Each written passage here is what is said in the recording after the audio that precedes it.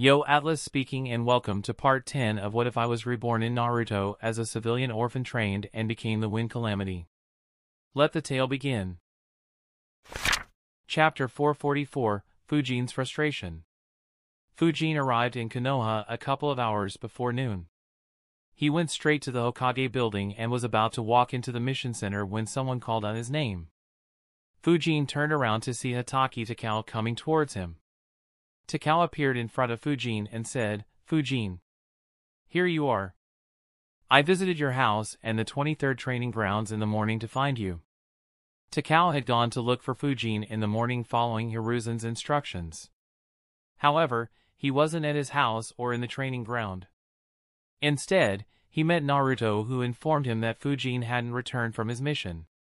He went to the mission center to confirm it and informed Hiruzen about the same. As a result, Hiruzen had begun creating another squad. However, as luck would have it, Takao had come down for some work at the same time that Fujin arrived at the Hokage building. Fujin raised an eyebrow and asked, "Does Lord Hokage need me?" Fujin was surprised. It hadn't even been a few minutes since he had returned to the village, and yet Hiruzen was looking for him. Takao nodded and answered, "Lord Hokage was looking for you earlier in regard to a mission. You should meet him and see if he still needs you to go for it." Fujin wondered, a mission right when I wanted to head to the land of hot water? Sigh, I hope it is in that country or someplace beyond it. Fujin replied, "All right. I'll go see him." He handed Takao a scroll and said, "Hand it to Shichiro. It contains mission files and dead bodies that had to be collected. Please inform him that I have completed all the missions." Takao accepted the scroll and replied, "Sure." Fujin walked over to Hiruzen's office and entered the room. Hiruzen looked at Fujin and said with a smile on his face, "It is good to see you, Fujin. How did your missions go?" Fujin casually answered, "They went well. There were no complications." Hiruzen said, "Good, come sit. I have received a mission from the daimyo of the land of hot water which is eerily similar to one of your past missions." Fujin sighed in relief upon hearing that. The mission was exactly where he wanted to head to. As for which mission it was, Fujin didn't think much. He had been on hundreds of missions and couldn't speculate which mission Hiruzen was hinting at. Unfortunately, Hiruzen's next words would shock Fujin. Hiruzen said, "In recent times, the land of hot water has been reducing their military strength and are depending more on us and the land of iron for solving their issues. Their country is transforming from a militaristic state to a tourist destination due to the large number of hot springs in their country. However, some ninjas aren't happy with this trend. One of those ninjas killed 18 Yugakure ninjas and a few dozen civilians before escaping. They arranged for ninjas to hunt him down but couldn't find him. More importantly, while they were hunting him, over 300 people went missing all of a sudden from the small villages in their country. They aren't sure if the two events are linked, but some feel that the same ninja is behind the kidnapping. They have issued a rank S mission to our village. I want you to go to the land of hot water and find and rescue the missing people. If the same ninja is involved, kill or capture him depending on the situation. Otherwise, ignore him. The ninja is called Hiden." Hiruzen's words left Fujin stunned. He was so stunned that he even forgot to hide his emotions. Hiruzen noticed it and asked, "Is something the matter?" Fujin realized his mistake and calmed himself down. He shook his head and answered, "It sounds like that cult named Jashin. Our mission involving them had gotten rather nasty. If those people have been missing for a long time and if no new people have gone missing for some time, then I'm afraid that it will be too late." While he answered in a calm tone, Fujin's mind was anything but calm. He cursed, "What the fuck? That bastard couldn't wait a few days? I hope the ritual isn't complete yet. I don't care about Hiden, but I need that bishop's memories." Fujin was extremely pissed and frustrated. His attempt to learn blood manipulation by reading Zankaku's memories met a huge number of complications, leaving him unable to replicate it in the short term. Fortunately, he thought of a method to get it easily. However, even before he could act on it, that method was snatched away from him. The entire ordeal left him mentally exhausted. He muttered to himself, "It almost feels like someone is making my life difficult and enjoying my sufferings." Hiruzen didn't know about Fujin's internal struggle. He replied, "Yes, it is worrying. The killings happened 3 weeks ago. People started going missing a few days later. The last case of a missing person was reported 6 days ago. So time is precious.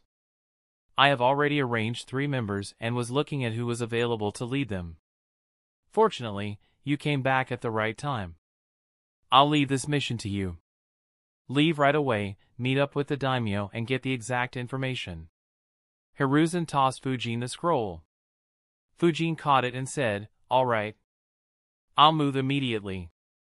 He was about to leave when he suddenly had an idea. His feet stopped and he looked at Hiruzen and thought, "Isn't he supposed to be the professor? I wonder if he knows about this." Fujin said, "I recently faced a question while training. I wonder if you know something about this." Hiruzen asked, "What did you face?" Fujin replied, "I was wondering whether we can use Juinjutsu to permanently strengthen ourselves or give us new abilities." Hiruzen was surprised by the question and became serious. He hadn't expected Fujin to ask such a question. He wondered, did he witness anyone having such abilities or did he just think it by itself? Hiruzen couldn't be sure. He asked, "Are you aware of the Uzumaki clan?" Fujin nodded. Even though almost no one from Fujin's generation would know about the Uzumaki clan, Hiruzen wasn't surprised to know that Fujin knew about them considering how much time he spent in the library and learning the seals. He said, "Most of the Fuinjutsu and Juinjutsu in Konoha come from the Uzumaki clan." Fujin had speculated it to be the case. So he wasn't surprised. Hiruzen continued, "The Uzumaki clan was a step ahead of the world in terms of sealing. It was why they were considered a threat by other villages and annihilated before the start of the Second Great Ninja War. However, even in the Uzumaki clan, a seal like you said was never propagated. It was only during their final struggle that their leader, Uzumaki Ashina, showed abilities similar to what you described. I'm not sure what exactly you mean by giving permanent abilities, but I guess you mean being able to do something beyond what normal seals should. The seals Uzumaki Ashina used touched that concept and were speculated to be able to take our understanding of Fuinjutsu and Juinjutsu to the next level. However, with his death, the technique was lost. I'm not sure why he never taught the technique to anyone else in his clan. Or perhaps he did, but no one else was able to learn. Another possibility could be that everyone who he taught those seals was killed in the war.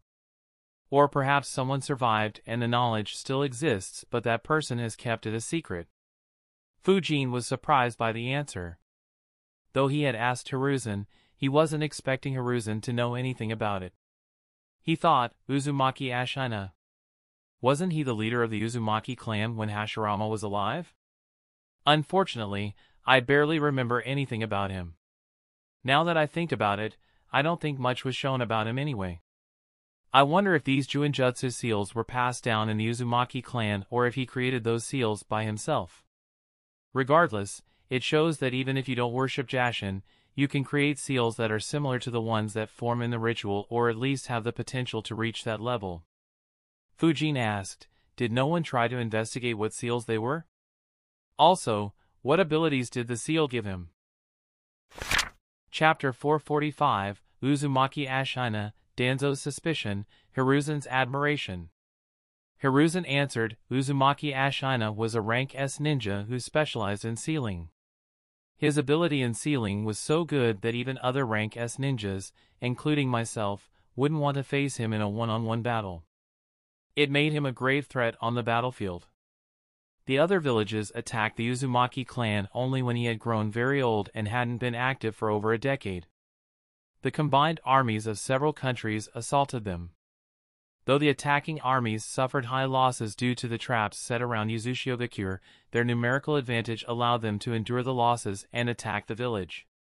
When it looked like the fall of Uzushio-Gakure was inevitable, Ashina appeared once again. He used a technique that allowed him to regain his youth and return to his peak. As a result, the invaders suffered even more losses.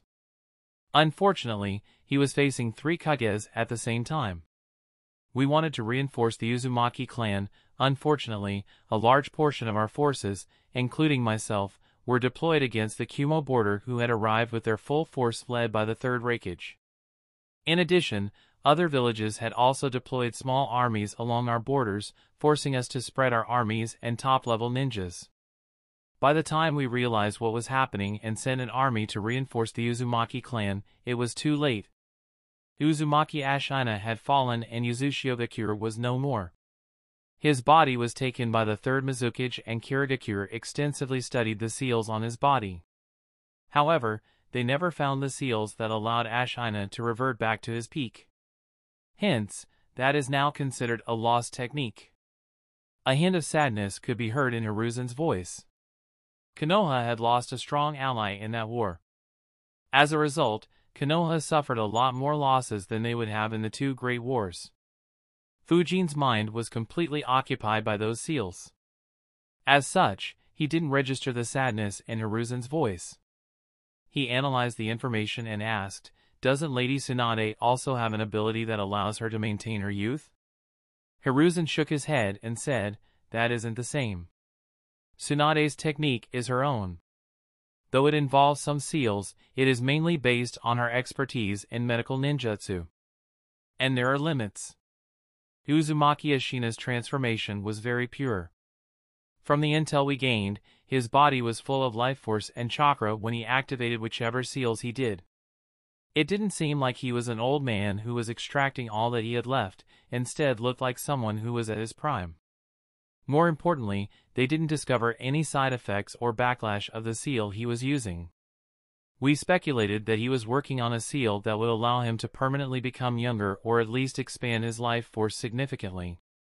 Had Yuzushiogakure not been attacked, it was likely that he would have succeeded and Yuzushiogakure might have become the 6th major ninja village.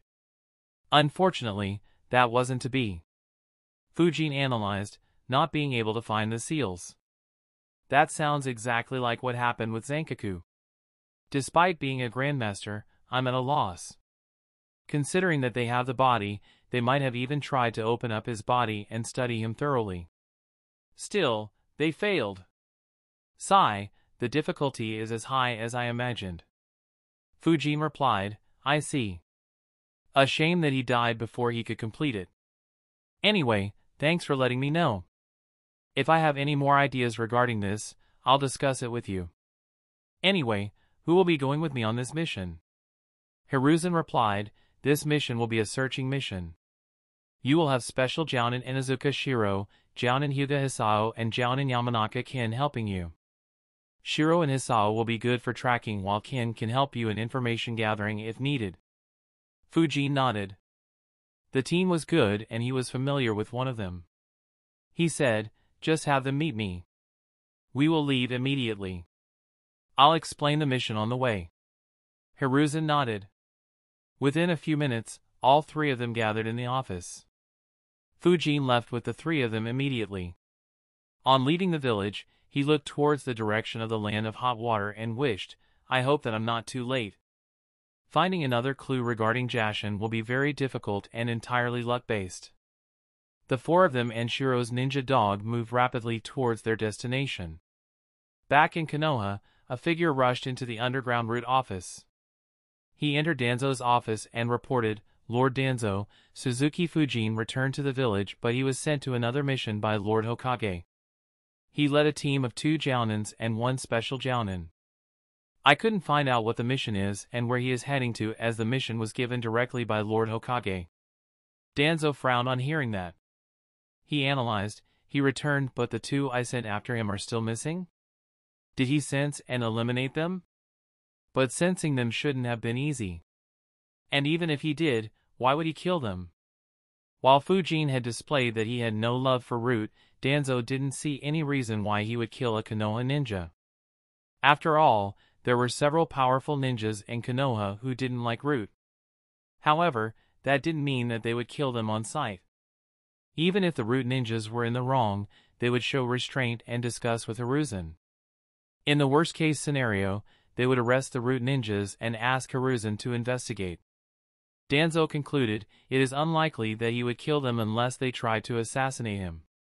However, neither of them sent me any messages. It implies that they were killed within a few hours of leaving the village. And they were instructed to not make any reckless moves anytime soon. Did they encounter someone else who killed them? But who? Did Suna send an elite Jounin to infiltrate into the Land of Fire again? Or was it someone else who has hostility towards Konoha ninjas or at least our Anbu forces? Danzo couldn't be sure. He looked at the ninja in front of him and instructed, take 2 squads and inspect the path Fujin should have traveled. According to the information, he took missions to eliminate bandit camps and rogue ninjas to the south. Trace his steps and find signs of any battles along or near the route.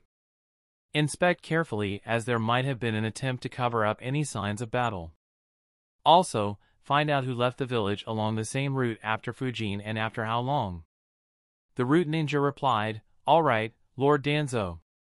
He flickered out of the room and began assembling a team. A few minutes later, 8 root ninjas began trailing the steps Fujin took a few weeks ago. Meanwhile, Hiruzen, who was unaware of the hidden exchange between Fujin and Danzo, kept thinking about his little discussion with Fujin. He thought, though some simpler seals can be used to add more defenses to the body, there is no way to off. To add to it, Fujin made everyone move at a rapid speed. He didn't care much if those 3 couldn't help him in combat. He just wanted to find Haiden quickly. As soon as they reached, Fujin met up with the daimyo. Sitting in the conference room, Fujin said, "I have gone through the information you provided Lord Hokage. Do you have any additional information on the movements of Haiden or the news of any more missing people?" The daimyo replied, "Unfortunately, there is no new news. The last person, who was reported to be missing, disappeared a week ago. No new kidnapping has happened since then. However, we haven't found any traces of the missing people."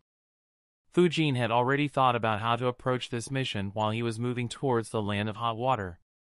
Without missing a beat, he said, "Tell me the areas that you had suspected the most, irrespective of whether you searched for those places or not." Chapter 446, Finding the Hiding Spot. Fujin's words surprised the daimyo and the Yugakure ninjas, who were rather offended by the statement. One of them asked, "What do you mean? Do you want to say that we couldn't find them despite looking in the right area?" In front of the daimyo, he didn't dare to explode in anger. However, his tone displayed his anger and dissatisfaction at being treated in this manner. He thought, even if he is from Konoha, who does he think he is to look down on us? We fought in wars even before he was born. Unfortunately for him, Fujin wasn't in the mood to be patient with him. He nodded and nonchalantly said, "Yes." Fujin's brazen disregard for their pride caught everyone, including the daimyo, off guard. Even Fujin's teammates looked at him with surprise. Though they looked down on ninjas from the minor villages, they never spoke about it in front of them. For a moment, everyone in the room was left speechless. Before any of the Yugakure ninjas exploded in anger, Fujin looked at the daimyo and said, "These incidents resemble the way in which a cult called Jashin operates. I had faced them in a mission earlier in the Land of Grass, and more than 200 kids would have died had we been late by a day. Considering that the last missing case occurred 1 week ago, I'm afraid that it is already too late. So I would recommend helping me out and giving me the information I need if you want to have any chance of saving the missing people. If I was to start looking by myself, I'm afraid that it would be completely pointless. You will be better off by just giving up on them." Fujin's words surprised the daimyo and the ninjas in the room. Though the Yugakure ninjas were offended by Fujin's words, they knew that getting angry at that moment would be detrimental. The daimyo looked at them and said, "Help him out." Daimyo's words left little room for discussion. Without any delay, everyone gave Fujin the information he needed. They pointed out and marked the locations where they had speculated where the kidnapped people could be held. They also informed Fujin about how they had inspected those locations. Fujin and his team pieced together all the information and clues and tried forming their own plans. While planning, Fujin inquired about the landscapes in each of the locations and marked them on the map. Fujin analyzed, it seems like the rituals are always conducted in a cave, irrespective of whether it was already existing or created with the help of jutsus. Regardless, the mountain has to be natural or these ninjas would have noticed the anomaly. Even if Zenkaku's ritual was an exception, they should still conduct such a ritual in a closed-off space to stay hidden. If not for caves, the only other possible location is if they create and hide in an underground base. For now, I will only inspect the suspicious locations that have mountains. If I don't find them, I'll look at the other locations. The caves should be hidden with the help of Fuinjutsu. So it is no wonder that these guys couldn't find anything. Fujin quickly began planning which route he should take. While he did so, he said, if you have a picture of Haiden and some of his belongings with his scent on them, give them to us. He kept looking at the map. The Yugakure ninjas quickly handed a piece of cloth and a small picture to Fujin's teammates. Hyuga Hisao observed the picture properly while Inuzuka Shiro and his ninja dog memorized Haiden's scent. After drawing up a plan, Fujin rolled up the map and left Yugakure in a hurry along with his team. A couple of minutes after they exited the village, 3 shadow clones popped next to Fujin. They dispersed along different paths. Fujin's teammates immediately understood what Fujin was up to. However, they were confused. Yamanaka-kin wondered, why is he so relentless? We have barely rested since we left Konoha. At this rate, we won't be able to fight at our full strength. He wasn't like this during the 2 missions I was with him earlier. The other 2 had the same confusion as well. Fujin could guess his teammates' thoughts. In order to not make them suspicious, he looked at his teammates and said, I'm not sure who our enemy will be or what abilities they will have, but I have a bad feeling. We should capture them before they do whatever they are planning with the kidnapped people. After we find them, be ready to consume a soldier pill if the fight becomes intense, as we won't be resting much until we find them. Fujin's teammates nodded. Though Fujin didn't give a proper explanation, they knew that trusting one's instincts was crucial for a ninja. Several times, a ninja would have to head into a mission with little information. Even in their current situation, they were unaware of the reason behind the kidnapping and the identity of the kidnappers. As such, trusting your instincts becomes an important factor. It was the reason why Fujin used such a reason. It saved him from having to explain his urgency. After all, he couldn't say that he was hurrying them just because he wanted to catch the bishop and read his memories before he completed the ceremony and kicked the bucket. The group moved rapidly. So did Fujin's clones. Though Fujin wasn't from the land of hot water, he had taken several dozen missions in this country, most of which entailed hunting down Rokiri ninjas and bounty hunters. Apart from the land of fire, this was the country where he was the most active. As such, he knew the area very well. Fujin and his squad began moving directly towards the place where Haiden had done the massacre. As for his clones, they began scanning the decided locations one by one. Within 6 hours, several of the suspicious places were searched. The location where Haiden had killed civilians and fellow ninjas didn't have any clue to track Haiden. Though Shiro picked up some sense, he couldn't use them to track Haiden. His clones didn't have much luck either. Each of them had properly searched 3 to 4 locations without much success. One of Fujin's clones kept moving in the direction of the Land of Frost. He was only a couple of dozen from the border when he reached a small mountain range that existed there. He thought, I have already looked through 3 locations and haven't found anything. Since I didn't receive any message, the others shouldn't have had any success either. Sigh, I hope I find them in time. He activated his space-time sensing technique. Just like all the previous times, he didn't sense any disturbances in the space-time field, implying that there was no ninja in a 4.5-kilometer radius. The clone moved around for a bit to cover the entire mountain range but still didn't find anything. Finally, he deactivated his technique and activated his chakra field. He began inspecting the mountain range once again. After a couple of minutes, he sensed a location that he couldn't sense. His eyes widened. He immediately deactivated his chakra field and hid himself. He wondered, is this it? But why didn't I sense anything with my space-time sensing technique? Normal seals shouldn't be able to hide themselves from my space-time sensing technique.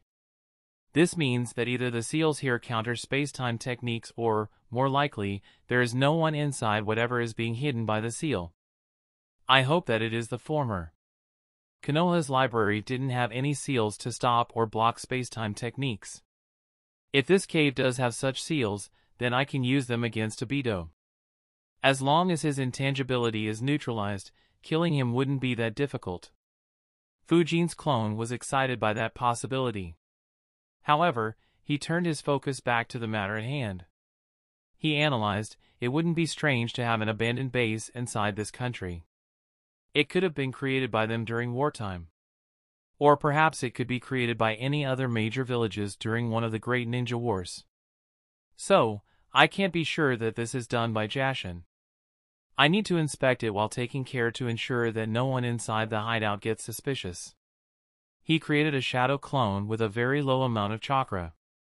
The clone immediately transformed into a rabbit and began moving towards the area being blocked by seals that he had detected earlier. The rabbit reached that location in a few minutes. He hid in bushes and observed it. The area looked completely natural. It was a mountain wall and nothing else. The rabbit analyzed, it looks like the entrance to the cave is properly sealed off, making it look completely normal. Now, let me see the level of the person who inscribed seals here. The rabbit concentrated chakra in his eyes as he began observing the wall. Soon, several dozen seals appeared in front of him. The rabbit properly analyzed every seal he could see and dispelled itself.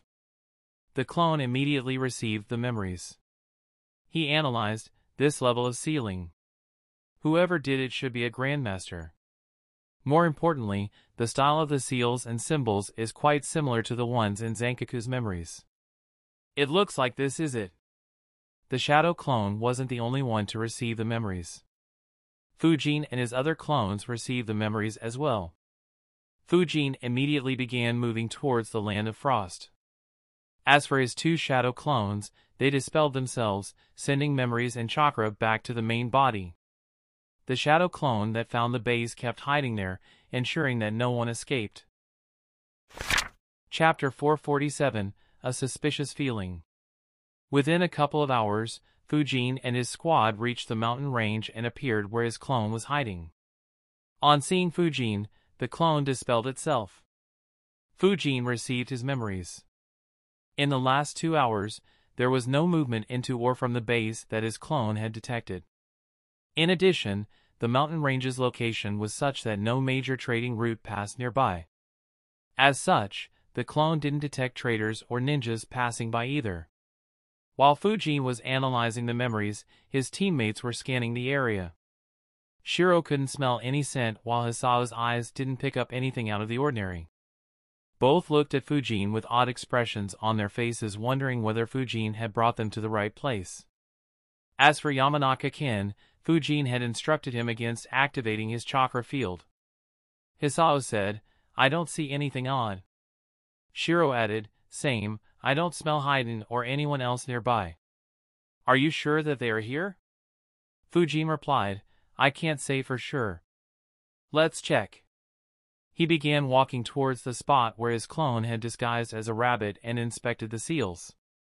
His teammates were surprised by the casual response. They followed him. Unlike his clone, Fujin didn't bother hiding his presence much. If his presence lured out the ones hiding inside, he would be glad instead of getting worried. His eyes glowed as he observed the seals.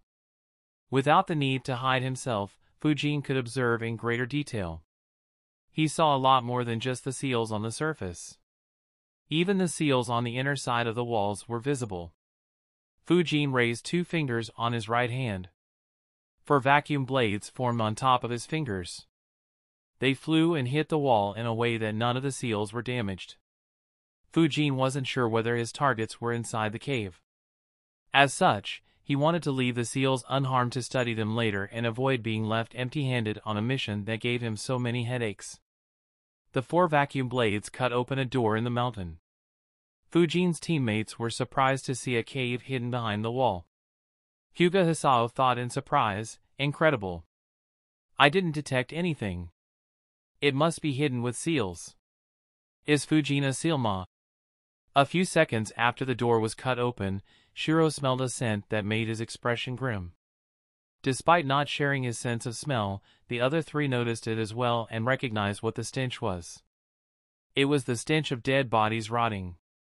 Hisao immediately activated his Byakugan, while Fujin and Ken activated their chakra fields. All four immediately had grim expressions. Fujin muttered to himself, "No wonder I couldn't sense any disturbances with my space-time sensing technique. Everyone inside is already dead." "Sigh, am I too late?" Fujin asked, "What do you see?" Hisao answered, "Dead bodies. More than 300 of them. They are spread in 6 rooms. However, I don't see any clear injuries on their body. We will need to inspect it properly. There is no one alive inside unless they are hiding with the help of seals." Fujin looked at Shiro and asked, "Did you notice anything?" Shiro answered, "I can confirm that Haiden scent was in this cave. He should have left. However, I can't find any trail of his scent. It looks like he can eliminate traces of his scent." Fujin thought for a bit and instructed, "Send a messenger bird to Yugakure and inform the daimyo. Ask him to deploy ninjas here and take care of the dead bodies." Fujin looked at the cave and said, "Entering inside will be risky as there are a lot of seals inside. I will send my clones to investigate the cave. Shiro, you search for any traces of Haiden on this mountain range that could aid us in tracking him. Hisao and Ken, you two inspect the remaining mountain range and check if we missed anything. Also, keep an eye out for any unusual activity or presence." Everyone nodded and got to work. Meanwhile, Fujin created several shadow clones who entered the cave in 2 waves.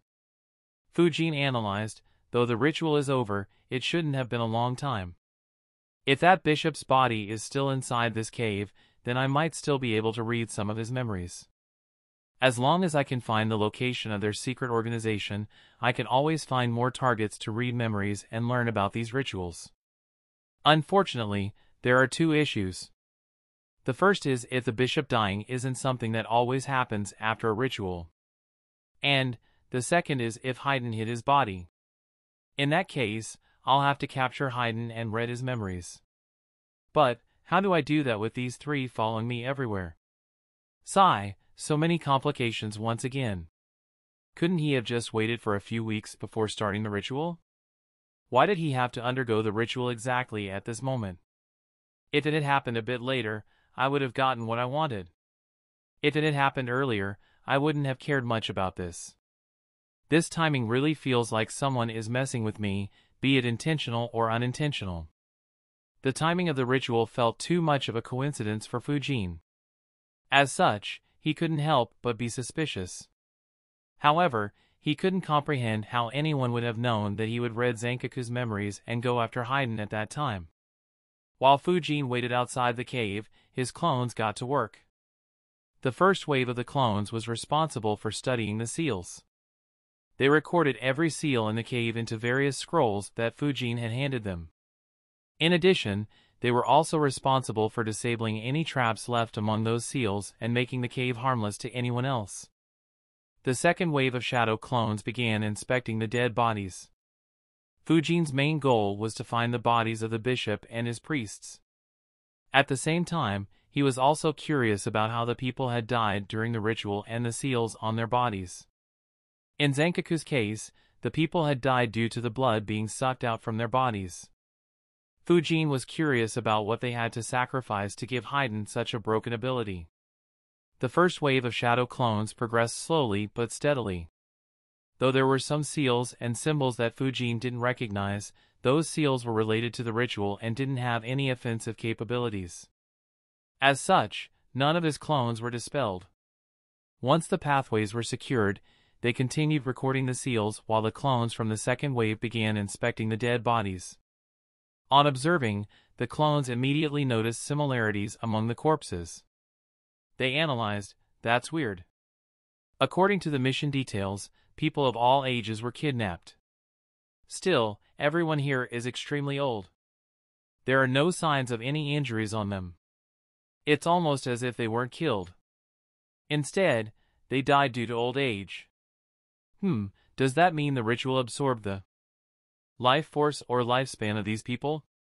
Would increasing life force by multiple times give the ability to become an immortal like Haydn? Or are there more factors involved?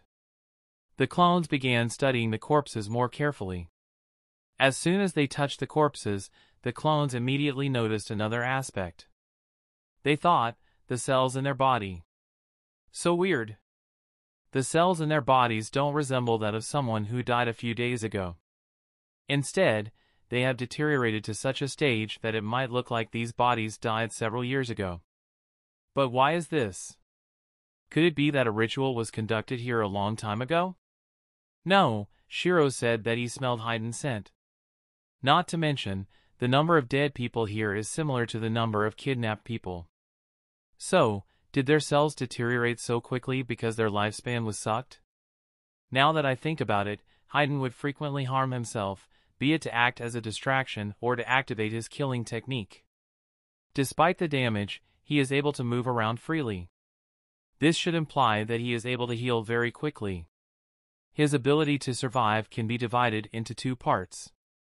The first is being able to survive attacks that would kill a normal person, such as a spear through his heart. The second is being able to recover from that damage. There is only one way to recover from that damage, that is, cell regeneration. It should be at the same or higher level than Tsunade's mitotic regeneration. The only limit it has is when he is cut into two or more pieces like Asuma and later Shikamaru did. Or perhaps he isn't skillful enough to use this in that situation. Regardless, it looks like they not only sucked the life force but also sucked out the cell's ability to regenerate themselves. This is why the cells in these corpses have deteriorated so quickly. My guess is that they will continue deteriorating at a high speed and completely decompose themselves. In a few months, it will become impossible to even identify these people. Fujin's clones who were studying the dead bodies began studying the seals inscribed on the dead bodies and copied them in scrolls. Meanwhile, the remaining clones from the second wave were searching for a body wearing the same outfit as Bishop Kitsueki. Chapter 448, The Mysterious Factor. While the clones were recording the Juinjutsu seals on the bodies of the corpses, one shadow clone placed his hand on the head of one of the corpses and inserted some of his Yin chakra into his brain. After a couple of minutes, he withdrew his arm and analyzed, as I expected. I can't read the memories. The fast speed of decomposition of their bodies has also made it impossible to read their memories. All their memories have been lost to time. Sigh, I hope that Bishop's case isn't the same. After nearly an hour, Fujin's clones had recorded each and every seal in the large cave. Fujin's teammates, who were kept busy by the miscellaneous tasks he assigned them, had no idea that Fujin was recording all the seals in the cave under the guise of completing the mission. Despite recording all the seals properly, Fujin wasn't very happy.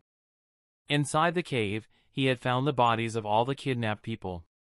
However, he didn't find anyone wearing the outfit that Kitsueki wore in Zankaku's memories. To make matters worse, in addition to the kidnapped people, there were 32 more dead bodies in the cave which were cremated long before Fujin's clone found the hideout. Fujin speculated that they were the priests and servants under the bishop.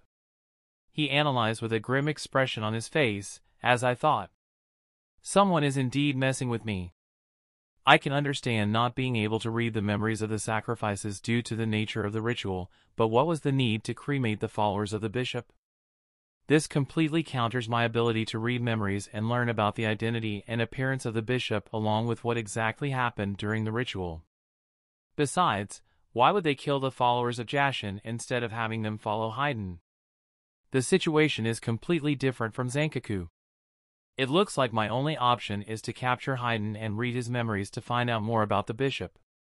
But a frown formed on Fujin's face again as he thought, but there are no leads on Haydn. How the hell am I supposed to find him in this vast country? Not to mention, he doesn't need to stay in this country. Another obstacle is Akatsuki. I don't know when the Akatsuki will make a move to recruit him. Once they recruit him, I won't be able to deal with him for quite some time. Though I'm confident in dealing with Haiden, Kakuzu is not someone I can defeat for sure right now. Even more so when Haiden is cooperating with him. I'll need to wait for some time for my strength to increase considerably and only then deal with both of them together. Fujin let out a sigh and looked at the cave in front of him. He thought, it looks like there are only two ways now. I can only study the seals and try to study Zankaku's body. I have some confidence in studying the seals, but Zankaku's body is another hopeless prospect. Fortunately, Zankaku's memories were more or less intact. Even if I don't achieve any success in those two methods, I can learn more about this when I get my hands on the Edo Tensei Jutsu. But there is still the interference I am feeling. I should move quickly and secure Kitsueki's corpse. It would suck big time if someone moves or destroys it. If there is indeed someone interfering, then they might try to attack me when I am holding Kitsueki's body. That would be a good way to draw out whoever is hiding. Fujin was left stuck once again. Despite feeling that he was very close, Fujin just barely missed gaining the secrets of the Jashin ritual. As such, he could only make plans for the future. A long distance away from the mountain range, Fujin was inspecting the Jashin hideout used for ritual. A figure could be in the forests. He was holding a bag and pouring some ashes on the ground, letting the wind spread it. It was the person Yugakure was searching for. Haiden emptied the contents of his bag and complained, "That motherfucker. He asked me to cremate his body after his death and asked me to scatter his ashes all over the land of frost." First, he hurried the ritual for some reason. Though those Yugakure cowards are incompetent, they still managed to catch us a couple of times. After completing the ritual, he burned the dead bodies of all of his followers and asked me to do the same to his body and even asked me to spread his ashes. He wondered, why did Lord Jashin ask Bishop Shikabane to do that? Of course, Haiden couldn't comprehend the reason. If Fujin were to learn of it, he would easily understand. Haiden cremating Shikabane's body ensured that Fujin wouldn't be able to read his memories. And, by spreading his ashes over long distances, all his ashes would be mixed with the earth and become impossible to find even if Fujin read Haiden's mind in the future. As such, Edo Tensei wouldn't work either. However, even this knowledge would force Fujin to wonder a lot. After all, Shikabane began gathering people for the ritual even before Fujin attempted reading Zankaku's memories and having any intentions towards Shikabane and Haiden. Not to mention, Fujin had read Zankaku's memories in absolute secrecy. Unfortunately, Fujin had no way of knowing that his suspicions of someone messing with him were indeed the truth. Unlike Fujin, Haiden didn't bother thinking much about such a complicated matter. He cursed a bit loudly, "Whatever, I just need to spread the word of Jashin. I will kill and sacrifice those bastards to Lord Jashin." Haiden immediately jumped backwards. A few shurikens landed where he was standing. In front of him, 8 ninjas appeared, all staring at him. One of them wondered, "Who is this guy? And why is he shouting about killing us in the middle of nowhere?" Haiden frowned on seeing them and asked, "Kumo ninjas? What do you want?" The leader among the 8 Kumo ninjas replied, "That is what I want to ask you. Kill and sacrifice us?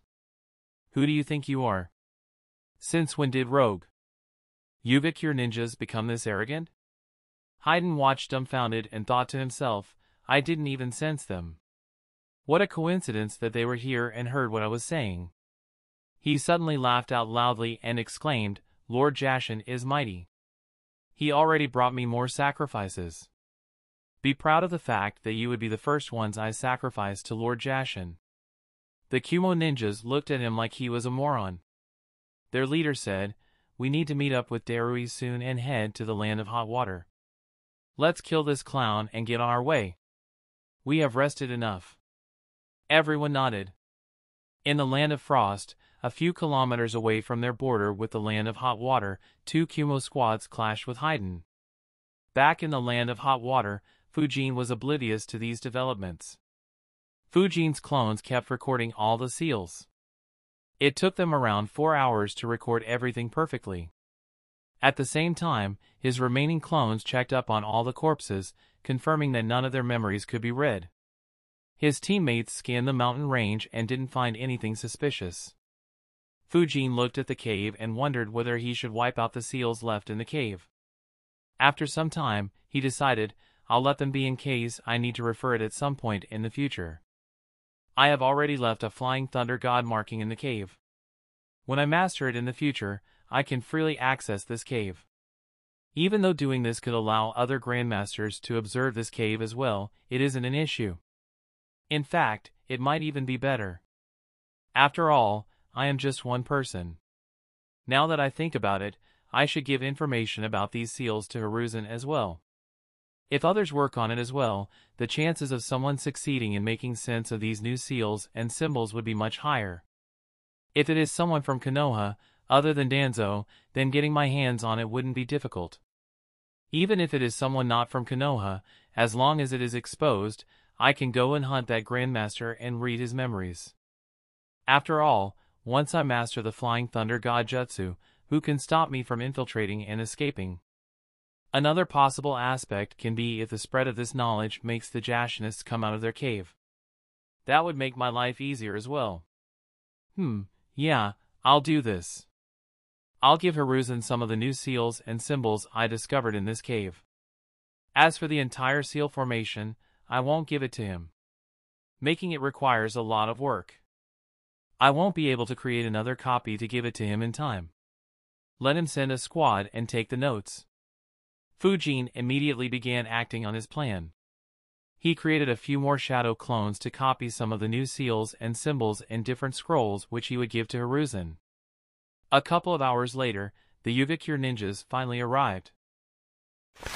Chapter 449, 5 Forces Move. The Yugakure forces were led by a familiar face.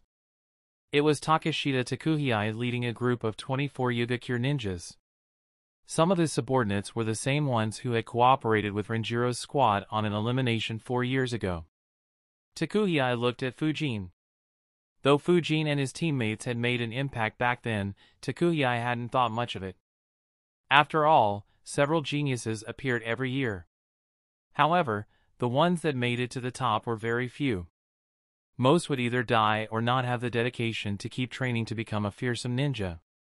Of course, that was until he saw Fujin's bounty poster with an insane bounty and the speculation of him being the spectral swordsman. It was a name even he wouldn't want to face on the battlefield. When Iwagakure updated Fujin's information in the bingo book, Takuhei was left stunned. He never anticipated that the spectral swordsman would be so young and someone with whom he had cooperated earlier.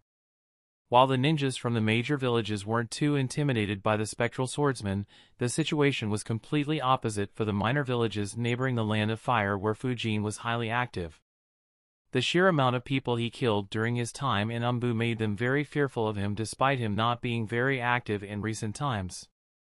Takuhei thought, from a newly promoted Chunin to an elite Jounin in merely 4 years. Thankfully we aren't on opposite sides.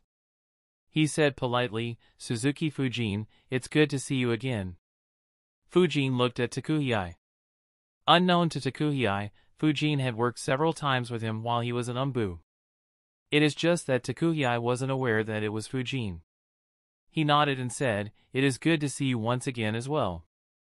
Unfortunately, the occasion isn't a joyous one.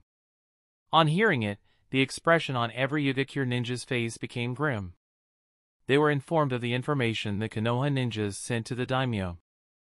Among their group were a few ninjas who were offended by Fujin's words in the meeting room and a few who had inspected this spot earlier and not discovered any hideout. Through his actions, Fujin had proven his words true, making them feel ashamed and guilty. This loss was a significant one for the Land of Hot Water. Losing so many civilians in one blow would cause a lot of chaos and panic in the country. Their economy would suffer as well as trading would slow down and tourism would come to a halt temporarily. As a result, the country would be in for a hard time for a few months at the very least. Fujin looked at the cave and said, there are many seals in the cave. Fortunately, they don't trigger automatically. You guys can recover the corpses. That said, I'm not sure what the seals do. So, avoid damaging the cave and accidentally triggering any seals. Takuhei nodded. He had no intention of arguing with Fujin. He instructed his men to collect and store the dead bodies properly. While the Yugakure ninjas were cleaning up, Yamanaka-ken asked Fujin, "The mission seems to be over, Captain. Should we stay or return to Konoha?" Fujin thought for a few seconds and answered, "Let's accompany them back to Yugakure. It'll be in our path anyways." Fujin's teammates nodded. Fujin thought, collecting all the bodies and returning will need some time. If Yugakure gets news of Heiden's movements, I'll have an excuse to find and hunt him.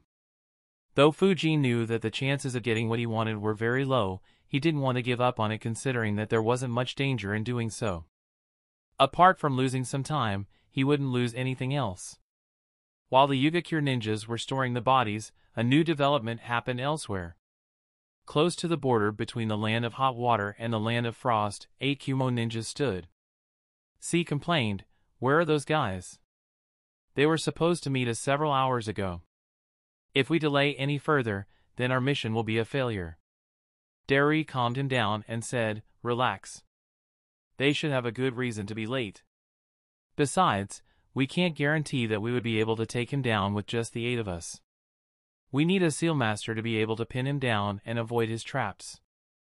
Without him, our chances of succeeding will drop hard." C said, "I know. But if we wait any longer, he might leave and return to Konoha. We had to wait for months for him to leave his village.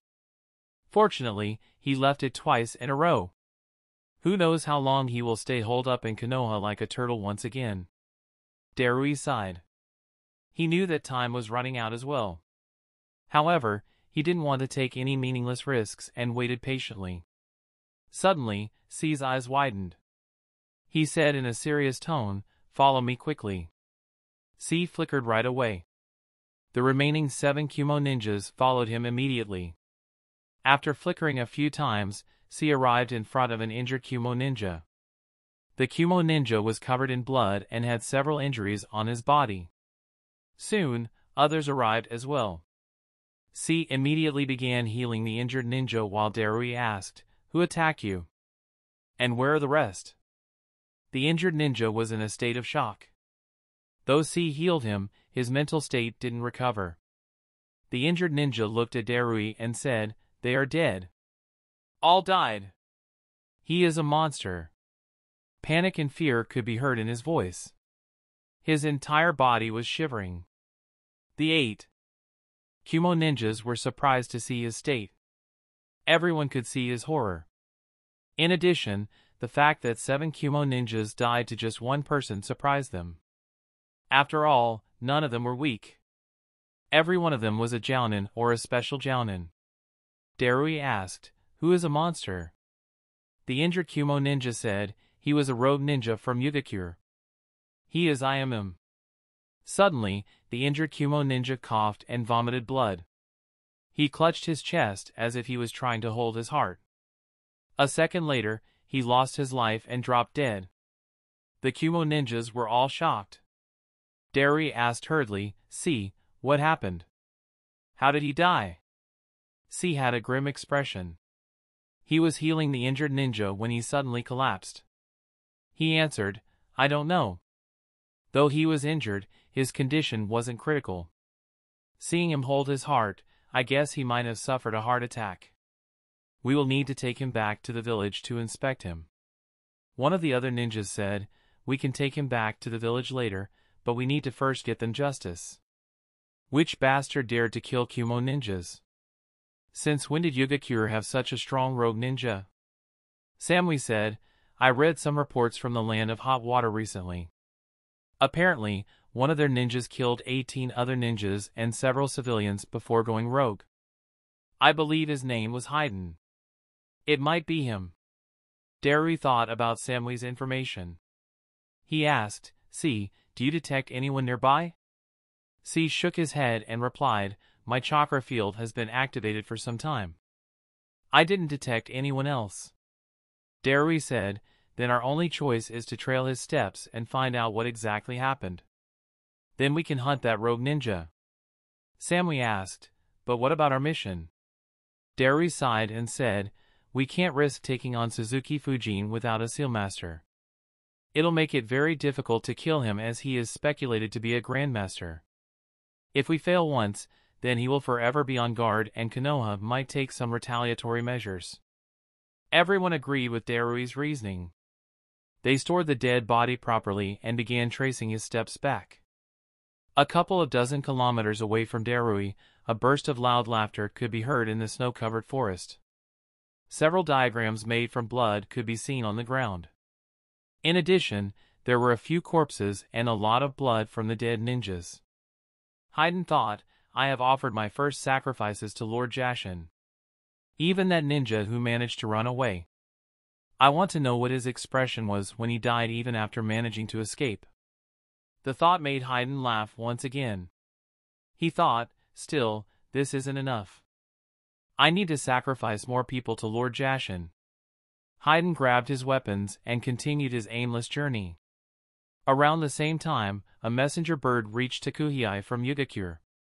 His eyes widened on reading the message. Fujin noticed that and asked, "What is it?" Takuhei informed, "To find the missing people, we had our ninjas spread out all over the country. Some even cooperated with the patrol camps of neighboring countries along our borders. A couple of our ninjas were searching inside the Land of Frost while cooperating with the ninjas of Shimogakure. They found Haydn. He was engaged in a battle with Kumogakure ninjas and was winning. They left immediately and sent back a message." Chapter 450, 5 Forces Move.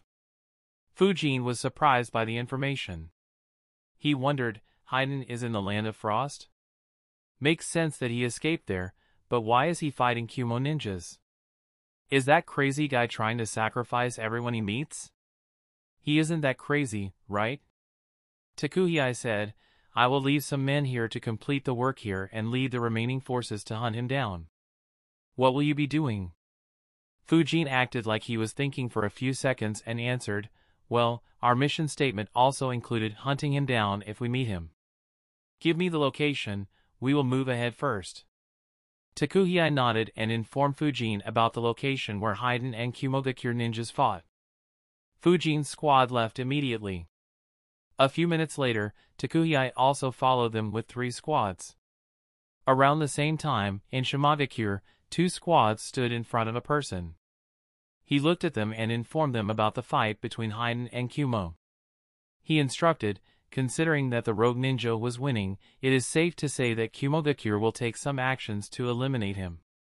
From reports, he seems to have killed many Yugakure ninjas as well. So they might cooperate with Kumo ninjas to eliminate him. You don't need to fight him. In fact, if you do meet him, escape without fighting. If you meet Kumo or Yugakure ninjas, feel free to help them out with intelligence, but don't fight for them. Just observe what happens with the rogue ninja and try to ensure the safety of common people if you can without risking your life. The leader of the 2 squads nodded his head. He and the remaining ninjas left Shimogakure and moved towards the location of the fight. They didn't want to get involved, but since the fighting was happening in their country, they had the responsibility of monitoring the battle and ensuring that commoners didn't become needless casualties once again. As a result, the forces from 4 villages, that is, Konohagakure, Kumogakure, Shimogakure and Yugakure, began moving to find Haydn in the Land of Frost. Kumogakure were unaware of the movements of the other forces, while Fujin and Takuhei were the most clear about which villages would be involved. However, even they weren't aware of another force that was about to get involved. In the Land of Rain, a white and black figure appeared from the ground and looked at Nagato's Deva Path and Konan. Black Zetsu said, "I have found an interesting person.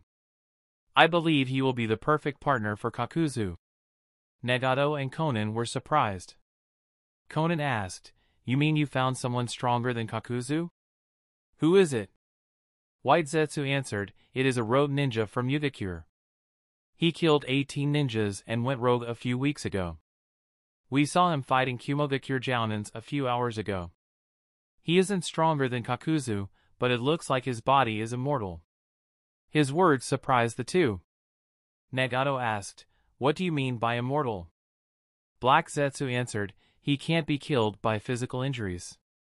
In his fight against Kumo, his heart was stabbed several times. At times, he did it himself. Yet, he kept moving around and fighting as if nothing was wrong. Elemental jutsus doesn't seem to have much effect on him either. His offensive abilities are very peculiar as well. Zetsu informed the two about what they had witnessed during the battle. Conan was quite surprised and impressed by Heiden's abilities. Nagato said, "All right, let's recruit him. Conan, I will leave this matter to you. Take Kakuzu and Itachi with you to test and recruit him." Conan nodded. She was about to leave when White Zetsu said, "You should hurry up." Darui from Kumogakure was close to where the fight happened. And a few Yugakure and Shimagakure ninjas spotted him as well. Though I doubt he will die, he could be in trouble if he gets heavily outnumbered. Nagato nodded. His animal path body appeared, weaved hand seals and slammed his palm on the ground. Summoning jutsu, a giant bird with a long and massive beak appeared. Nagato said, "You can use it to fly over to the land of frost." Conan nodded. She immediately left along with the bird, while picking up Itachi and Kakuzu on the way. Haiden, the one who was at the center of all this action, was completely clueless about the 5 forces coming for him and their intentions.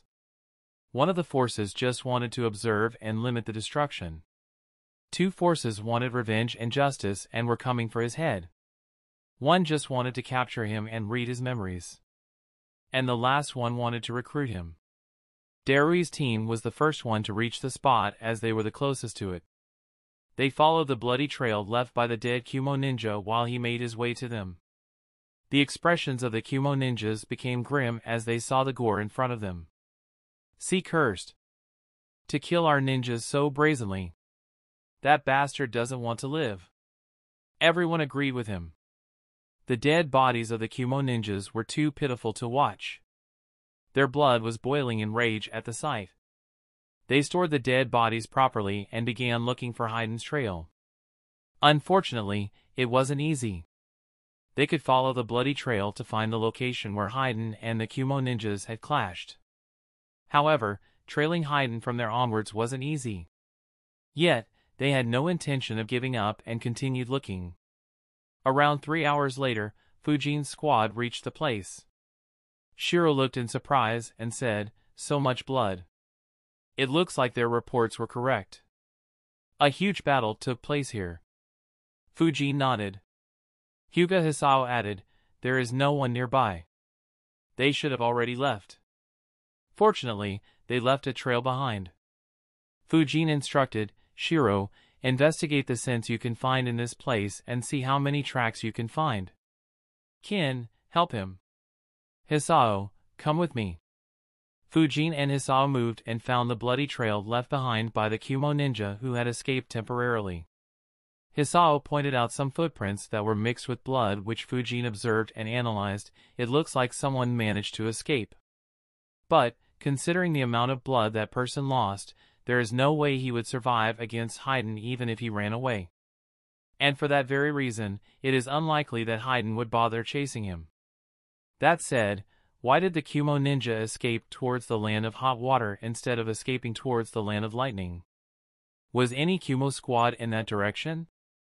Fujin was confused. He could understand there being some Kumo ninjas in the land of frost considering that they were neighbors. But his movement made Fujin a bit suspicious. He and Hisao returned to where Shiro and Ken were. Shiro noticed Fujin and reported, "Captain, I can sense 17 scents that were lingering here some time ago. One of them belongs to Haiden, but I can't identify the rest of them." Fujin fell into deep thought.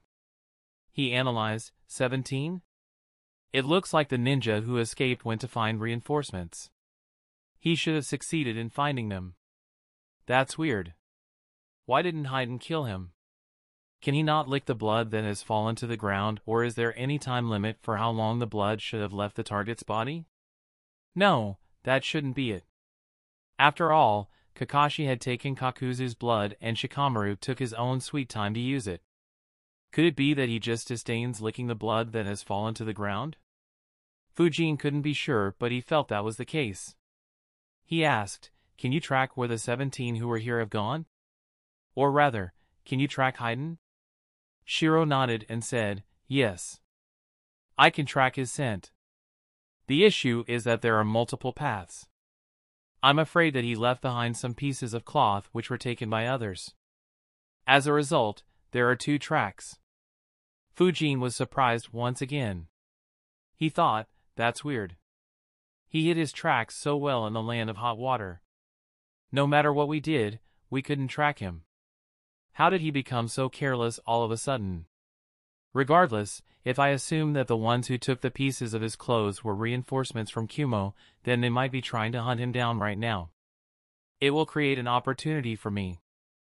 I should move quickly. Chapter 451, Dreams of Invincibility. Fujin asked, can you create shadow clones? Shiro answered, just one. I'm not very good at it. Also, it exhausts my chakra very rapidly. Fujin nodded and said, don't worry. Just make one with minimal chakra. Your clone will follow my clone to see where those bloody footprints go. Check whether you can smell some of the scents here on that route. Shiro nodded. He created a shadow clone with 15% of his while Fujin created one with 1% of his chakra. Both immediately left along the trail left by the bloody footprints. Shiro asked, which track should we follow? He had smelled 2 tracks of Haiden's scent. They could only follow one route unless they split up and made Shiro and his ninja dog move into 2 separate teams.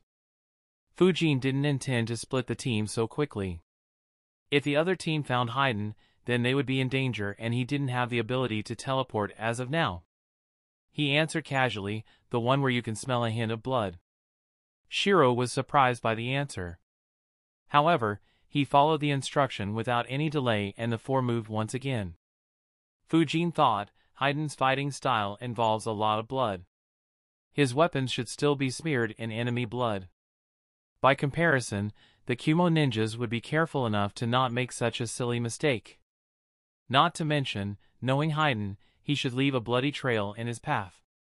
As long as there is no unexpected factor, I should get to him. The only thing I need to worry about is how I can read his memory while these 3 are with me. Fujin was finally hopeful once again. Though they were moving slightly slowly, he felt that they had a high chance of catching Haiden. While they were following the tracks, Haiden met another bunch from Kumo. Darui and his teammates had finally found Haiden. Despite not being good at smelling, everyone could smell a stench of blood from Haiden. Haiden exclaimed, another bunch from Kumo? You are too eager to be sacrificed to Lord Jashin. His words immediately angered the Kumo ninjas. Darui said, so you admit to killing our ninjas. Good. Let me see where you get the courage to do so. He weaved hand seals. Lightning release. Black Panther Darui released Black Lightning which immediately took the form of a panther and reached Haiden in the blink of an eye. The speed of the jutsu was too fast. Haiden was surprised. He had a relatively easy time killing ninjas from Yugakure. Though he struggled a bit against the Kumo ninjas, it was due to being outnumbered rather than being outmatched. The jutsu hit Haiden and electrocuted him. His screams were heard. A black glow appeared around him due to the black lightning.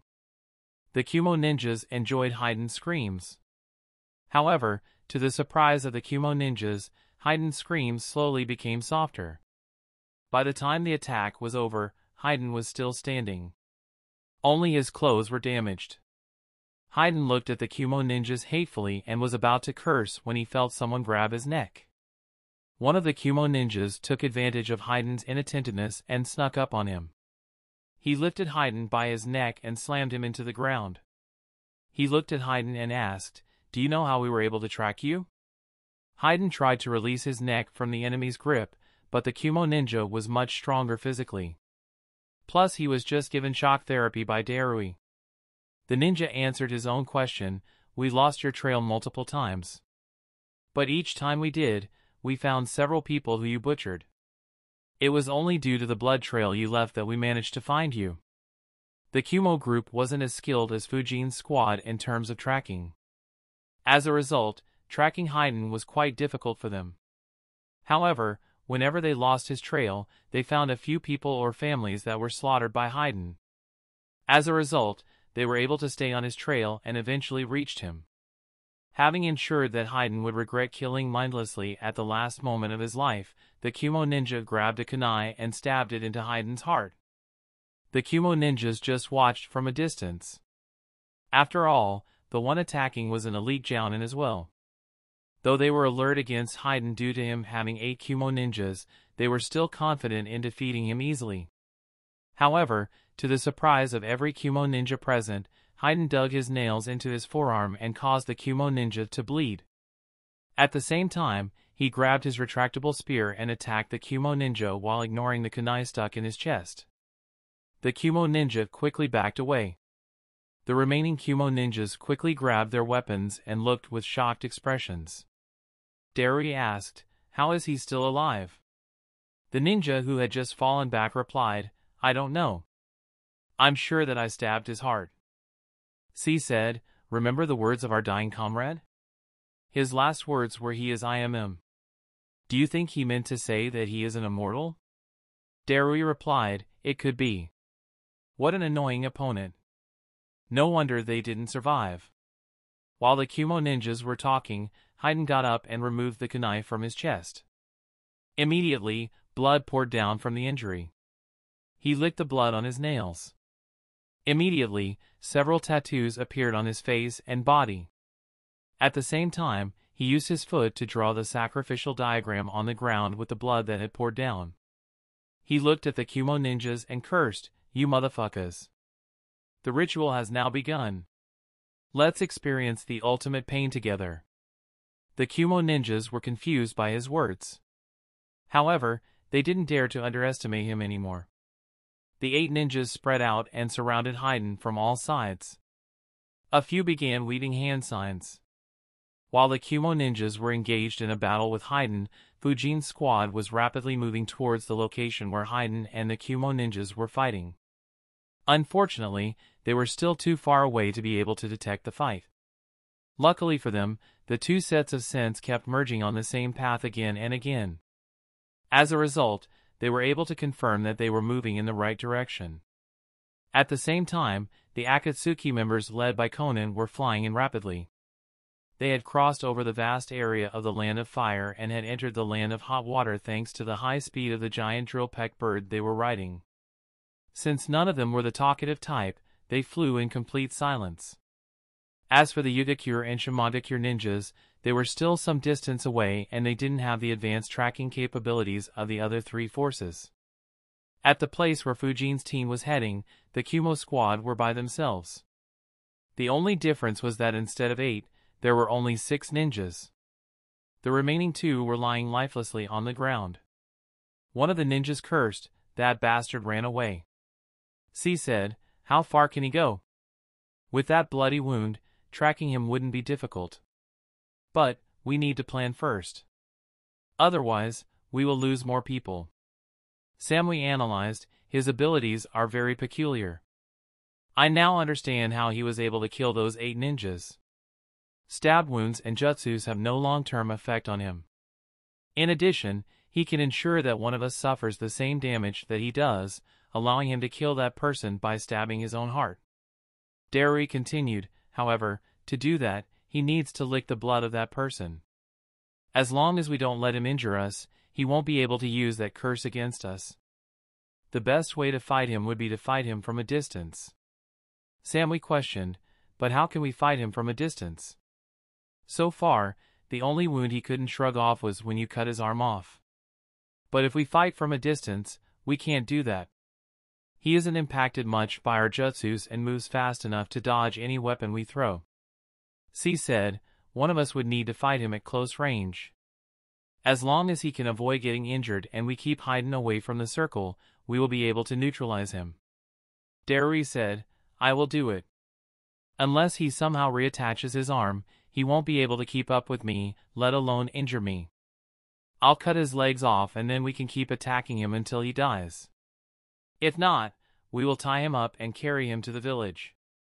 If we can get his technique, then the village will benefit a lot." Everyone nodded at Darui's idea. Hayden's technique was just too absurd. If they could gain it, they wouldn't have to worry about much during fights. Even if a small percentage of ninjas in Kumogakure mastered that technique, their village would become invincible in war. Chapter 452, Splitting Up. Tempted by Darui's idea, the 6 Kumo ninjas quickly stored the dead bodies of their comrades and prepared themselves to move.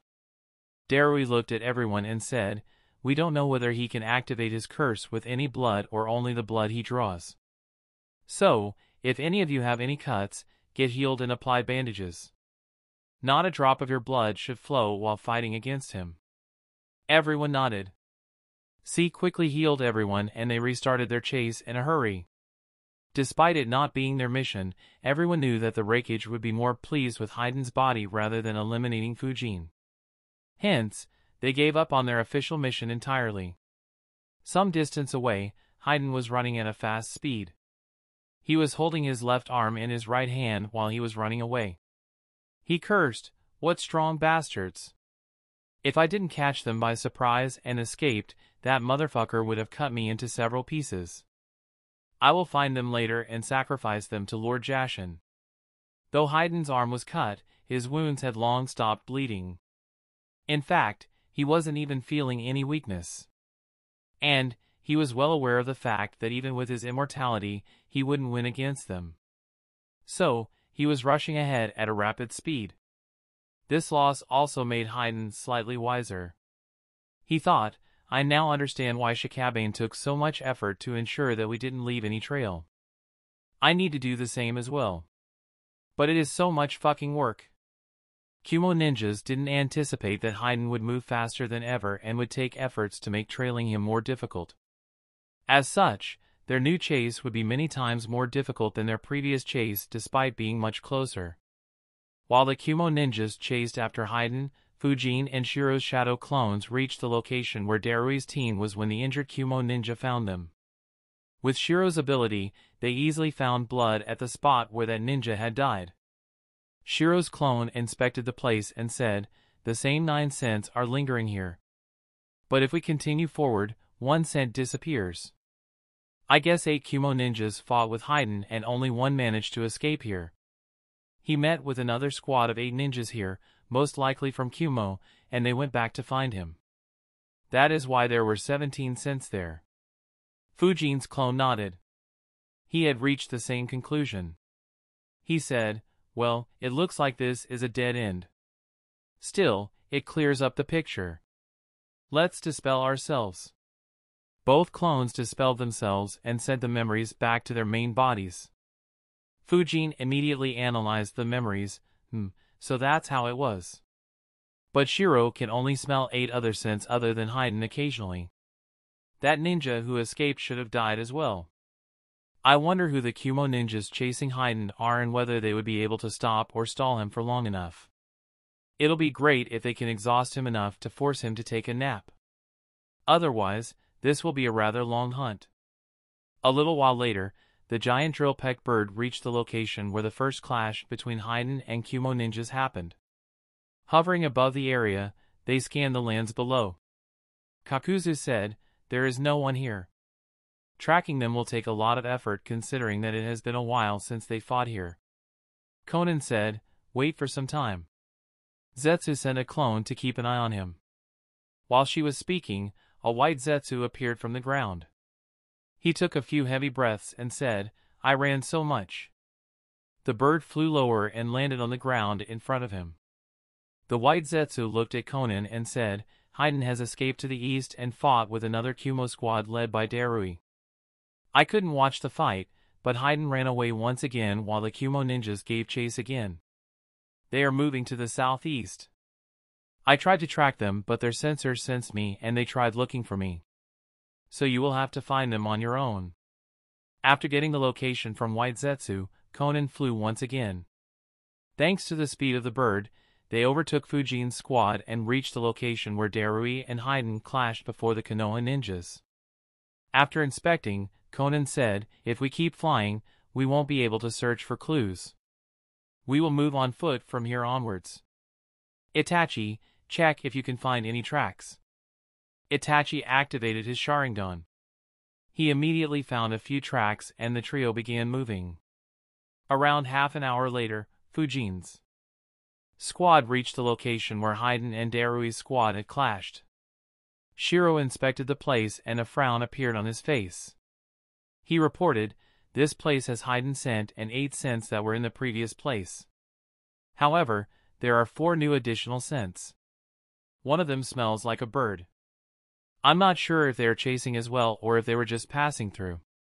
His words surprised the team. Fujin asked, "Do you recognize any of their scents?" Shiro answered, "I feel that one scent is a bit familiar. Unfortunately, I can't recall whose scent it is. It must have been a long time since I encountered that person." Fujin didn't find it odd. After all, it was impossible for anyone to remember everyone's scent for years. It was the same as normal people forgetting the faces and names of someone they hadn't met for a long time. Fujin said, "I see. Check in which directions all the scents here are traveling.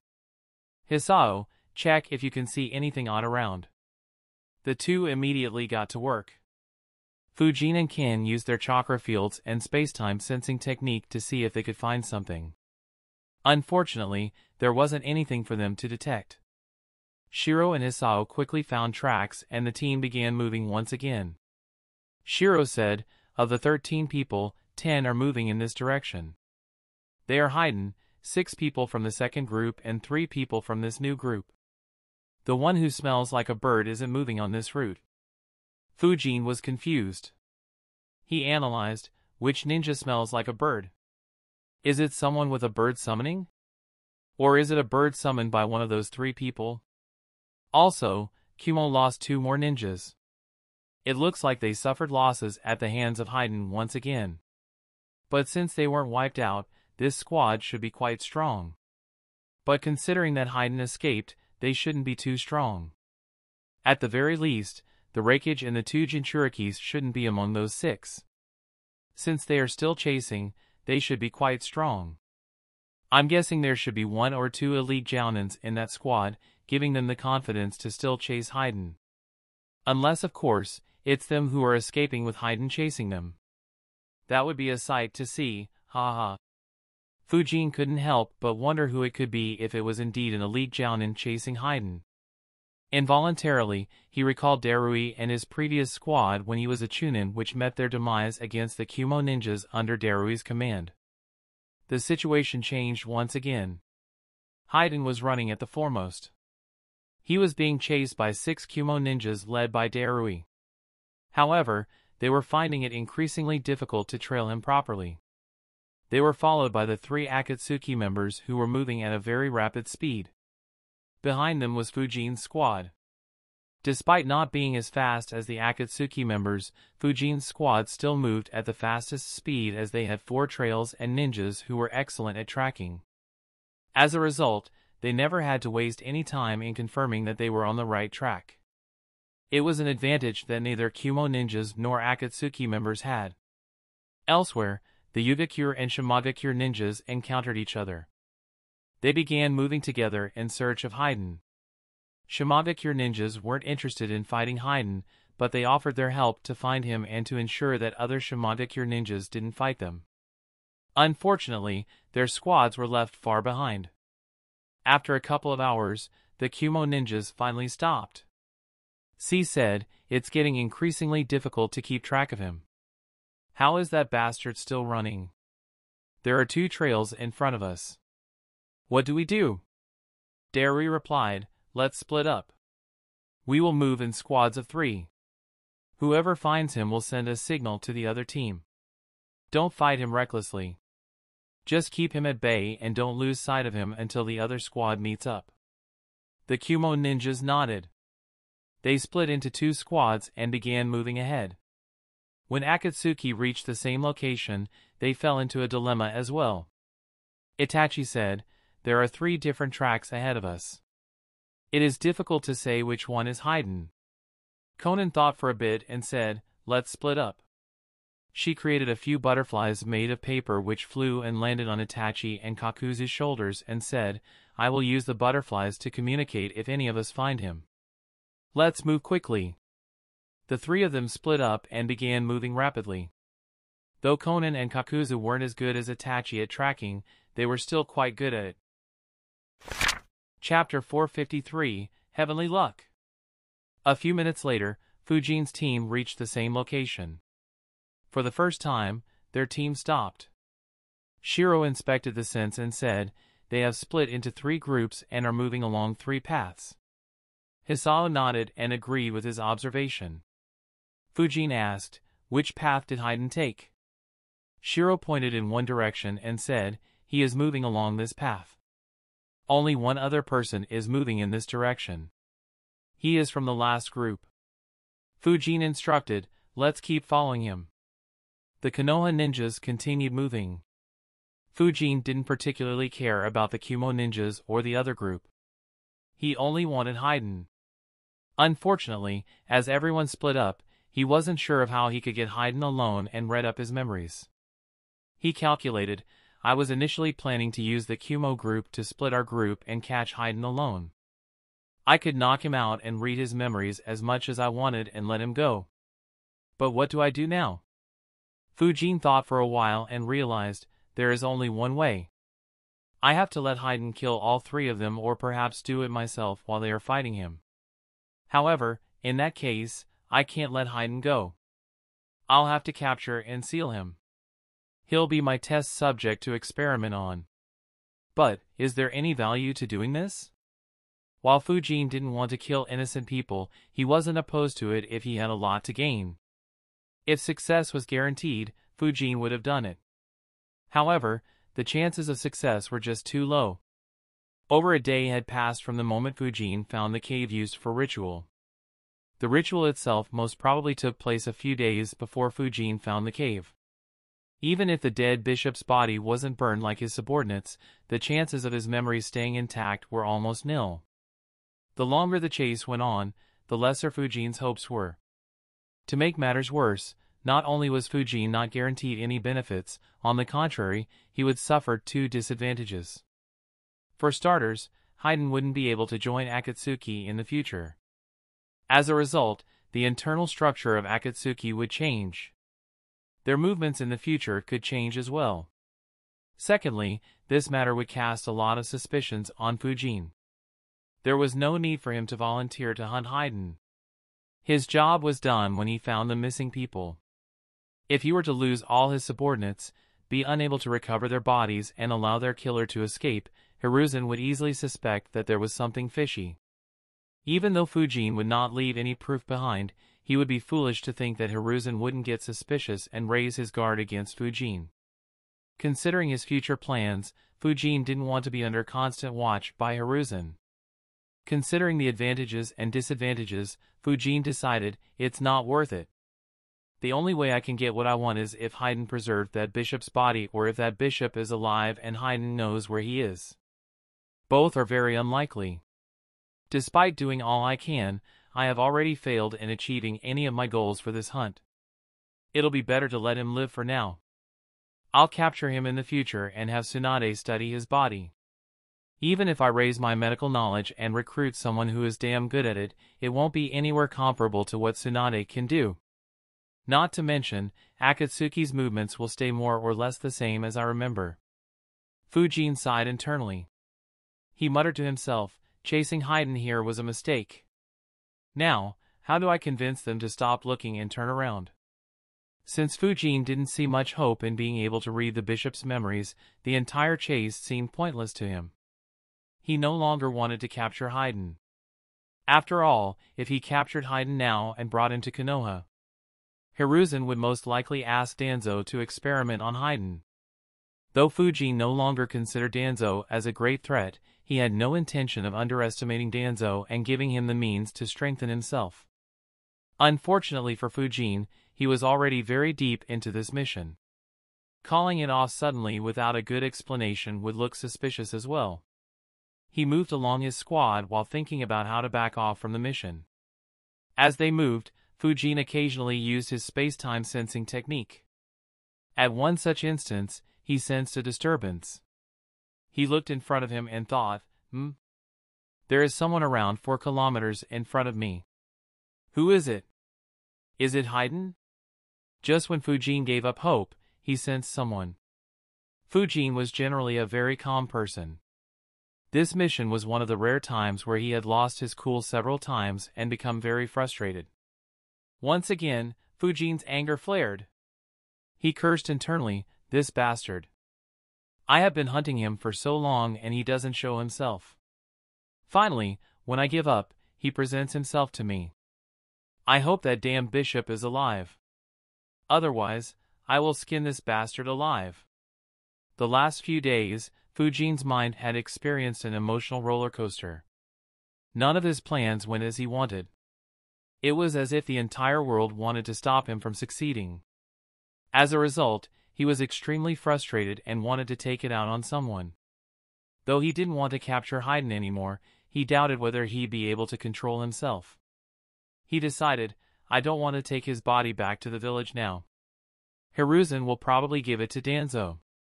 I don't want that old bastard to get some sort of power-up. I will just pummel him here and cut his body into pieces. Akatsuki can fix him up if and when they find him. I'll mark his body just in case they don't and someone else gets to him. Fujin's team continued moving. The one in front of them was moving slower than their group. When the distance was reduced to 3 kilometers, Fujin activated his chakra field and tried to sense his chakra signature. His eyes suddenly widened in shock. Though Fujin could detect disturbances with his space-time sensing technique, he couldn't detect who caused the disturbances. As a result, he had to depend on his normal sensing ability to identify who it was. Of course, just like Shiro's sense of smell, it wasn't practical to remember everyone's chakra signature. However, the chakra signature Fujin sensed was something he could never forget. Fujin's shock soon changed into excitement. He thought, fucking Kakuzu. Excellent. I'll run into him and begin fighting him. It'll be the best reason to stop chasing Haydn and retreat back to Konoha. Fujin immediately made plans. However, he wondered, that said, what is he doing here? Is he just hunting some bounty? Or is he one of the 3 from that last group? If so, does that mean that 3 Akatsuki members are here and are chasing after Haydn to recruit him? Fujin was surprised by how quickly the Akatsuki moved. He quickly put together all his information and speculated Zetsu should have seen Haydn's fight with Kumo ninjas. Only that would explain such quick movement. After all, 3 villages are hunting Haydn. If they are slow, even if he is immortal, he'll be captured. Shiro stated that he smelled a familiar scent. I guess that's Itachi. Itachi has a bird summon as well. Or it could be Nagato's bird summon if they used it to travel. It all makes sense now. Still, how lucky is that bastard? I hunted him so much and he managed to avoid me each time. In fact, he is probably not even aware of the fact that I'm chasing him. Fujin couldn't help but wonder if Jashin's ritual improved the luck of an individual. It was difficult to explain Haydn's incredible luck otherwise. Despite being stronger, faster and having better assistance, Fujin lost to Haydn merely due to Haydn's luck. He found the entire ordeal utterly ridiculous. He shook his head and stopped thinking about it. He said, prepare yourselves. I can sense a strong chakra signature 2.7 kilometers ahead. Hisao, check whether it is Haydn or someone else. The entire team became alert at once. They had been moving around for a long time without finding any enemy to fight. As such, all of them were exhausted and had gotten slightly lethargic. They were aware of that fact. Hence, with Fujin's warning, all of them prepared themselves. They didn't want to be caught off guard when they finally faced an enemy. Kakuzu turned around and looked behind him. He wondered, there is someone chasing me from behind? Or is it a squad just passing through the area? Or did I somehow overtake that ninja called Haydn? Or were there more people chasing him? But how are they able to track so quickly? Kakuzu could feel the chakra field moving rapidly, implying that whoever was behind him was coming rapidly. He stood his ground and muttered, whoever it is, I hope that they have a good bounty. Chapter 454, testing each other. The Konoha ninjas got closer. Hisao activated his Byakugan. He said, "There is one person in front of us.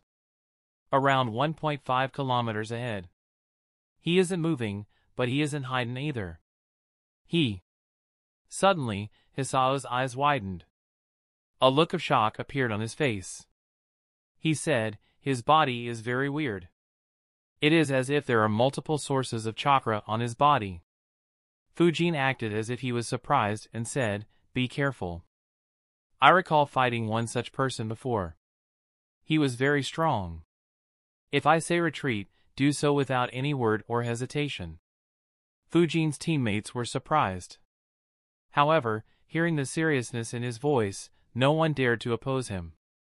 They continued moving forward. At one point, Shiro confirmed Fujin's suspicions by saying, "I can smell him. He is one of the three from the last group." Fujin nodded in response. A few seconds later, they appeared in front of Kakuzu, who was waiting to see who was pursuing him.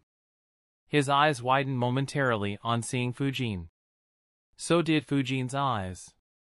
However, unlike Kakuzu, he was just acting. Kakuzu said, "The spectral swordsman from the hidden leaf. I didn't expect to see you here." It hadn't been a long time since Fujin cut down Juzo. As a result, Fujin was still very fresh in the minds of Akatsuki members. That was especially the case with Kakuzu, who was very tempted by the bounty on Fujin's head. Fujin replied, "Kakuzu, or rogue ninja from Takigakure. What are you doing here?" As he spoke, Fujin's eyes landed on a couple of paper butterflies on Kakuzu's shoulders. He immediately realized, paper butterflies? That should be Konan. Itachi, Konan and Kakuzu. What a weird team structure. Oh well, as long as it isn't Obito or Nagato, I don't care. I'll run as soon as I sense Konan or Itachi.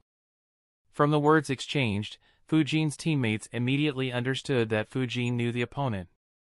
At the same time, they took a second look at Fujin. They wondered whether Fujin would accept the title. Though the majority of Jounins in Konoha believed that Fujin was the spectral swordsman, no one had heard him admitting it openly. However, they would be left disappointed as Fujin neither accepted nor rejected the title. Kakuzu chuckled and asked, "Do I need to inform Konoha about my whereabouts?" Fujin didn't particularly care about his sarcasm and directly said, "Seeing the route you were taking, it looks like you were chasing after Haiden as well. I wonder what Akatsuki has to do with that rogue ninja." Kakuzu replied, "You should be more concerned about yourself. 50 million ryo. Your bounty is very tempting." Kakuzu prepared himself for a clash. Fujin's teammates quickly grabbed their weapons, sensing the change in his temperament. However, before the battle could begin, Fujin said, "You guys aren't his match. This mission ends here. Leave and report the mission to Yugakure and then retreat back to Konoha. I'll hold him back and directly return to the village." Fujin's words surprised them. However, remembering his previous warnings, all of them retreated in a flash, leaving Fujin and Kakuzu alone in the snowy forest. Kakuzu was surprised by the sudden development.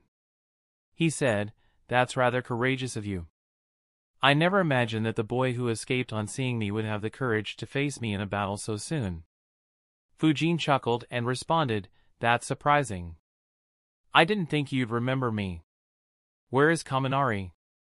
I wanted to have a rematch with him." Kakuzu replied, "You did make quite an impact.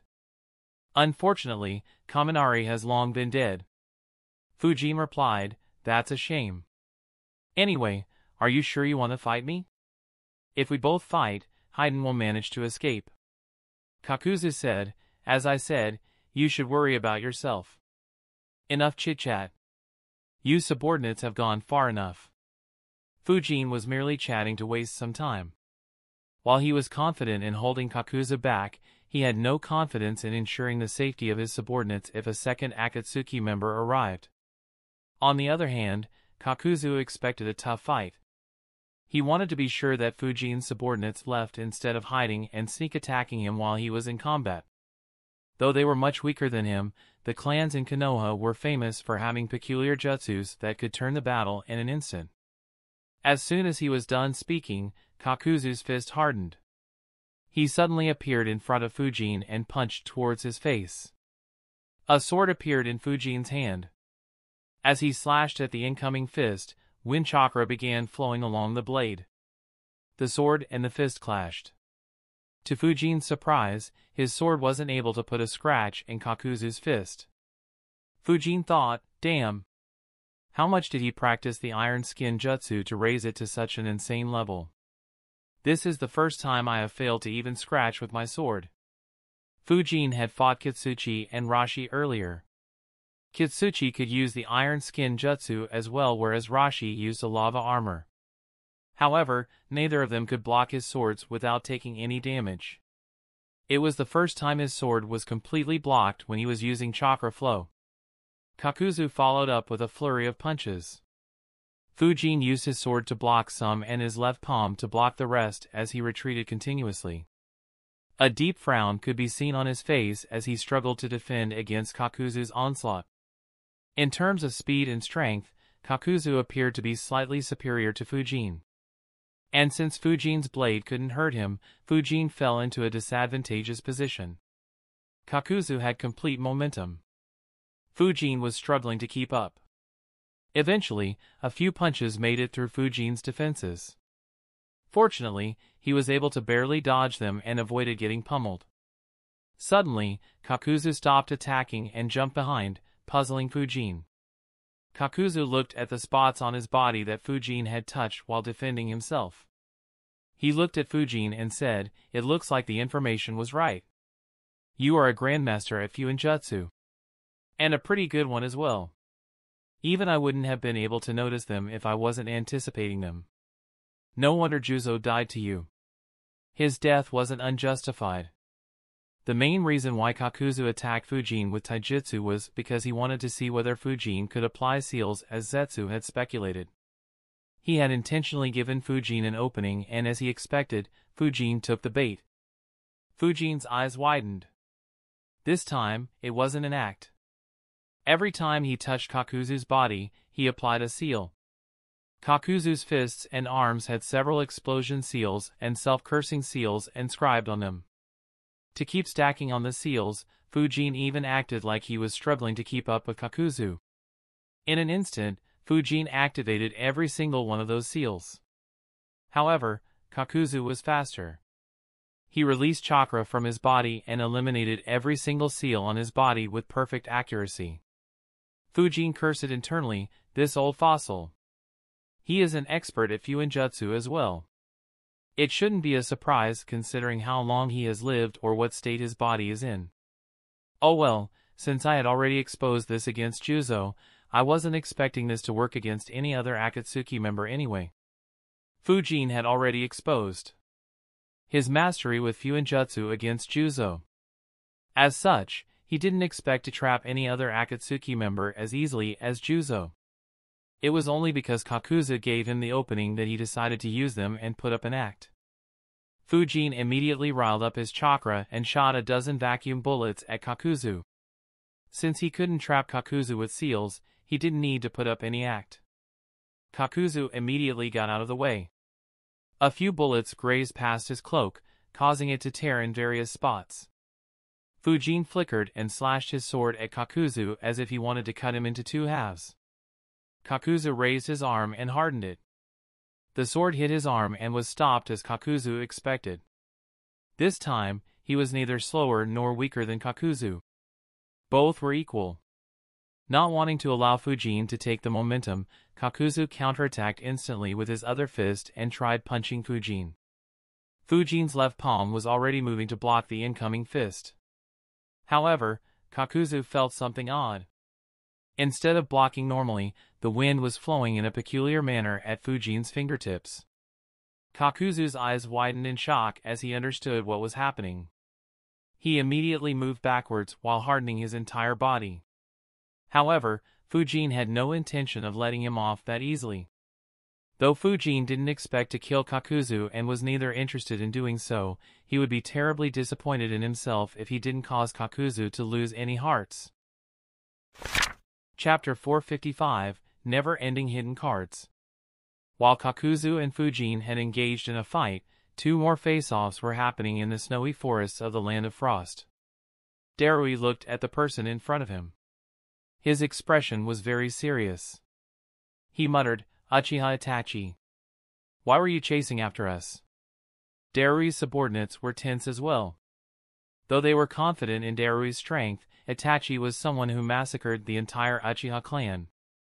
They didn't dare to underestimate him. They prepared themselves for a life-and-death battle. Elsewhere, the Kumo team led by C and Samui encountered Konan. Though they weren't aware of who she was, C was able to sense her vast chakra reserves. As a result, they were in a tense situation as well. Suddenly, Konan sensed something and looked in the direction where Kakuzu and Fujin were fighting. She thought, "It looks like Kakuzu is fighting someone. My butterflies were destroyed." Konan took a look at the Kumo ninja once again before leaving the battlefield. C asked, "Should we chase her?"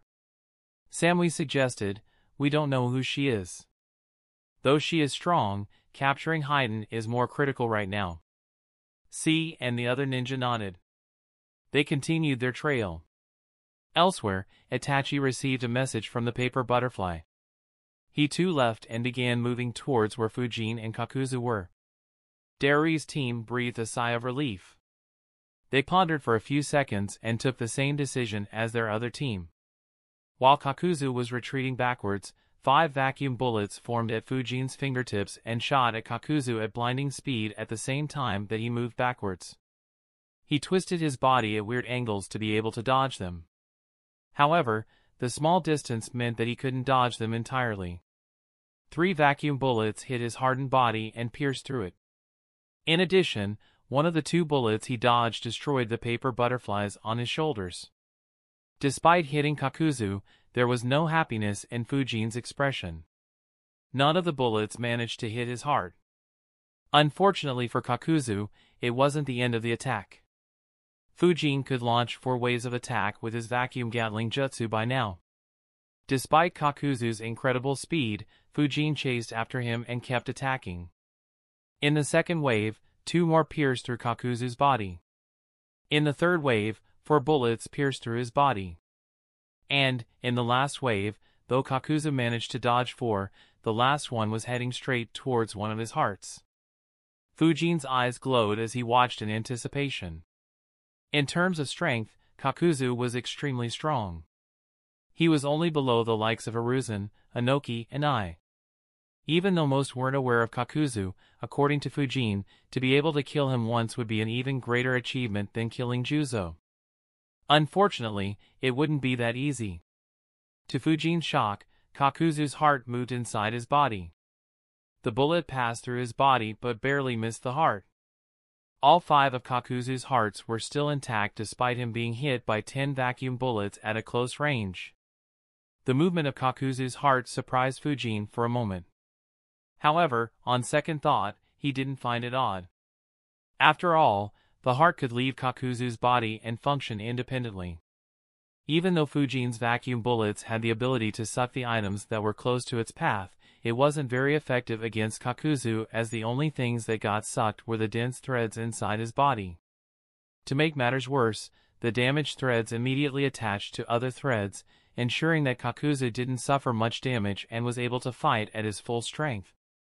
Fujin sighed internally and thought, as I guessed. I can't kill a strong rank S ninja this easily. Seeing no new bullets forming at the tip of Fujin's fingers, Kakuzu was relieved. He looked at Fujin and thought, what a dangerous brat. If I had been slightly slower to react, he could have destroyed all 5 of my hearts with that unexpected attack. Since Fujin couldn't spam vacuum bullets, he moved faster and swung his sword at Kakuzu once again. Once again, Kakuzu hardened his arm and raised it to block Fujin's sword, confusing Fujin, who wondered, isn't he afraid of falling to the same attack once again? Of course, Kakuzu wasn't a fool. When Fujin's sword neared, several threads appeared from Kakuzu's body and tore through whatever was remaining of his cloak. He had no intention of falling to the same tactic. Instead, it was his turn to surprise Fujin. The threads moved rapidly towards Fujin's heart. Unfortunately for Kakuzu, Fujin showed no interest in those threads. Kakuzu's eyes widened in shock and he immediately looked upwards. Instead of being stopped, Fujin's sword cut straight through Kakuzu's hardened arm. He tried moving, but the sword hit his left shoulder and began cleaving through his body. Even though Kakuzu had hardened his entire body, it couldn't put up any resistance against Fujin's sword. It was as if Fujin was merely swinging his blade through the air. Kakuzu immediately flickered to his right. However, he was still too slow. Fujin's blade cleaved through one of Kakuzu's hearts, cutting it into two halves. Not only that, Fujin's sword had cut his body. Kakuzu's left chest, shoulder and arm were cut off from his body. Kakuzu's remaining body had moved to the right due to him flickering before the sword had cut through his body. He fell to the ground and rolled for several dozen meters before stopping. He lay there as if he was a corpse. Lying on the ground, Kakuzu was in shock. He had lost one of his heart. One of his arms was cut off from the forearm and the other arm was completely cleaved from his body. Though they weren't a major loss for Kakuzu, he couldn't control them as those parts didn't have a heart to allow him to control them. He thought, Zetsu's information is incomplete. His wind vacuum technique is far more dangerous than his Fuinjutsu. He applied a layer of vacuum to his sword. That is why I couldn't block him like before. To make matters worse, he made me feel confident in being able to defend his blade and hence forced me to make this mistake. With his experience, Kakuzu immediately understood what his mistake was. At the same time, he looked at Fujin in a whole new light. Though Fujin wasn't stronger than him in any way, he kept way too many cards hidden.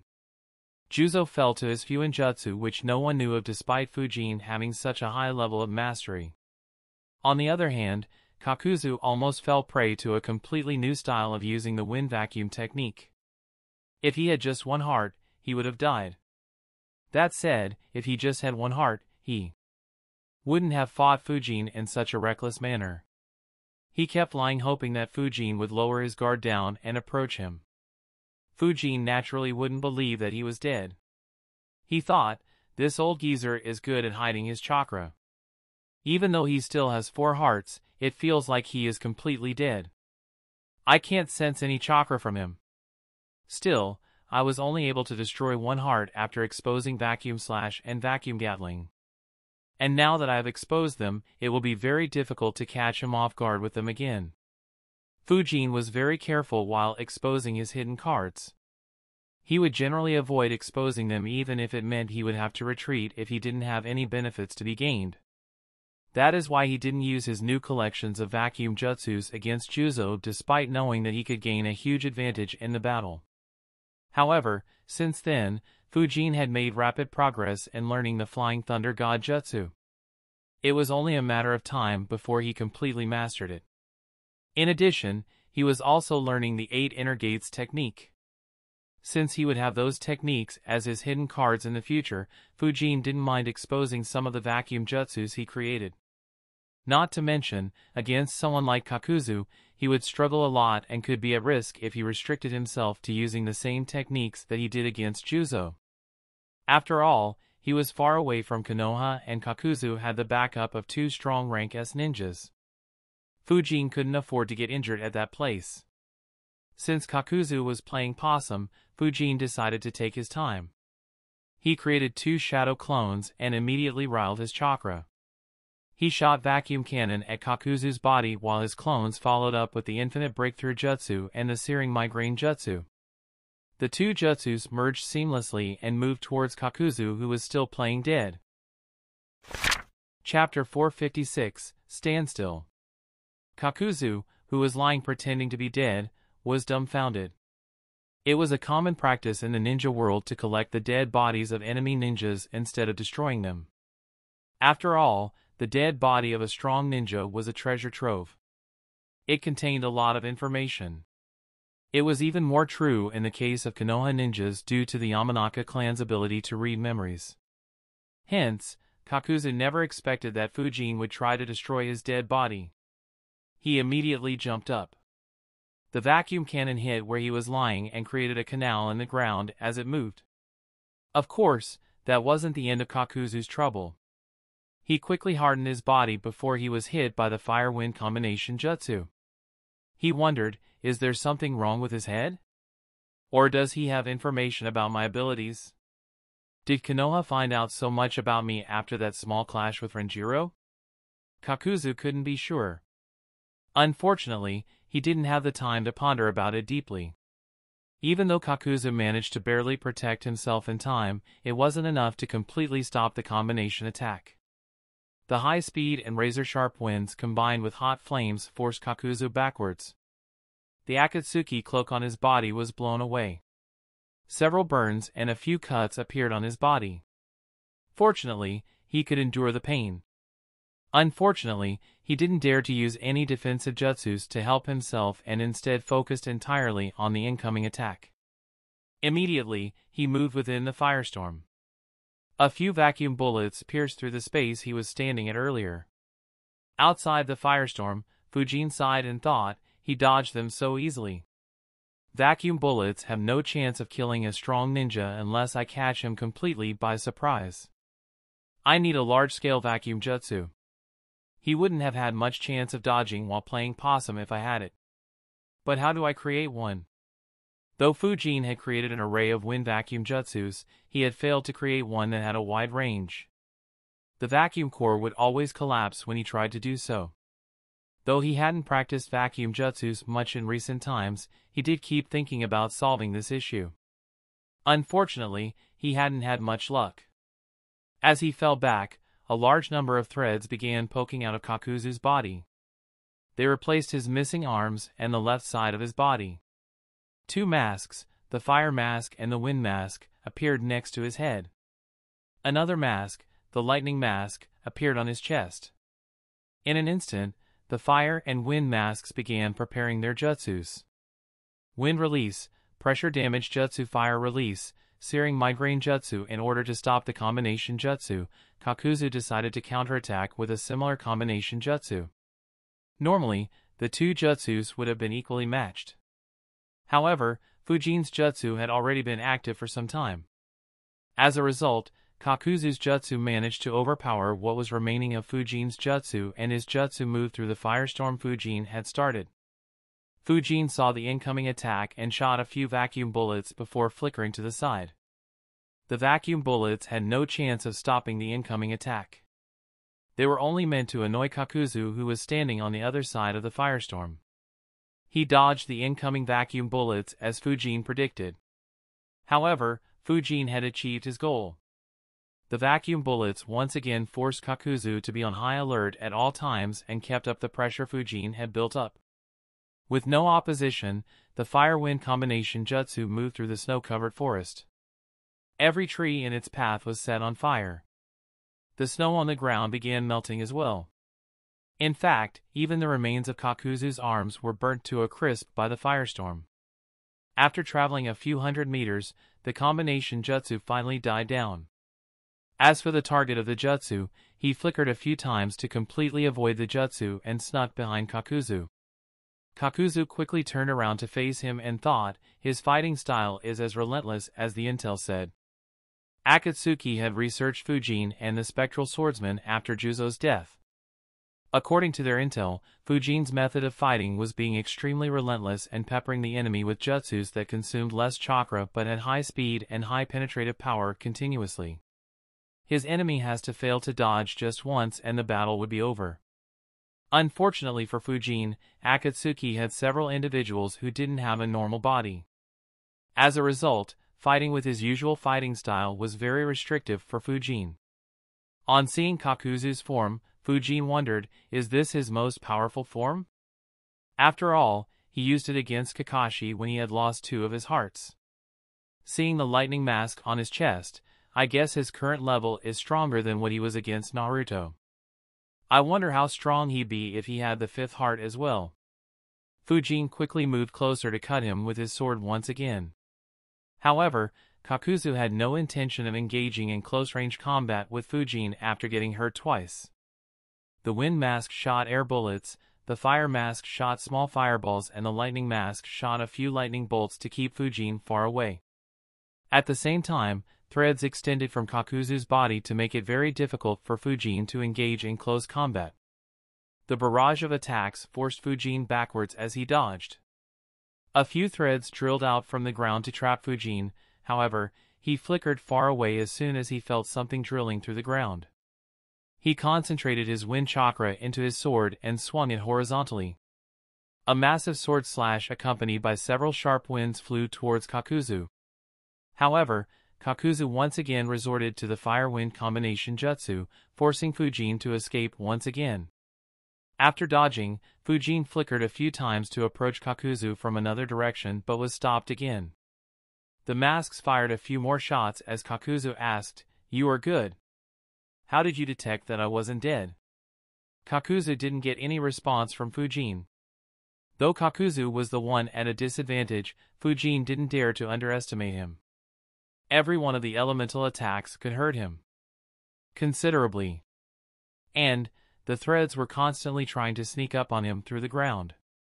He had to maintain full attention on the battle to ensure that Kakuzu didn't gain momentum once again.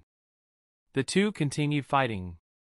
With his sword and blades of wind jutsu, Kakuzu's threads weren't of any danger to him as long as he detected them. Whenever they got too close, Fujin would cut them off. However, due to the elemental bombardment along with attacks from the threads, Fujin was unable to get close to Kakuzu.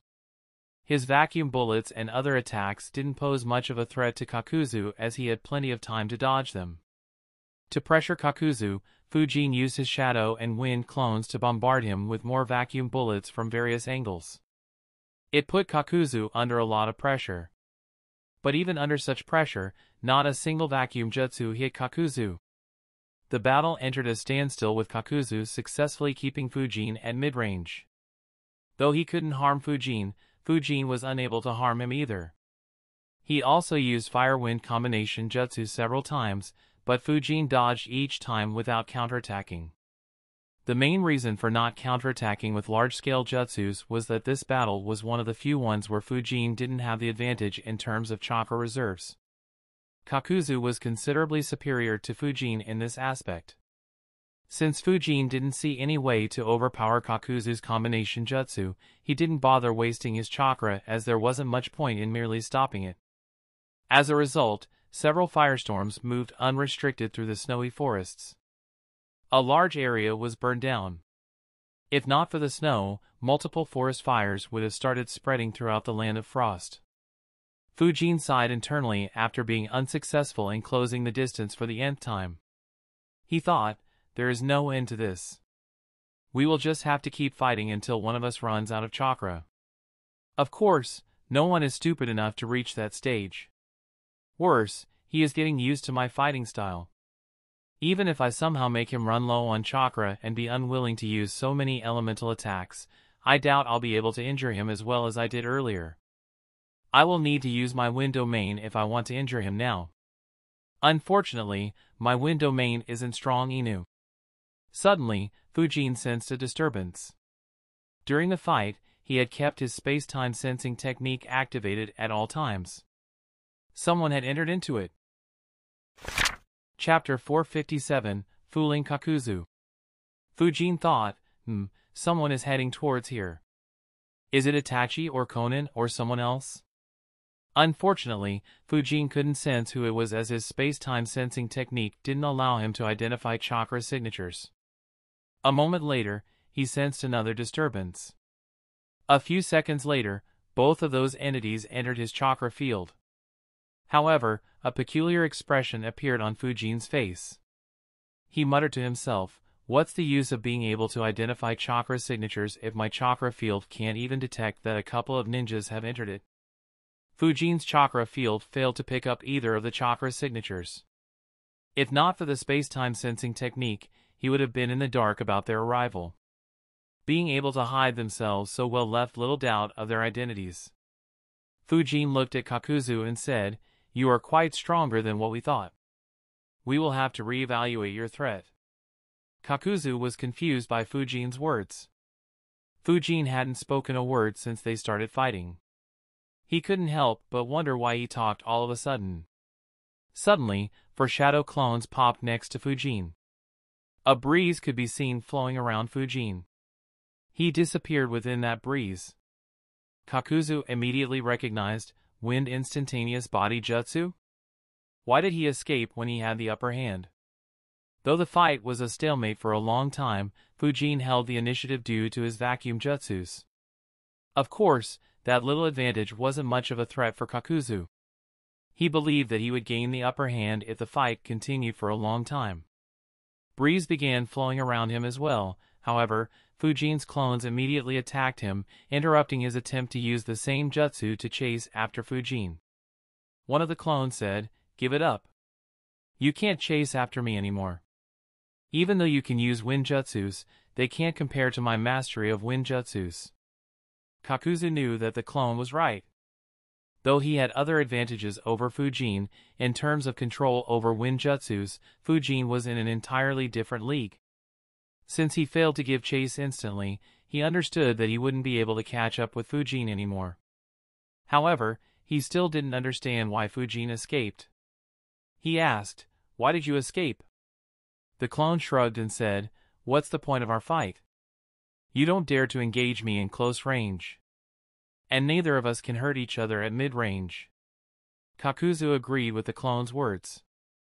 Ever since they stopped fighting in close combat, neither of their attacks landed as both Fujin and Kakuzu were too fast. However, he couldn't help but wonder, if that is the case, then why did he fight for so long? Besides, without the Hyuga and the Inuzuka ninja, he can't track Haiden anyway. Seeing Kakuzu in thought, the clone asked, "By the way, what is up with your body? I'm pretty sure I slashed your heart.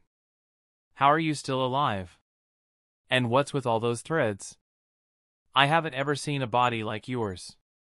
Kakuzu watched the clone with a deadpan expression. Of course, he wouldn't answer the question and instead asked, "Is that so? Why did you attack me after you destroyed my heart then?" The clone replied, "Well, Sensei said that your body was very weird. I just wanted to make sure that you were dead. Fortunately, I made the right decision seeing how lively you are." The clone's reply was very casual. It caused Kakuzu to be even more confused. He wondered, did he leave some clones behind to chat with me? I expected them to use suicidal attacks. But it seems like they are content with wasting time. Besides, how could Renjiro analyze so much of my abilities in that short fight? He shouldn't have been aware of what happened after his shadow clone exploded. Having no intention to talk any further, Kakuzu was about to attack when he felt someone approaching. He looked back and saw Conan arriving. At that very instant, the clones launched vacuum bullets at Kakuzu. However, despite getting distracted, Kakuzu was still very alert. He dodged all the incoming attacks. The vacuum bullets kept traveling forward towards Conan, who was approaching from behind. She saw the incoming bullets and got out of the way as well, glancing at them as they passed her. She thought, vacuum bullets? Kakuzu's opponent is the spectral swordsman of the Hidden Leaf? Right after dodging, Kakuzu's fire and wind masks used their combination jutsu on the clones. While the clones dodged, Conan gathered a large number of paper sheets into 4 chakram-like shapes and threw them at the clones who were dodging the fire-wind combination jutsu. At the same time, Itachi arrived from the opposite direction as well. However, he didn't attack and instead stood next to Kakuzu and Conan who were standing together. Dodging the combination jutsu wasn't difficult. However, Conan's paper chakrams were very difficult to dodge as they chased them continuously. The clones had to use vacuum cannons to shoot down the chakrams. After dealing with the jutsus, the 4 clones got together once again and stood opposite the 3 Akatsuki members. One of the clones muttered aloud, "Uchiha Itachi. How many rogue ninjas does Akatsuki have? And who is the lady?" Conan wasn't wearing any headband, so Fujin shouldn't know anything about her under normal circumstances. Hence his clones acted ignorant. Conan and Itachi were slightly surprised. They believed that Fujin should be able to sense how strong Conan was even if he didn't know her. As for Itachi, there was no explanation needed. In addition, there was also Kakuzu. Facing 3 rank S ninjas, there wasn't a hint of fear on Fujin's or his clones' faces. Conan said, the spectral swordsman of the hidden leaf. To not be afraid in such circumstances, it seems like everyone has still underestimated you. Meanwhile, Itachi wondered, Suzuki Fujin.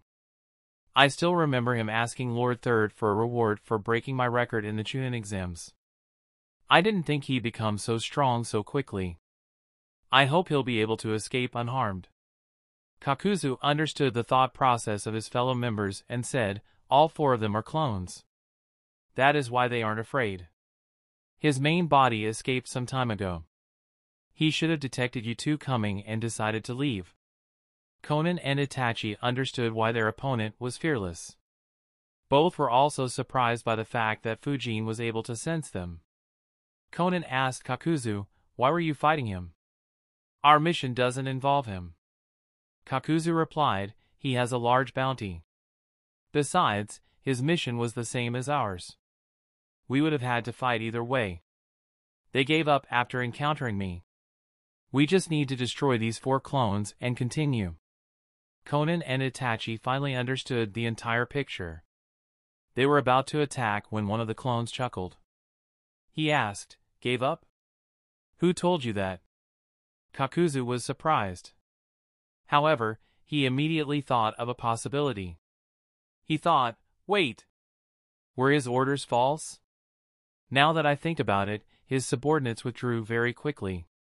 Don't tell me that they just pretended to leave and instead went around me to continue their chase. In that case, Kakuzu's expression changed. Though he didn't particularly care about Haydn, getting played in such a manner by someone so much younger than him didn't feel good.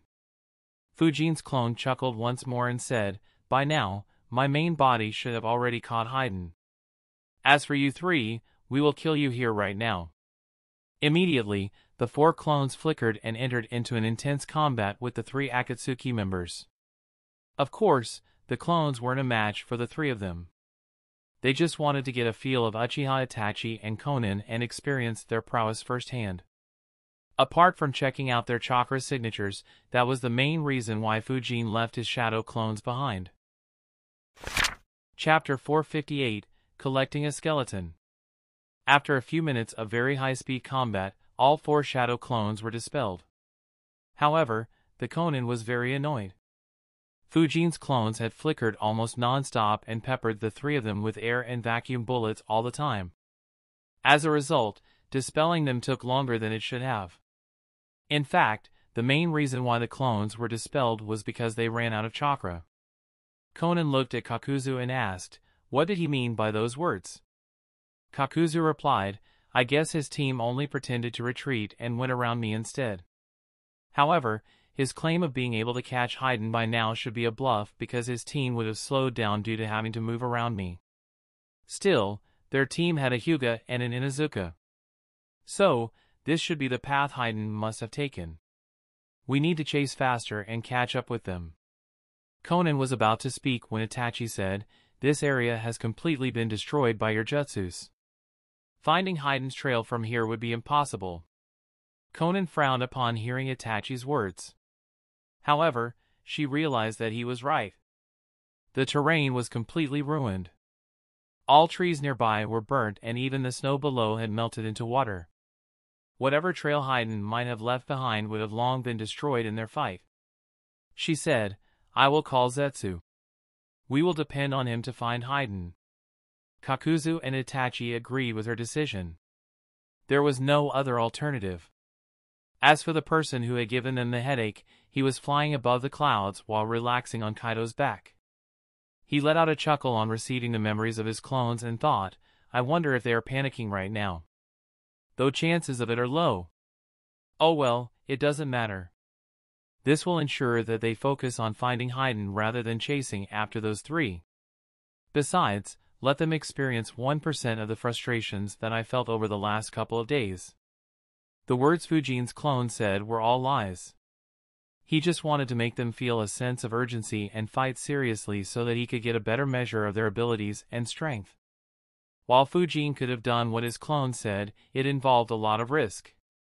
For starters, catching Haiden was difficult as he constantly kept on changing his location. Until he stopped moving, his squad would have a very difficult time catching up to him.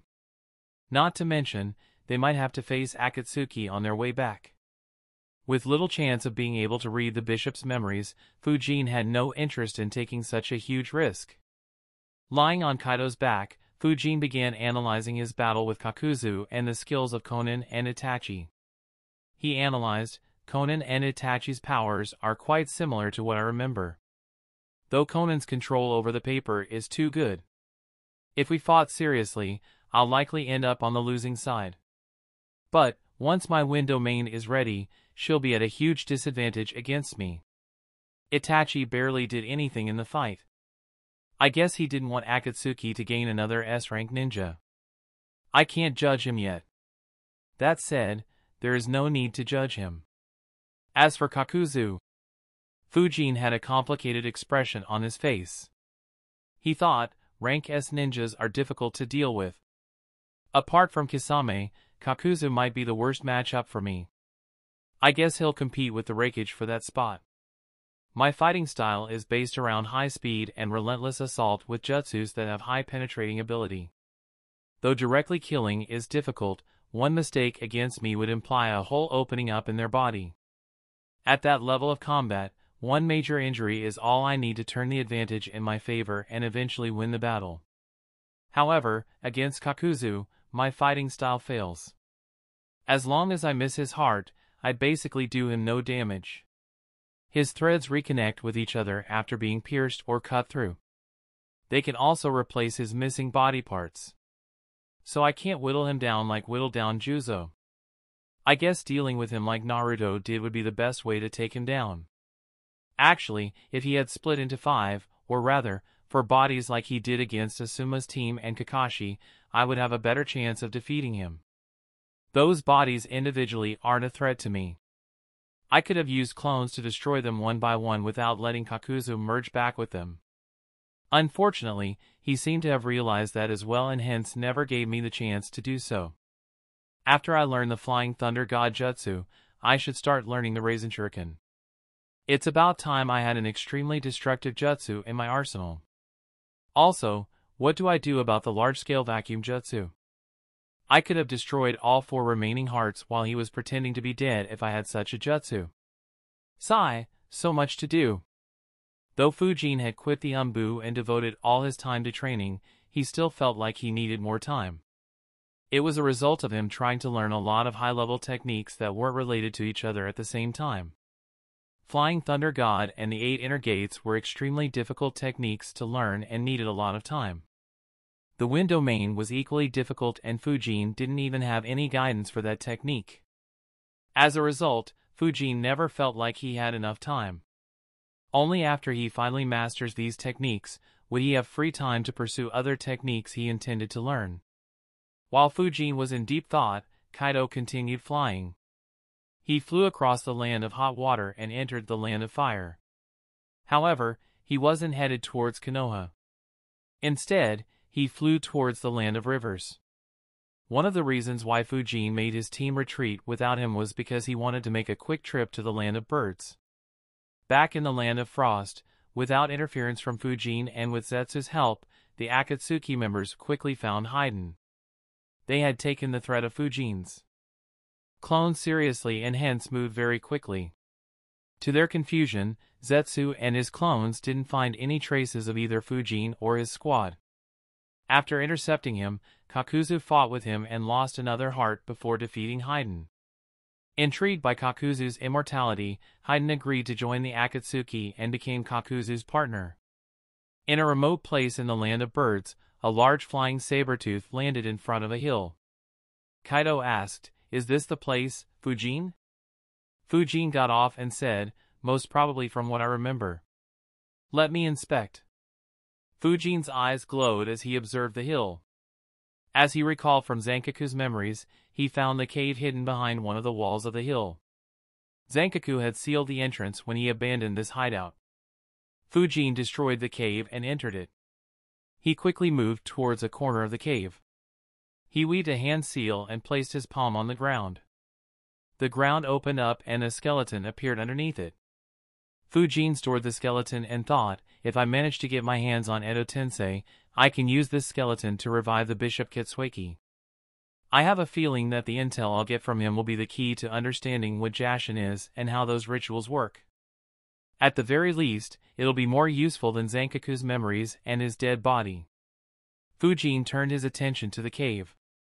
It had been a long time since the ritual was conducted here. Though the cave wasn't destroyed, it wasn't in an optimal condition due to the passing of time. Many seals had faded away. Quite a few were no longer complete. Fujin still recorded as many of the seals as he could find in a scroll.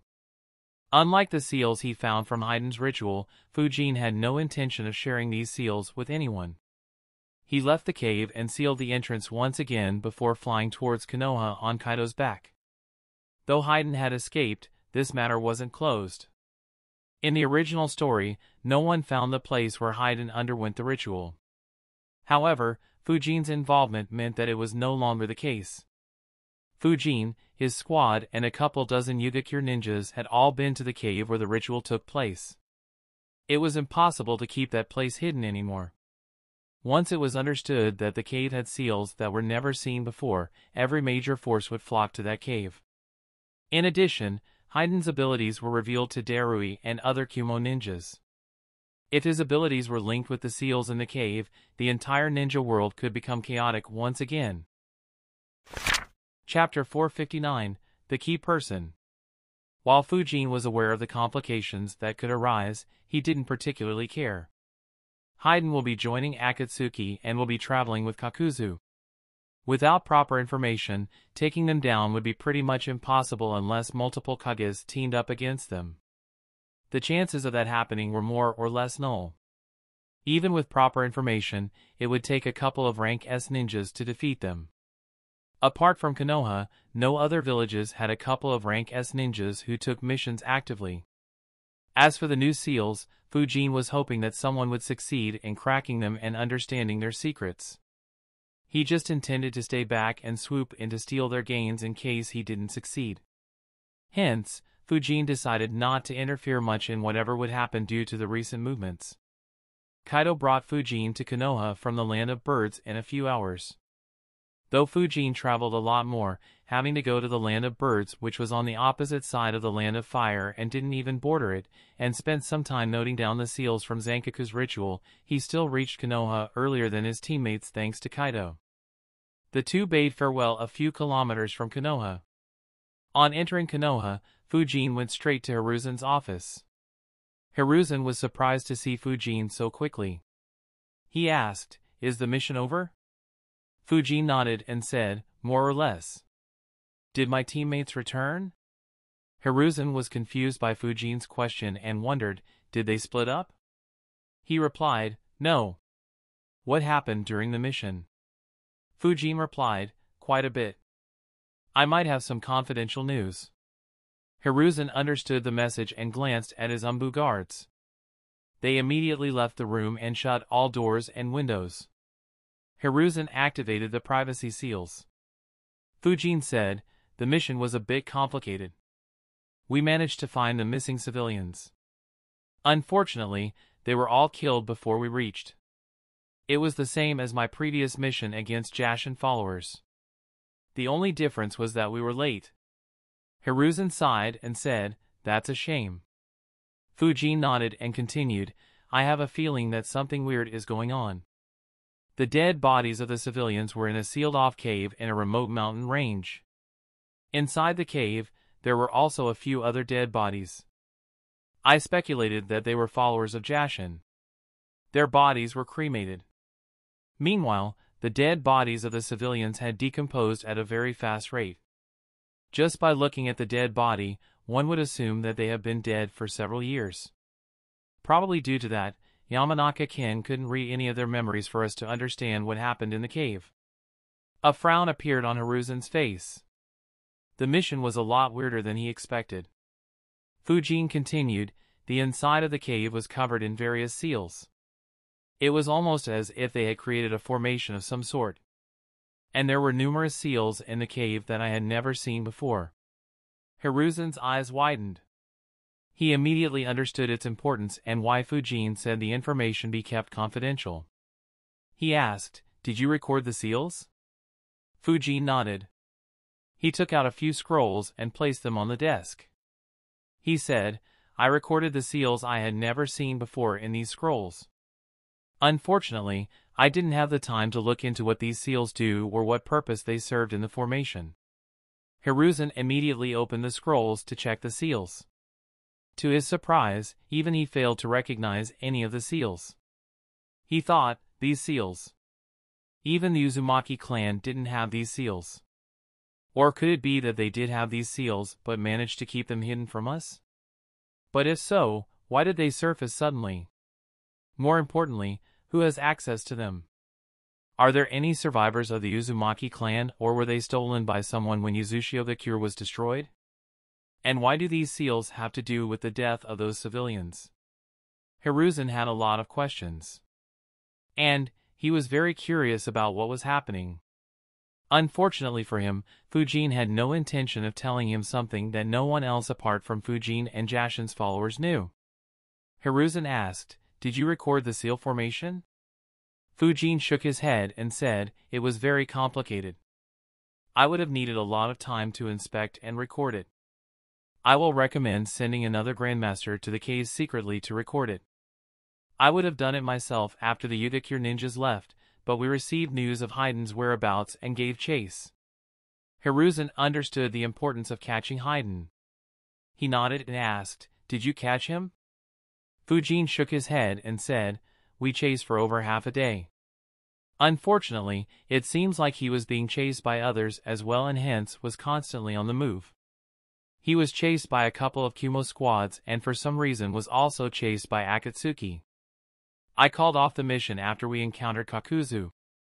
I asked my teammates to withdraw and report the mission to the hot water daimyo before coming back to the village. I stayed and fought Kakuzu until he received reinforcements." Fujin looked at Hiruzen and said in a serious tone, "Uchiha Itachi has joined Akatsuki as well. Along with Kaminari, Juzo, Kakuzu and Kisame, that's 5 powerful rogue ninjas in Akatsuki. Even though 2 of them are now dead, it is concerning that so many rogue ninjas are in it." Hiruzen was already aware of all the details. He acted as if it was the first time he heard it and had a grim expression. He said, "Yes, this development is concerning." Fujin added, "Apart from Itachi, a blue-haired kunoichi also assisted Kakuzu. She could control paper and was a rank S ninja as well. My clones fought against the 3 of them while I retreated. I took a different route in case they chased me. So I guess I overtook my teammates at some point. They should arrive in the village soon." Hiruzen nodded and fell into deep thought. Fujin had given him a lot of unexpected news. Be it Akatsuki's movements, the dead civilians or the never-seen-before seals. On analyzing, he realized everything finally comes back to one person. That is Heiden. Who is that kid? And how did he get access to something like this? He looked at Fujin and asked, "Is there any chance we can capture Heiden?" Fujin replied, "Very difficult. We have lost his trail. Even assuming that he is alone, finding him will be very difficult. Not to mention those 3 rank S ninjas from the Akatsuki. If they were there to kill him, then it's already too late. And, if they were there to recruit him, then I'm not sure how much manpower we will need to get him from them. I'm not confident in being able to kill either of those 3 by myself." Hiruzen understood Fujin. Facing 3 rank S ninjas was very difficult. Even if Heiden was accompanied by just 1 rank S ninja, Konoha would struggle to capture Heiden unless he encountered Jiraiya or Hiruzen or decided to attack Konoha for some reason. Hiruzen sighed and said, "Then there is very little we can do. Regardless, you have done a great job. Tell me about Kakuzu's abilities in the report. We don't have enough information on him. For now, I will call a council meeting tomorrow. These new seals will generate a lot of interest and could start a new conflict. So our village should be prepared. Also, the clans would want to study the seals as well. I will send a grandmaster and a squad there to investigate it properly and record the formation. In the meeting, inform everyone about your findings. It'll expose the fact that you are a grandmaster in Fuinjutsu, but this matter is serious. Fujin nodded and said, I understand. By now, Iwagakure and Akatsuki were aware of the fact that Fujin was a grandmaster. He didn't know to whom the information had spread and who all knew it. Regardless, he couldn't count on it being a surprise anymore. As such, it was pointless to keep it a secret anymore. Hiruzen said, I will call you later. Fujin was about to leave when he stopped and suddenly asked, Grandpa, I am facing an issue. I was wondering whether you could help me. Hiruzen's instincts immediately warned him. The word Grandpa along with Fujin's tone made him realize that Fujin was about to ask a favor. He sighed internally and asked, As long as I can. What is the issue? While he spoke, he prayed, I hope he doesn't ask for my kidney this time. Chapter 460, Who is More Shameless? Hiruzen was indeed very fearful of Fujin's tendencies to ask something very unreasonable. And even though what Fujin asked would be unreasonable, in most cases, it was something Hiruzen couldn't refuse without looking like a terrible leader and damaging the image he had created. Fujin said, It's nothing too serious. I was developing a range of vacuum jutsus to make my arsenal more versatile. Unfortunately, no matter what I do, I can't create a vacuum jutsu that has a wide range like say the Great Breakthrough Jutsu. Whenever I try, my vacuum core collapses. Do you know any large-scale wind vacuum jutsu? Hiruzen breathed a sigh of relief on hearing the request and thought, fortunately, he isn't asking for my kidney this time. He answered, though I can use the wind vacuum technique, I'm not very proficient in it. I don't have such a jutsu. However, there is someone else in the village who does know it. Fujin knew who that someone else was. He was hoping that Hiruzen knew the jutsu, or that he would mention that Danzo knew it. However, to keep up the act, he still asked with a curious expression on his face, Who is it? Hiruzen replied, It's Elder Danzo. Fujin put up a thoughtful expression and appeared to be in deep thought for a few seconds. Finally, he looked at Hiruzen and said, I rebuked him quite a bit in the only 2 meetings we had.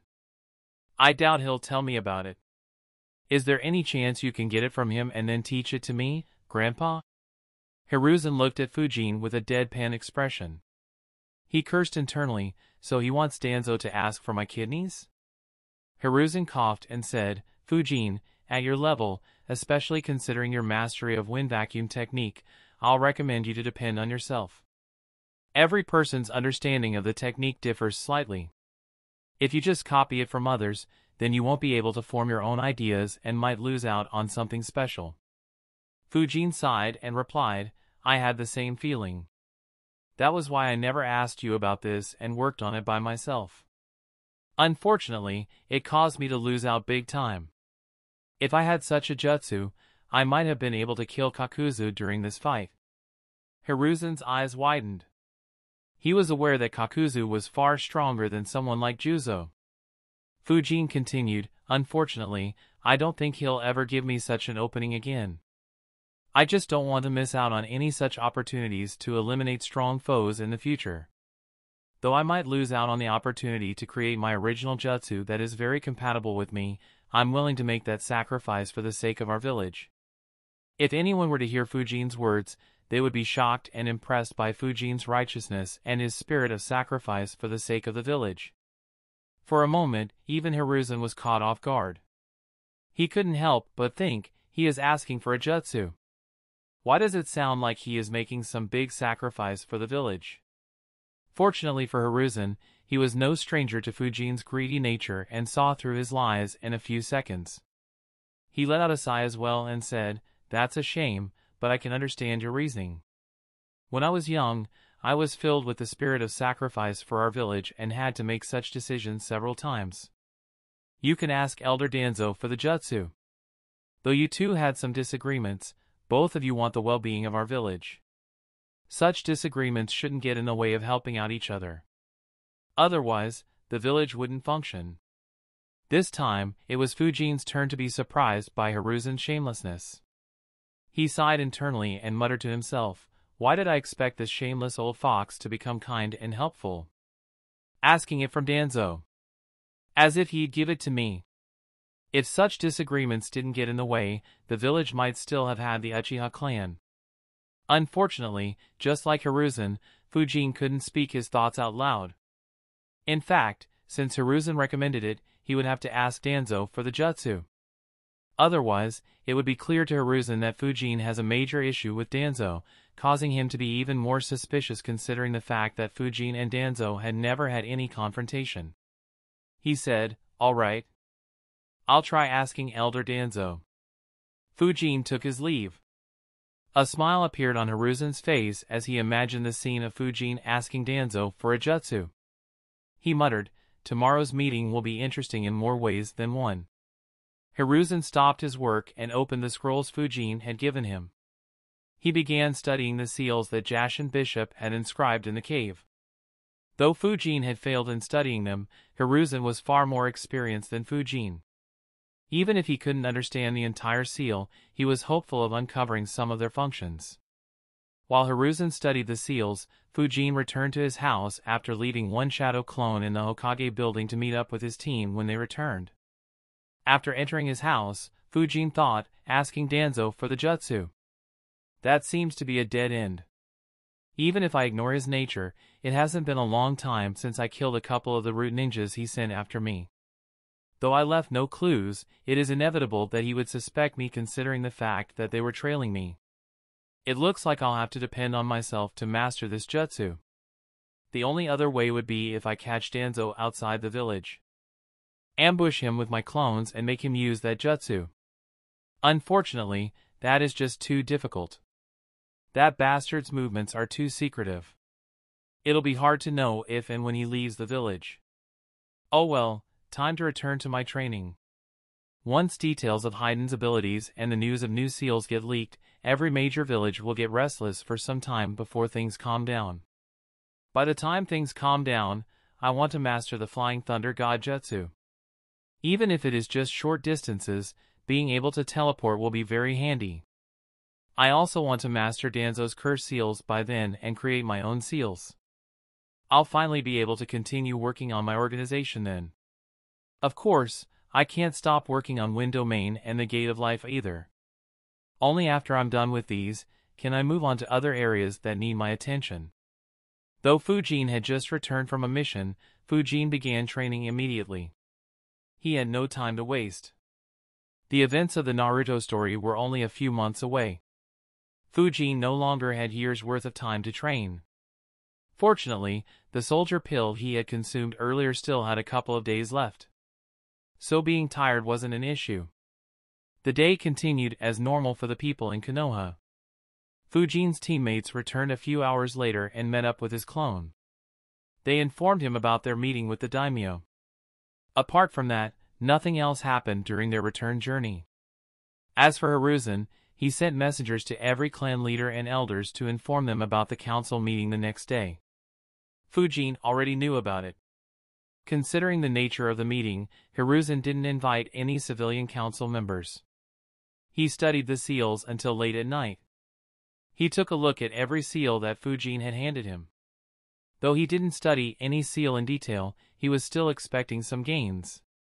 To his surprise, he failed to figure out the functions of any seal. He thought, these seals are quite different from the normal seals we use. It looks like this will require a thorough study to understand what these seals do. To completely understand their functions, it might take years. I'll need to hand these seals to every grandmaster in the village and have them study it. Fortunately, I won't have to persuade them as everyone will be intrigued by these new seals. Apart from this, the only way to speed up the process of understanding the seals would be if that formation has any clues. Regardless, these seals have the potential to cause a breakthrough in our current mastery of seals. If their functions are useful, then Konoha will have an advantage over other villages. Hiruzen could easily see the advantages of these seals. While he couldn't be sure, any chance of getting an advantage over your enemies that didn't involve much risk was precious. Hiruzen had no intention of letting it go. He immediately sent his Umbu ninjas to call for a few ninjas. Within half an hour, 4 ninjas gathered in his office. They were Kakashi, the Umbu Commander Eagle, the Fuinjutsu Grandmaster of the Senju clan and the Fuinjutsu Grandmaster of the Yamanaka clan. Hiruzen informed them about Fujin's mission and findings and shared some of the new seals with the Grandmasters. Seeing seals that they had never seen before immediately made them very curious. Kakashi and Eagle understood the importance as well. Hiruzen instructed, leave the village secretly and reach that cave. Once you do, record the entire formation properly. Don't miss a single detail. Once you have recorded everything, destroy the cave. No other village should get a hand on these seals. Though Yugakure sent a few ninjas earlier, they didn't include any seal master. So they should be unaware of the uniqueness of these seals. I want it to stay that way. The cave should be empty as the process of storing the dead bodies should be long done. However, if Yugakure has stationed a few ninjas at the cave, eliminate them and don't leave behind any proof. Everyone nodded seriously. They understood the importance of the matter and the need to keep it a secret from other villages. They left the village secretly under the cover of the night. The next morning, the Council of Konoha met once again. It was the 3rd time a council meeting was convened due to Fujin. Chapter 461, Emergency Meeting. Hiruzen, the 3 elders, the 7 clan leaders and Fujin sat in the council room. Since it was an emergency meeting, everyone had arrived on time. Except for Fujin, everyone looked at Hiruzen, waiting for him to start the meeting and state the reason for the emergency meeting. Hiruzen looked around the room, meeting his eyes with everyone in the room. He started the meeting by saying, I'm sure every one of you is curious about why I called this meeting. This meeting is due to some recent events that Fujin discovered during his mission to the Land of Hot Waters. His tone became serious as he said, what will be discussed today will be very important for the future of our village. It goes without saying that all the information must stay within these walls. If any information gets leaked, I'm afraid that it will provoke some countries into starting a war. Hiruzen's words made everyone serious. Even Shikaku, who was looking sleepy and yawning until then, became sharp. Meanwhile, Danzo looked at Fujin and thought, this meeting is due to him as well? I still haven't discovered what happened to my 2 subordinates. And he is already a part of something that involves the future of the village? He looked at Hiruzen and wondered, did Hiruzen give him some secret mission and ask him to eliminate everyone who interfered? But what mission could that be? Danzo was indeed confused. His ninjas had looked along the path Fujin should have taken when he eliminated the bandits. However, they didn't find any clues regarding the 2 missing root ninjas. So even though Danzo suspected Fujin, he had no evidence to blame him or make Hiruzen investigate him. Seeing that everyone in the room was serious, Hiruzen said, in Yugakure, a ninja named Haiden went rogue recently. He killed 18 ninjas and several civilians before going rogue. He was also involved in kidnapping more than 300 civilians. Fujin was sent to hunt him down and rescue the kidnapped people, however, he arrived late. All the kidnapped people were killed in a mysterious way, their bodies decomposing several hundred times faster than normal. And, the cave they were in was covered in a formation made of seals. Many of those seals and symbols are the ones we have never seen before. They are completely different from our usual seals and... He looked around the room before completing his statement, even I couldn't identify their functions despite studying them for several hours. The words surprised everyone in the room. Though most in the room weren't good with seals, they all understood what Hiruzen's words implied. At the same time, everyone looked at Fujin as well. Since Fujin was the one who discovered it, that meant that he should be able to identify every seal in Konoha at the very least. It implied that he was close to being a grandmaster in Fuinjutsu if he wasn't one already. Except for Danzo, Shikaku and Senju Hiromasa, no one had heard about Fujin even being a seal master, let alone a grandmaster. It made everyone reevaluate the young man. Danzo asked, do you mean that the seals are completely different from any other seals we studied? Danzo looked into Hiruzen's eyes. Though his question seemed normal, it was different for Hiruzen. Both of them had looked a lot into the Uzumaki seals, be it with Uzumaki Mito's help or scavenging the village after it was destroyed. No one else in Konoha had studied seals as much as either of them. The only one who came close in this aspect was Orochimaru, who was no longer in the village.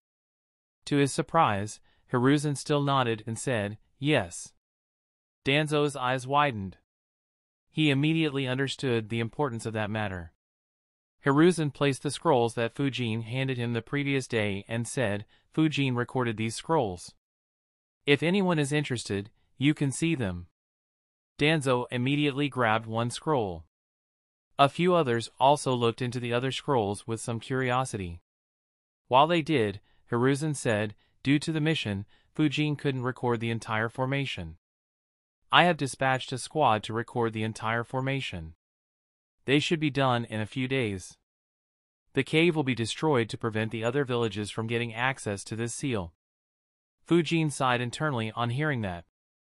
He thought, "I was hoping that the other villages work on this too.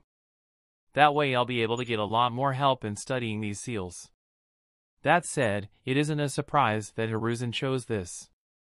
I'd have done the same if I was in his shoes. Oh well, getting help from the Grandmasters in Konoha isn't bad either. They'll be able to devote far more time to it than me. After all, researching new seals will take a long time and there won't be any guarantees of success. Hiruzen continued, "The knowledge of these seals and the formation will stay only among us, the Grandmasters in our village and Kakashi and the Umbu commander. Once we record the formation, every Grandmaster in the village will be allowed to study these seals and figure out what the seals do and what the symbols mean. Once every month or so, I'll organize a meeting for all the Grandmasters to share their findings and decide on how to progress further. If anyone has a different opinion, feel free to share now." Hiruzen knew that there could be some obstructions. He only allowed Grandmasters to study the seals. Not every clan had a Grandmaster in Fuinjutsu. After all, it wasn't easy to reach that stage. Not everyone had the time, interest, patience, or ability to create dozens of shadow clones and sustain them for hours to study the seals. As he expected, Tsum said, "I have just one suggestion. Open up those meetings to us clan leaders to observe so that we may know what the progress is." Hiruzen thought for a few seconds before nodding and said, "All right, that can be arranged. However, any clan leader who isn't a Grandmaster will be there only as an observer. Also, the attendance of clan leaders will be optional." Tsum nodded and said, "That's fine with me." Hiruzen looked around the room. There weren't any other objections or suggestions. Hiruzen said, "Since everyone agrees, the meeting ends here.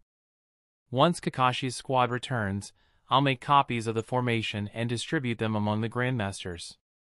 Once again, nothing discussed here gets out. The meeting has concluded." Everyone nodded and began leaving. Only 3 people didn't leave. They were Hiruzen, Fujin, and Danzo, each of whom continued sitting in their spots. Once everyone left, Danzo said, "Hiruzen, did you make copies of these seals? I want to take these to study." Hiruzen nodded and said, "I did make a copy. However, this one was made by Fujin. I was intending to return it to him so that he can continue studying them." Danzo was confused. He wondered, what is he planning by giving such an answer? Does he want to give these to Fujin and stop me from getting access to them? But what will that accomplish considering that he is planning to distribute the formation to every Grandmaster? Unlike Danzo, Fujin didn't miss the obvious helping hand Hiruzen had given him. Danzo looked at Fujin and asked, "Are you planning on studying these or can I take them?" Fujin put up a thoughtful expression and replied, "I was planning to study them. It is the first time that I've seen seals that aren't recorded in our village." Danzo frowned. He thought, "Though I don't know what these seals do, I have a feeling that they will be very beneficial for me. I don't want to give Hiruzen any opportunity to play any games." Before Fujin could continue, Danzo replied, "I can study the seals far faster than you. Considering the importance of the seal, I insist that you let me study them for now." Fujin replied with a smile on his face, that's true.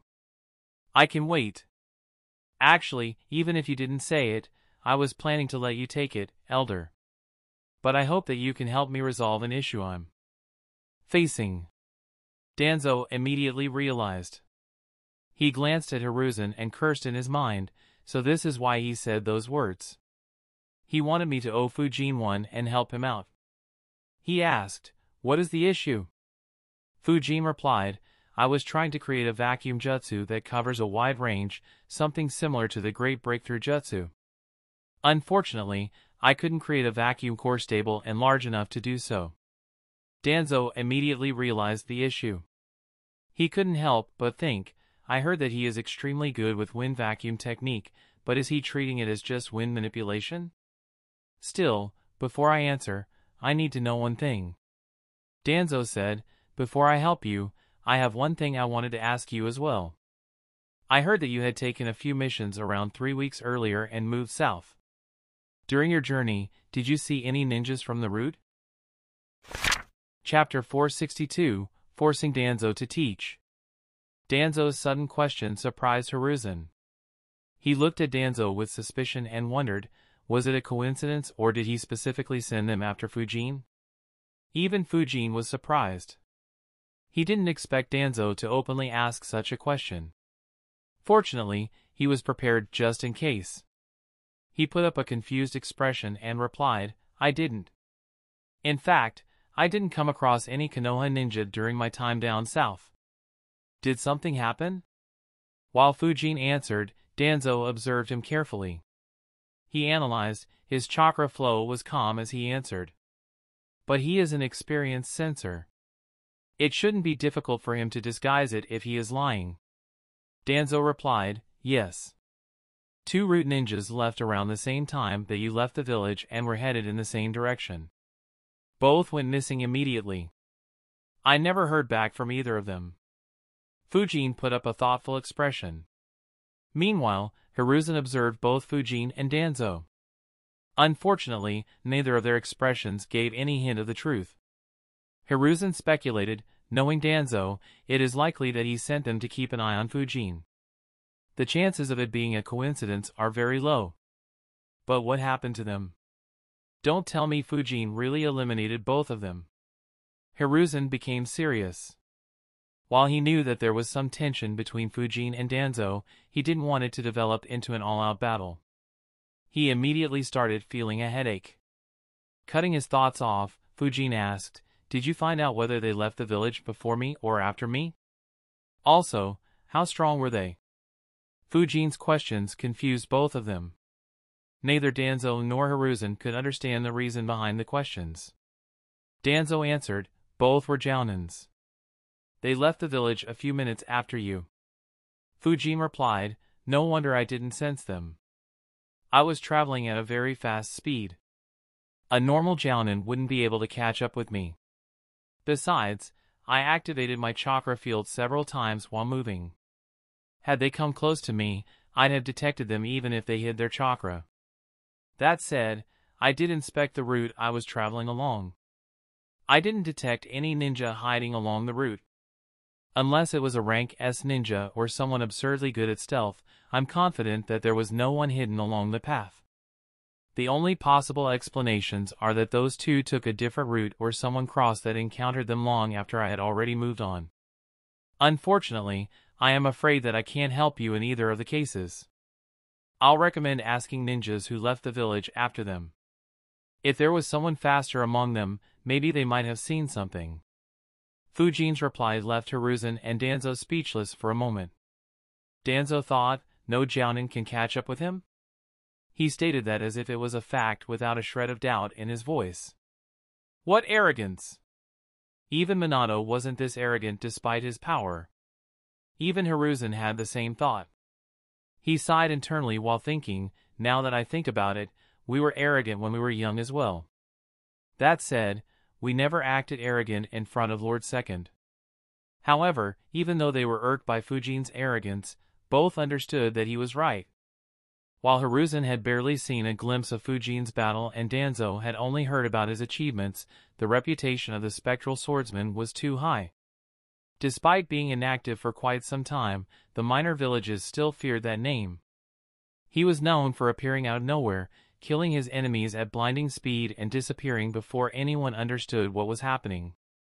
An ordinary Genin stood no chance against him. Not to mention, since Danzo had no proof, he had to accept whatever Fujin said.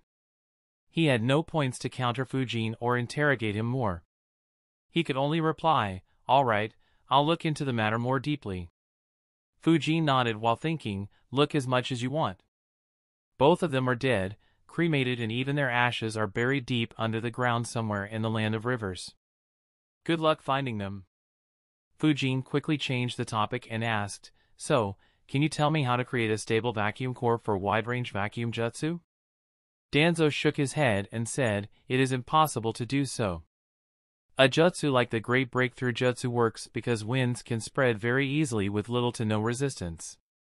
To be able to create a vacuum core to support such a jutsu, your vacuum core should be able to expand itself and spread along the jutsu. And the expansion wouldn't just be horizontal, but also vertical.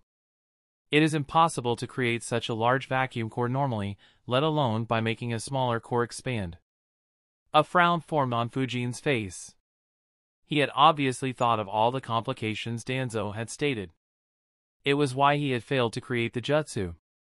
However, he recalled Danzo using a jutsu to pierce Sasuke's Susanoo. Though the jutsu wasn't as wide-scaled as a Great Breakthrough Jutsu, it still was far better than the vacuum bullet or vacuum cannon.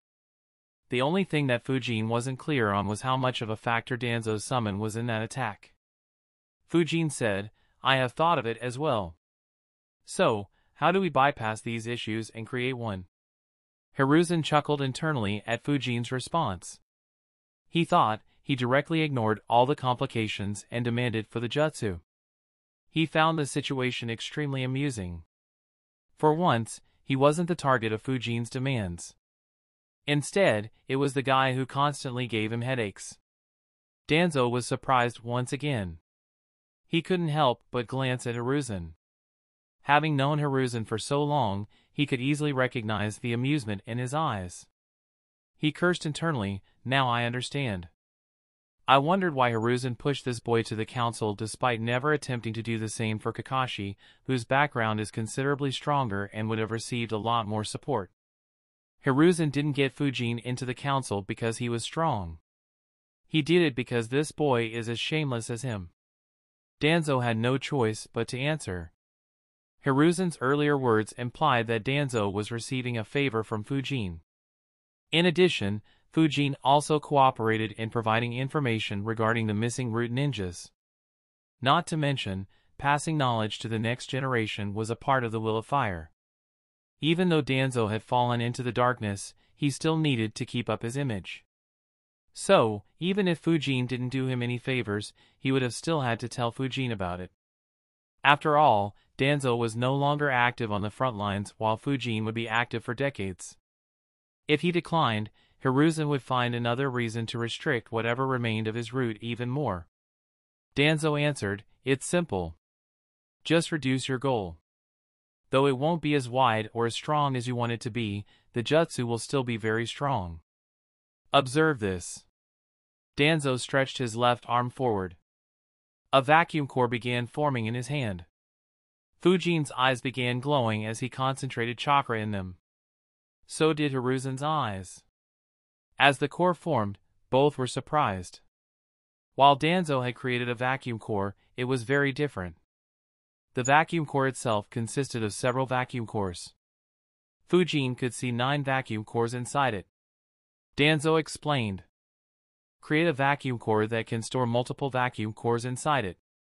When you use it to attack, you can split the vacuum cores inside and send them in different directions, increasing the area your jutsu can cover. You have 2 choices in this aspect. 1. You can send the vacuum cores very far away from each other. This is helpful when you are facing several ninjas that are considerably weaker than you and close to each other. However, stronger ninjas can easily dodge the vacuum cores and endure the rest of the jutsu. The other way is to have those vacuum cores move close to each other. The distance should be such that no one can slip in between any 2 vacuum cores. This way, the area the jutsu covers is far less than the first way. However, it is still greater than a normal vacuum jutsu. You can compare it to shooting multiple vacuum bullets very close to each other. To dodge them, your enemy would have to move out of the way entirely. However, since those are individual bullets, they aren't as impactful as this. If you do it by storing those vacuum cores in another vacuum core, sharp winds will naturally form between each individual vacuum core once they split up. As a result, they are far more dangerous. In addition, there is a limit to how many vacuum cores for vacuum bullets or other techniques you can form at the same time. By comparison, it is easier to increase the number of cores stored inside this vacuum core. Of course, there are limits as well, but that limit is much higher. Creating over 50 vacuum cores inside it isn't difficult. Then, you can increase the range further without losing its power and threat. 463. Tunnels in the Training Ground. Fujin properly observed the vacuum core while listening to every word Danzo said. He wasn't worried about Danzo lying. After all, he had the professor sitting with him and listening as well. Not to mention, Fujin's own expertise in the wind vacuum technique wasn't very far from Danzo's. In fact, Fujin was even more efficient than Danzo considering the fact that Danzo hadn't been active for years while Fujin had several run-ins with elite jounins and rank S ninjas. Fujin only fell short in the amount of time they had the jutsus for. Analyzing Danzo's words, he realized, I see. I had nearly got it right. I created multiple vacuum cores and spread them inside the infinite breakthrough jutsu. Unfortunately, those independent cores don't amplify the effect and don't have any interaction between themselves. Instead of creating multiple separate vacuum cores, I have to create multiple vacuum core inside one vacuum core. Fujin finally understood the point he overlooked. Though Danzo's method wasn't as good as the one he wanted, it was still far stronger than what he had come up with. Regardless, it was still a major improvement for Fujin. If he had learnt that jutsu earlier, Kakuzu would have lost far more than just one heart. Fujin looked at the vacuum core in Danzo's palm and analyzed, the vacuum cores inside it are for the vacuum bullet. Once he shoots it, it'll split into 9 different vacuum bullets. Assuming he keeps one at the center and the remaining 8 forms an octagon around it and stay a foot away from it, it'll cover a distance of 1 foot in every direction. Considering the ability of the vacuum cores to absorb nearby items, the target would have to move slightly more than a foot in any direction. That said, vacuum bullet isn't the ideal jutsu for this. Vacuum waves jutsu will be ideal for this as it covers a larger area than a vacuum bullet. Once I increase the number of cores I can store inside it beyond 30, it'll cover more area than a great fireball. Not too extravagant, but still far better than my current attacks. Danzo extinguished the vacuum core in his palm, snapping Fujin out of his thoughts. He asked, anything else? Fujin shook his head and said with a smile on his face, no. Thank you for your guidance. Though Fujin had long planned out Danzo's death and still intended to follow it unless Danzo forced him to kill him earlier, he saw no issue in accepting Danzo's help. In fact, if Danzo offered more help, Fujin was willing to accept all help with a smile on his face. After all, how could he get anything from Danzo after Danzo died? Of course, Fujin understood that this was a one-off event. Danzo only helped Fujin because he wanted those scrolls and because Hiruzen was there. Danzo nodded and grabbed the scrolls on the table before leaving. Fujin took a look at the scrolls and thought, though Hiruzen applied some pressure, the main point was those seals. I hope that it is just his instincts and not some clue he found. With Izanagi, though he is annoying, killing him isn't difficult. However, if he gains something like Heiden's immortality, he could be a pain in the ass to deal with. After Danzo left, Hiruzen smiled and said, didn't I tell you? All elders will support the youngsters in our village. Especially if the youngsters are as promising as you. Though I'm normally busy, you can approach the other elders whenever you want. Fujin looked at Hiruzen. He understood that Hiruzen wanted him to trouble Hamura and Koharu as well. Unfortunately, there wasn't anything Fujin could think of to ask them for. Instead, Hiruzen's mischievous speech caused him to have an irresistible temptation to ask for the Edo Tensei Jutsu. Fortunately for Hiruzen, Fujin was able to resist the temptation. There wasn't any good argument Fujin could make to demand a forbidden and controversial jutsu like the Edo Tensei. He smiled and said, "You are right. I'll approach them when I need something." He got up and said, "I'll leave now, Grandpa. I want to try out this jutsu." Hiruzen nodded. Fujin disappeared from the council room. A smile formed on Hiruzen's face as he recalled the interaction between Fujin and Danzo. He muttered to himself, it was worth it. Perhaps agreeing to Danzo's request of inducting Fujin into the route 4 years ago wouldn't have been an entirely bad thing. If it wasn't for those seals, it might have been better to agree. Hiruzen disappeared from the meeting room as well. For the rest of the day, his mood was quite good. Fujin didn't waste any time and began practicing. Though the concept of creating multiple vacuum cores inside another vacuum core was a new one, it wasn't very difficult for Fujin. Within a few hours, he managed to create one vacuum core inside another. 2 days later, he managed to replicate the vacuum core that Danzo had created. The next day, Naruto entered the training ground early in the morning. He stretched himself and exclaimed loudly, "Today I'll cut the leaf in half, believe it."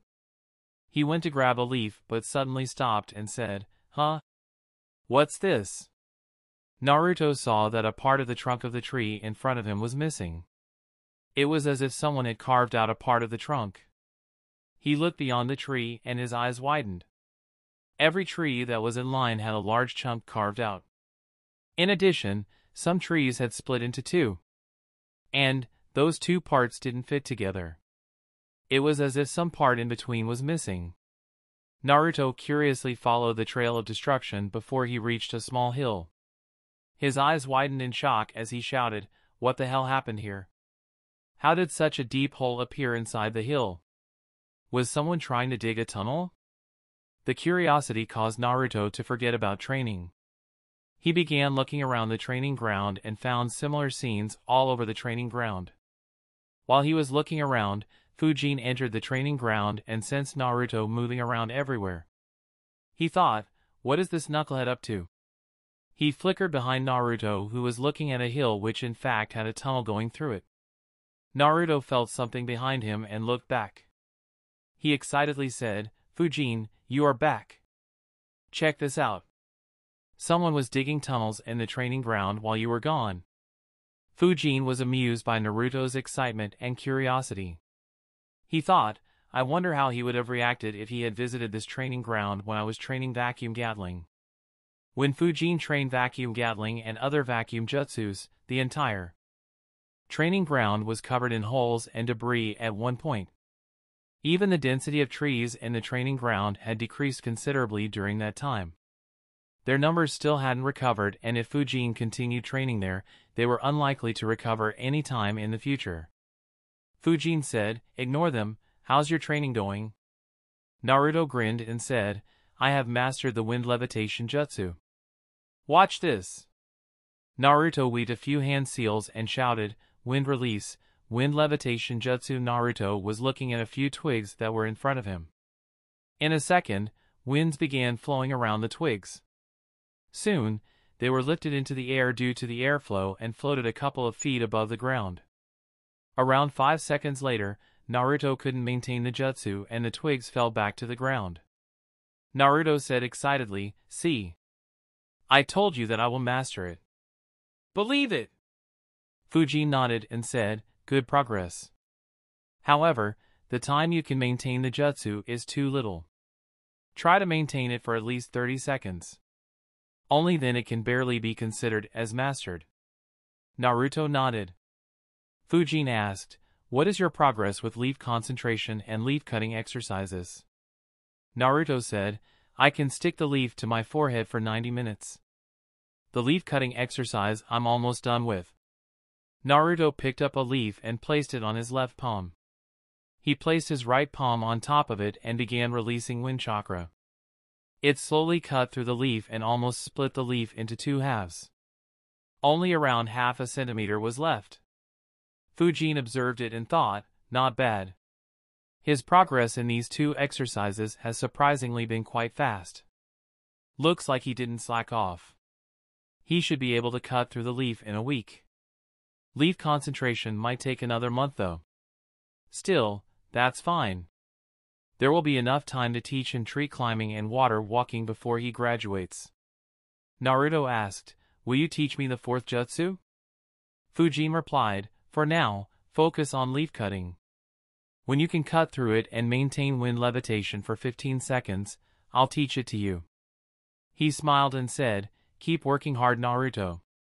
You have progressed a lot since I met you." Hearing Fujin's praise, Naruto felt proud. He smiled and nodded his head while saying, "I will believe it." Fujin said, "You can train at your home for the next couple of weeks. This training ground is going to be a bit busy." Naruto was confused and wondered, "Huh? Is it because of these tunnels?" He nodded and left. Fujin saw him leave. Naruto's progress was very much in line with what Fujin had expected. However, for the time being, he didn't spend much time thinking about him. Instead, his focus was on his vacuum jutsus. He thought, "I have successfully learned how to store multiple vacuum bullet cores inside a vacuum core. Today, I'll master how to store vacuum wave cores." Chapter 464, AoE Vacuum Jutsu. Fujin muttered to himself, "This might take some time. With vacuum bullets, I could refer to and replicate Danzo's vacuum core. However, I will have to create an entirely new core this time to accommodate the cores of vacuum wave. After all, the shapes of the cores of the 2 jutsus are very different from each other. Still, it shouldn't take too long." Fujin extended his palm ahead. A large spherical vacuum core formed on top of his hand. Soon, a vacuum core began forming inside the larger core. Unlike the vacuum bullet core, which was shaped like a bullet, this one was shaped like a thread. It was a lot longer but very thin and curved in shape. Since Fujin could already store 9 vacuum bullet cores inside the larger core, it wasn't a challenge for him to create 1 vacuum wave core inside it. Suddenly, Fujin noticed something. He analyzed, "Wait a minute. Unlike the vacuum bullet core, where I need to maintain the spherical shape and have to create proper spaces inside the larger vacuum core to hold them, the vacuum wave core has a huge advantage. Since their shape is elongated and doesn't need to be straight, I can just curve, or better yet, coil them inside the larger core while creating a small chakra film to keep them separated from each other. In that case, I'll be able to increase the number of vacuum wave cores inside it very easily." As I thought, vacuum wave is indeed the jutsu most suited for this technique. Fujin's expression lit up upon realizing it. He quickly began creating more vacuum wave cores inside the larger core. As he expected, he faced very little trouble in creating it. He quickly managed to create 7 cores inside it. The vacuum wave cores were just too compatible with this technique. Fujin dispelled the vacuum core and thought, "Wow! 7 on my first try. I needed a couple of days to reach 9 with vacuum bullet cores." Still, that bastard Danzo. He knew that vacuum wave would have been the most compatible jutsu with this, yet he only showed me vacuum bullets. I guess he was very reluctant to inform me about this technique. Well, whatever. It shouldn't be hard to apply this technique to my remaining vacuum jutsus. Fujin began practicing again. On every try, the amount of vacuum cores he could store inside the larger vacuum core increased. An hour later, the number reached 76. Fujin stared at the vacuum core in his hand and thought, "This should be my limit for now. Though increasing it further shouldn't be much harder. I just need more practice. Anyway, it's time to test it." Fujin dispelled the vacuum core and a shadow clone appeared next to him. The clone stood around 25 meters in front of Fujin and slammed his palm on the ground. A large wall appeared in front of him. He moved backwards slightly while continuing to slam his palm on the ground. In all, 4 large walls stood between the two. Each wall was about 0.5 meters thick. Fujin took a deep breath and began forming the vacuum core in his mouth. Soon, 76 vacuum wave cores formed inside that vacuum core, and the large vacuum core was surrounded by wind chakra. Wind release, vacuum serial waves jutsu. Fujin shot out the jutsu. Immediately, the larger vacuum core collapsed and the 76 vacuum cores inside it were released. It was equivalent to Fujin using the vacuum wave jutsu 76 times. The jutsu hit the first wall. Several vacuum waves hit the wall and pierced through it. Around a 10-meter-wide section of the wall collapsed. The remaining vacuum waves followed through the collapsing part of the wall, cutting through any stones that were in their way. The jutsu continued moving through all 4 walls in the same fashion. The clone saw the jutsu coming at him, bit his thumb and slammed his bloody palm on the ground. Summoning jutsu, Rashomon, a large metal gate having a demonic face on the gates, appeared in front of the clone. A moment later, the gate was hit by Fujin's jutsu. Unlike the earth wall jutsu, the Rashomon could endure the vacuum jutsus. In the past, Fujin's vacuum jutsus had failed to create much of an impact on the Rashomon. Only the vacuum cannon jutsu had created a large dent into the Rashomon gate, but even it couldn't pierce through it. However, this time, Fujin watched with hopeful eyes. The vacuum waves slammed into the Rashomon gate, each creating a small dent and damaging its structural integrity. Cracks soon developed on the gate. When the 59th vacuum wave slammed into it, the Rashomon gate collapsed before disappearing. The jutsu hit the clone hiding behind it and dispelled him. Without any obstacle, the vacuum serial waves jutsu continued moving for another 80 meters, destroying any tree and cutting deep into any small hill in its path. A wry smile appeared on Fujin's face as he muttered, "I overdid it." The training ground was a wreck. If the tunnels formed due to the vacuum bullet jutsu intrigued Naruto and awoke his curiosity, the sight in front of Fujin would horrify him. First, there was the debris due to the broken walls. That was followed by every tree in the path of the jutsu being cut down for 80 meters. In addition, a couple of small hills had deep cuts in them while one had collapsed. Fujin thought, "I damaged the training ground a bit. Too much. Fortunately, there aren't any penalties for doing so. I'll just ask Hiruzen to do something about it. Anyway, the good news is that I finally have an AoE vacuum jutsu. At a range of around 20 to 25 meters, I can spread this jutsu 10 meters wide and 5 meters high to have the optimal effect. Once I increase the cores inside it even further, the area it covers can be increased more, or alternatively, I can make it stronger by focusing on a limited area." Fujin chuckled while thinking, "I never would have imagined that Danzo would have been the one to help me take my vacuum jutsus to the next level. I can replace my older vacuum serial waves jutsu with this one. This one is far more efficient and powerful in every way. As for the vacuum bullet jutsu, I should replace it as well. By keeping several vacuum cores within one, I'll be able to create more vacuum bullets at a time. Not to mention, sharp winds flow between the vacuum bullets, making dodging far more difficult. The only time I'll need to use my normal vacuum bullets is when my enemies are very far from each other, or to conserve my chakra if the enemy is too good at dodging. With this method, even though I can spread the vacuum bullets, they still have to be in a similar direction. Unless I can create 2 large cores with multiple cores within them. I'll try this out later once I'm comfortable with this technique. That said, there is one drawback. The time needed in this method is higher. But, that shouldn't be an issue after using this method for a few months. Not to mention, needing more time to create more cores is a natural thing. There isn't much I can do about it if I have to create several dozen cores. Due to this drawback, using this technique on vacuum Gatling isn't very practical.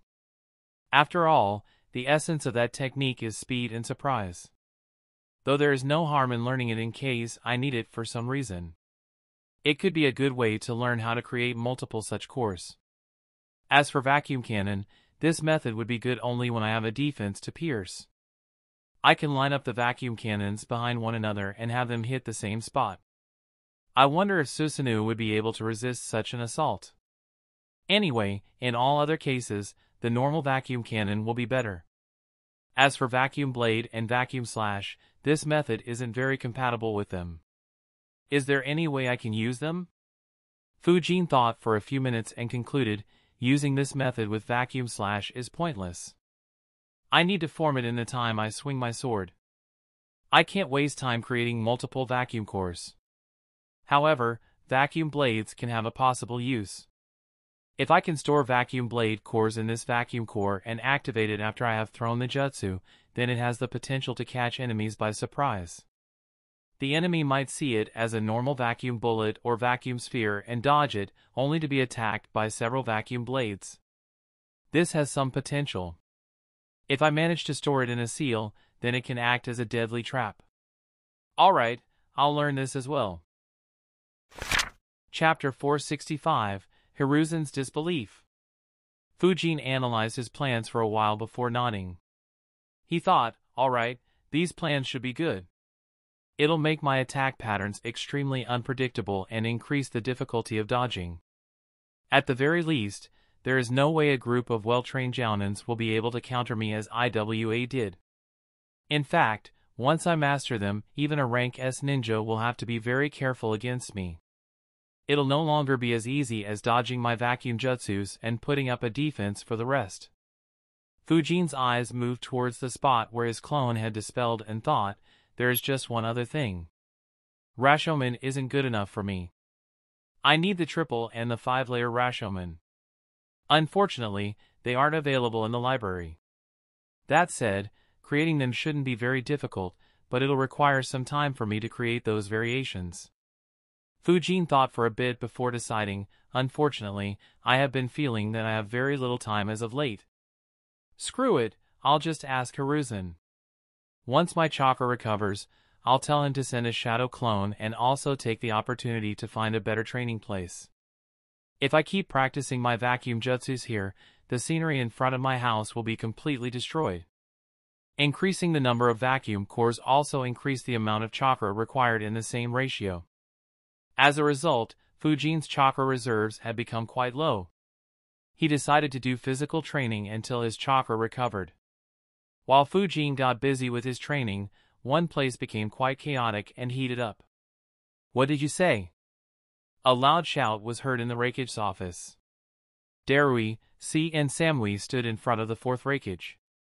There was no one else in the room and all privacy seals were activated. Otherwise, everyone in the building would have heard that shout.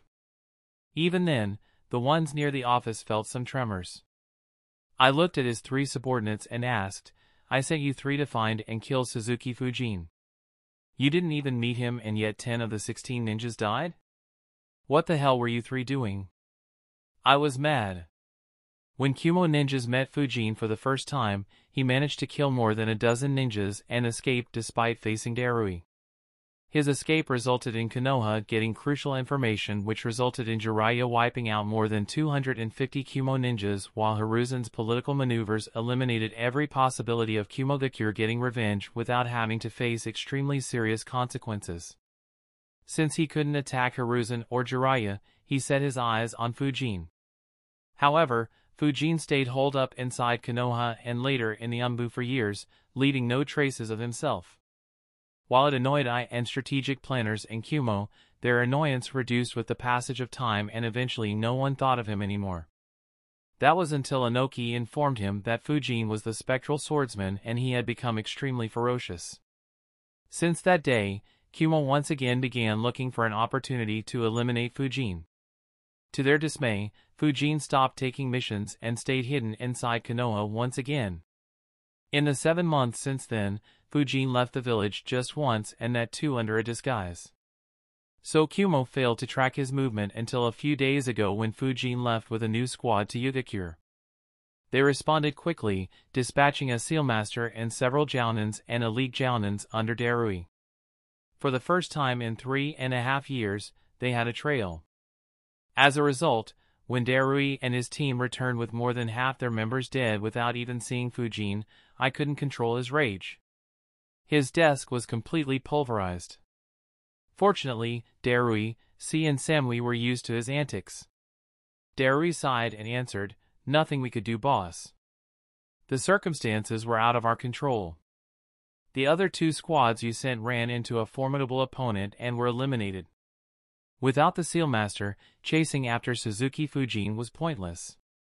We could have fallen prey to his seals. I frowned and asked, "Who was it?" To be able to eliminate 2 entire squads, did they run into a rank S ninja? Darui nodded and informed him about Haydn. He carefully explained Haydn's skills to him. Ice's expression became serious upon learning about Haydn's skills. It was too unbelievable to believe. Darui added, "Since we couldn't hunt Suzuki Fujin, we decided to take down and capture this guy. If we can torture him and force him to tell us how to learn that technique, our village's strength will increase drastically." I agreed with the analysis. He thought, "While I don't need that technique as no one can pierce through my defenses, if a few elite Jounins manage to learn it, they could easily be classified as rank S ninjas. Even Jounins with these skills would be superior to normal rank S ninjas in terms of survival. I could easily see the unimaginable advantages Kumo would gain." Darui continued, "Unfortunately, he was too good at escaping. We tried finding him in the Land of Frost, but couldn't find him. During the chase, we met up with 2 Akatsuki members. Uchiha Itachi has joined Akatsuki. There was another blue-haired kunoichi, but we couldn't identify her. She isn't in the bingo book but is most likely a rank S ninja too. We later found traces of a huge fight that happened very close to where we met them." I furrowed his eyebrows. While he knew about the existence of Akatsuki and the presence of some strong ninjas in it, learning that Itachi and an unknown rank S ninja were a part of them caused him to feel a headache. Darui continued, "We aren't sure what their aim was, but I suspect that they were after Haydn as well. We continued looking for Haydn after that, but completely lost his trail. However, I suspect that he is still hiding in the Land of Frost or the Land of Hot Water." Samui said, "There is another piece of intel we received. Apparently, Haydn had kidnapped 300 civilians inside the Land of Hot Water. Suzuki Fujin's mission was to find them. He managed to find them, but could only recover their corpses. Our spy reported that the cave where the corpses were was covered in seals, which is why Yugakure ninjas couldn't find them. In addition, every corpse had decayed at an extreme speed. Suzuki Fujin chased after Haydn in the Land of Frost as well, but we aren't sure what happened to him after that. However, the cave where the corpses were found was destroyed yesterday. Someone eliminated the 6 Yugakure ninjas stationed there and destroyed the cave. There is no information on who did that." The additional information troubled I even more. He thought, "So many events. I have a feeling that there is something important happening here. But what is it?"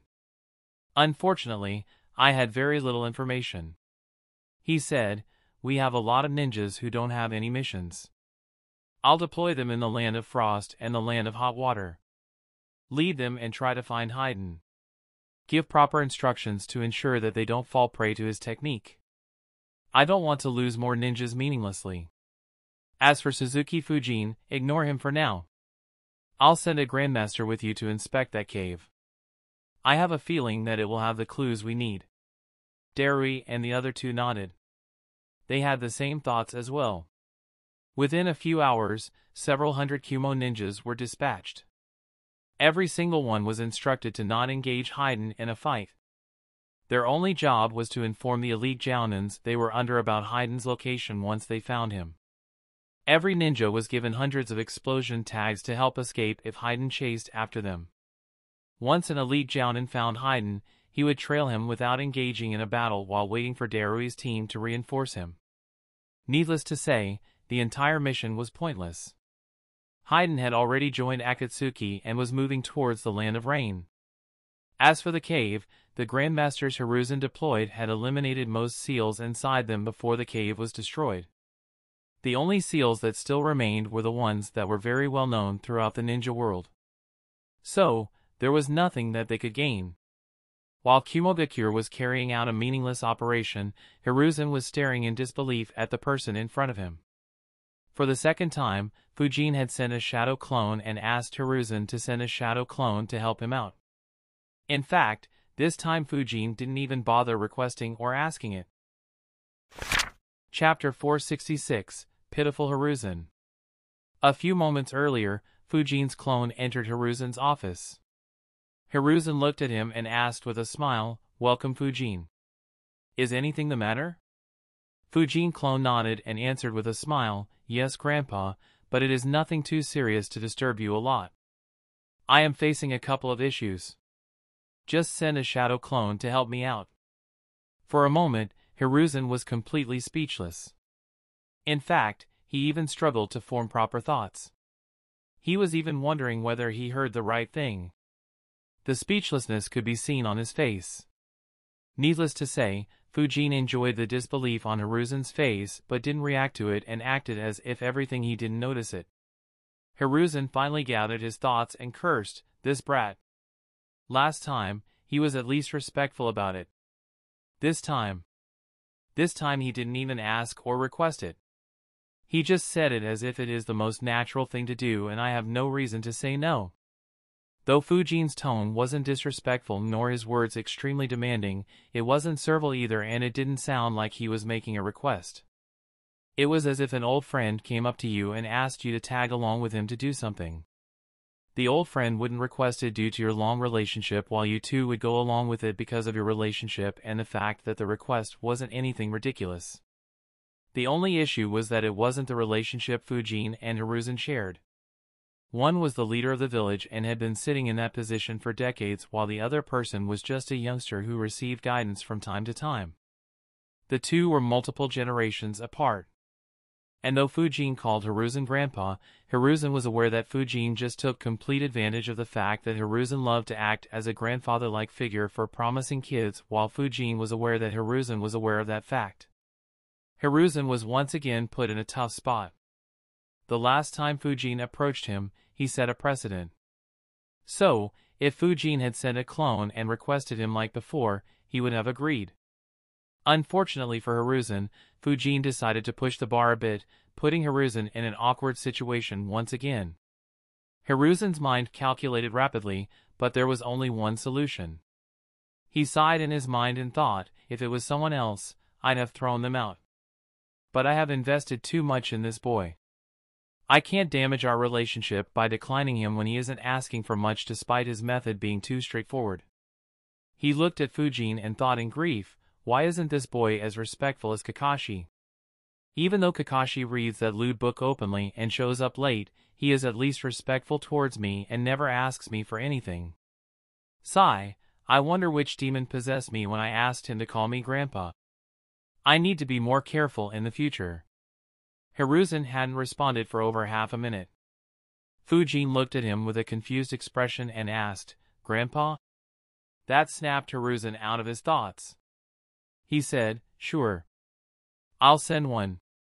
He was about to make his shadow clone when Fujin said, "Alright, don't create the clone with too little chakra. I'll need him to have some to help me." Hiruzen was left speechless once again. Unfortunately, he could only swallow his complaints and create a shadow clone with 30% of his chakra. Both the clones left the office and flickered towards the 23rd training ground. Meanwhile, Hiruzen complained in his heart, I told him to trouble Hamura and Koharu. Why does he still keep giving me trouble? Unfortunately for Hiruzen, though Fujin agreed, he had very little relationship with the two of them. Not to mention, he was unsure whether they knew the jutsu or not. So, even though Fujin wasn't a fan of those two, he could only request Hiruzen for help. Besides, considering how much work he put in to create a good relationship with Hiruzen, he would be stupid to not take advantage of it when he should. Hiruzen's clone arrived at the training ground and was speechless once again. He couldn't help but mutter, did the sky collapse? What the hell happened here? Fujin's clone replied, I underestimated the power and range of my new jutsu, Grandpa. It was one of the reasons I called you here. I wanted to know if you have a better place to train wind vacuum jutsus. If I keep practicing here, I'm afraid that this training ground won't last for a long time. Hiruzen's clone glanced at Fujin's clone and thought, he has already mastered a wide-range vacuum jutsu? It has barely been more than 2 days since Danzo showed him the technique. Hiruzen's clone was surprised. The wind vacuum technique was extremely complicated and risky. While it was kept secret, promising ninjas would have an affinity to wine manipulation were given an opportunity to learn it. However, even then, there were only 3 ninjas in the village who could use it. Even someone like Asuma failed to learn it when Hiruzen tried teaching him, while Sunagakure didn't have even a single ninja who could master it. Not to mention, the wind vacuum technique got increasingly complicated as one tried increasing its power. To see Fujin learn the advanced technique Danzo displayed so quickly was outside his expectations. Even Hiruzen would struggle to replicate such a speed. It once again showed how ridiculously good Fujin's affinity to wine manipulation had become. Fujin's clone dispelled himself as Hiruzen's clone appeared next to Fujin. Fujin received all the memories from the clone, smiled at Hiruzen's clone and asked, "Well, Grandpa, does the village have a better spot to train this jutsu?" Hiruzen's clone shook his head and replied, "There isn't. I doubt there would be any facility that can endure continuous assault from vacuum jutsus. The only way is if you aim it at the skies. However, I'm afraid that it might cause some panic among civilians if bloody birds start dropping from the sky." Fujin nodded. He would have no control over where the bodies of the birds would be flung due to the winds. It was likely that the unlucky birds would be killed and pieces of their bodies would scatter all around Konoha. Hiruzen's clone said, "Ask your shadow clones to create a barrier to stop the damage. You can use the 4 violet flames formation, but you don't need to create the 4 walls or the ceiling and floor. Just create 1 wall and shoot the jutsu in that direction." Fujin complained, but that would consume too much chakra. Hiruzen's clone shrugged and said, "The only other way would be for you to travel to the south and practice it on seas. However, training while away from the village isn't a good idea. IWA or Kumo might make a move if they receive news of you training in the middle of nowhere. The Akatsuki organization might come after your bounty as well. If they find you when your chakra is low, you'll be in trouble." Fujin nodded. Despite being as strong as he was, training outside the village was too risky. At his full strength, there weren't many foes that Fujin was afraid of. However, it was a different story once his chakra dropped too much. Fujin let out a sigh and asked, "Is it fine if I change the terrain of this training ground?" Hiruzen's clone understood what Fujin was implying. He nodded and said, "Sure. Just keep it limited to the training ground and maintain the trees on the edges of the training ground. Also, don't build something so big that it'll affect the surroundings on being destroyed." Fujin replied, "All right. I'll make a suitable one for this training then." He thought, this might be a good opportunity to practice earth jutsus again. I have been wanting to upgrade them and fire jutsus for some time. I should ask Hiruzen for suitable jutsus for them as well. Actually, fire and earth elements aren't the mainstay of my strength. Even if I strengthen them, they will be far inferior to wind and lightning. So it'll be better if I directly ask him for a ready-made combat system for those elements. I won't need to waste any time creating them. Anyway, that can wait for the time being." Hiruzen's clone asked, "What was the second thing you wanted?" Fujin replied, "I wanted a stronger defensive jutsu. Unfortunately, the library didn't have triple Rashomon or the quintuple Rashomon jutsus. Can you teach them to me?" Hiruzen's clone stared at Fujin. He thought, as I guessed. He wants me to teach him a jutsu that he can't find in the library. Don't tell me he'll keep finding me whenever he needs new jutsus. He wasn't sure, but his speculation was exactly on point. Fujin was lucky enough to find an expert old ninja who was so good that everyone called him the professor. In addition, he was very kind-hearted and magnanimous and always showed how much he favored the younger generation. There was no way Fujin wouldn't deny such a kind-hearted soul the opportunity to pass down his knowledge to a promising youngster. Fortunately, Hiruzen was unaware of Fujin's thoughts. If Hiruzen knew what Fujin's thoughts were, who knew what expression he would show? Chapter 467, New Jutsus. Summoning Jutsu, quintuple Rashomon. Fujin weaved the snake seal, bit his thumb and slammed his hands on the ground. In an instant, 5 Rashomon gates appeared one after another in a straight line in front of Fujin. Standing next to him, Hiruzen's clone nodded. He said, that's good.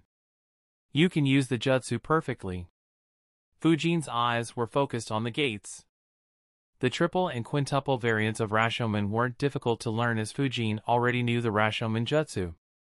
Even without Hiruzen's help, Fujin would have figured them out in a couple of weeks. However, thanks to Hiruzen's clone, Fujin was able to learn and master both the jutsus in merely half an hour. Since it was just basic summoning, there wasn't much for Fujin to improve upon the jutsu once he could summon them in an instant. Fujin turned his gaze away from the gates and looked at Hiruzen's clone. With a smile on his face, he said, "Thank you, Grandpa."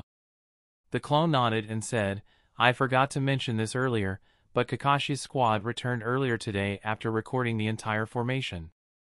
We are making copies currently. Since you were the one who discovered it, you can get the first copy." Fujin thought for a few seconds and said, "I will be busy with training in ninjutsu and taijutsu. Though I want to study it, I won't be able to focus on it anytime soon. So, it is fine if you give it to me last. You can give it to the grandmasters who have the time and are interested in studying it." Fujin already had recorded the entire formation even before Hiruzen had learned about it. It made no difference to him whether Hiruzen gave it to him first, last, or never gave it to him at all. As a result, he wasn't concerned about it and took the chance to earn some brownie points. Hiruzen's clone felt better. He thought, though he is very greedy when it comes to jutsus and money, he knows when to step back and let the village benefit. Though it doesn't seem very significant, it shows that his nature is good. The clone nodded and said, "All right. I'll focus on the ones who have time to study it right now. Is there anything else you want to know?" Fujin shook his head and replied, "No, Grandpa. If I need anything, I'll come visit you." The clone's eyes twitched. The good feeling he had evaporated in an instant. Fujin's words were extremely casual. It was as if he saw Hiruzen helping him to be a completely natural thing. In the decades he had served as the Hokage of Konoha, this was the first time Hiruzen was experiencing something like this. He muttered to himself, "I made a mistake last time. I shouldn't have agreed." But Hiruzen knew that even last time, he had no way of declining Fujin's request. After all, Fujin was merely asking for a clone to help him out. Though the request was quite brazen, it didn't require much effort on Hiruzen's part. So, Hiruzen didn't have the option of declining.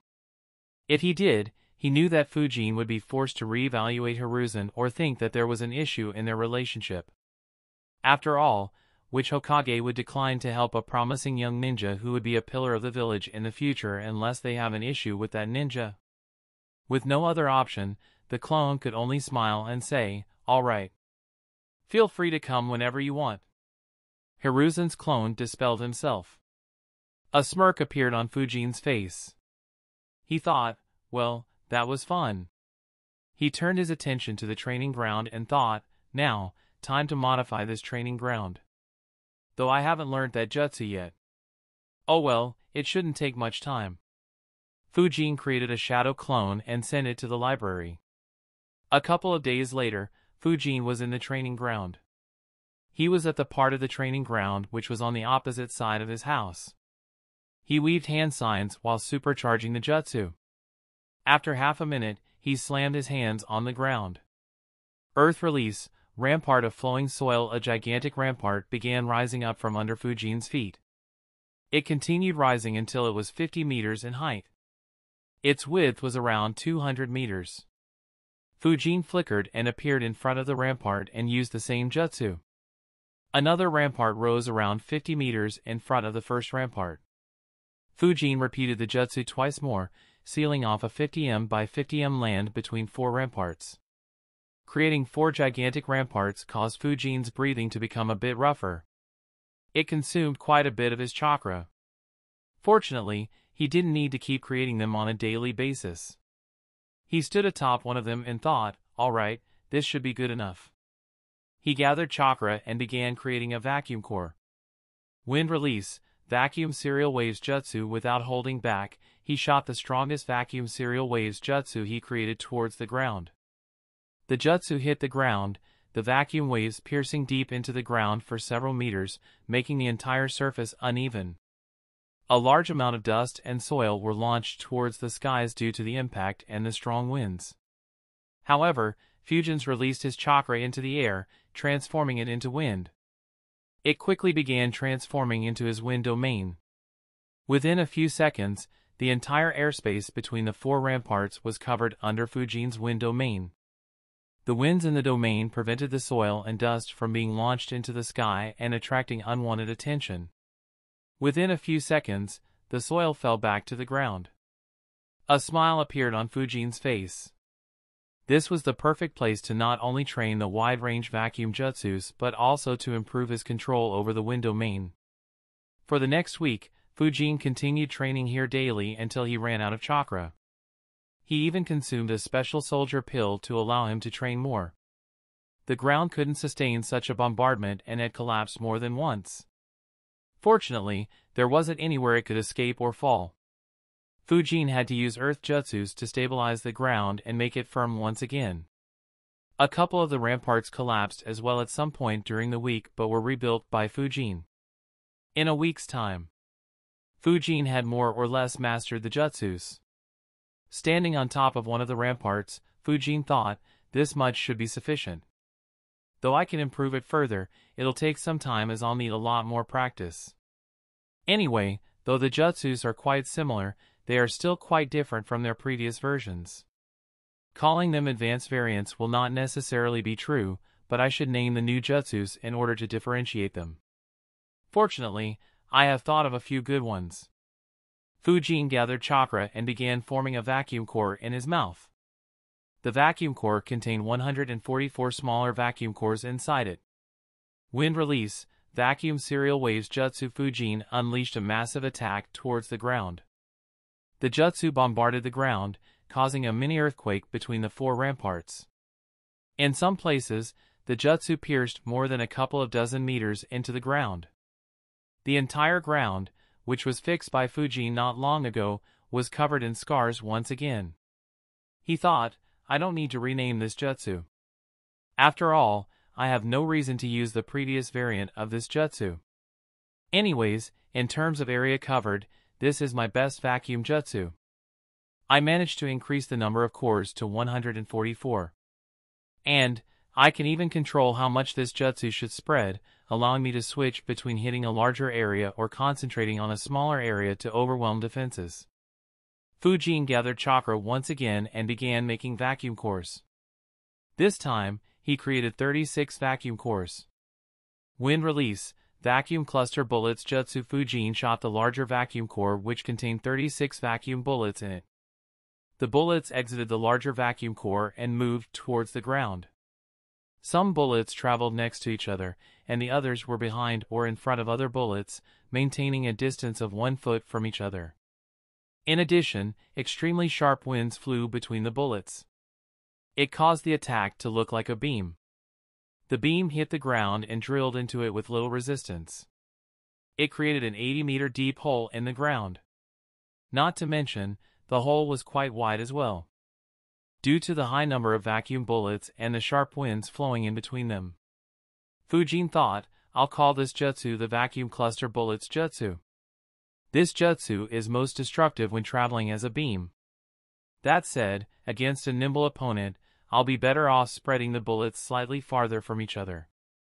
Though it won't be that destructive in that case, there aren't many ninjas who can defend a normal vacuum bullet. So it shouldn't matter.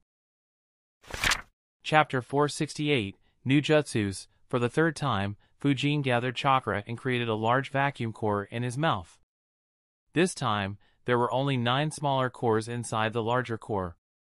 However, each of these 9 cores was double the size of the vacuum bullet cores. Wind release, vacuum cannon barrage Fujin shot out the jutsu. It split into 9 vacuum cannons, traveling in a straight line. Each vacuum cannon drilled 20 meters into the ground, before being slowed down enough for the vacuum cannon behind it to catch up and continue the destruction. In less than a second, a 187-meter deep hole formed in the ground. A smile formed on Fujin's face. He thought, in terms of penetrative power, this is indeed my strongest jutsu. Unfortunately, it isn't very practical in combat. No top-level ninja will be stupid enough to stay in the path of this jutsu. It'll only work on someone who is extremely overconfident in his defense and dodge as soon as I shoot the jutsu. Another usage of this jutsu will be killing those who stay hidden deep underground to be safe from my vacuum jutsus. Though it is possible to travel deeper than 200 meters underground, it is not something that is commonly done and not something most ninjas would have tried before. Going more than 25 meters underground itself is extremely rare. As long as I kill everyone who tries to hide underground from my attacks and don't let the knowledge spread, this will be a sure-shot method to kill my enemies who think that underground is safe. Fujin extended his hands and fingers towards the ground. A vacuum core began forming in front of each of his fingers.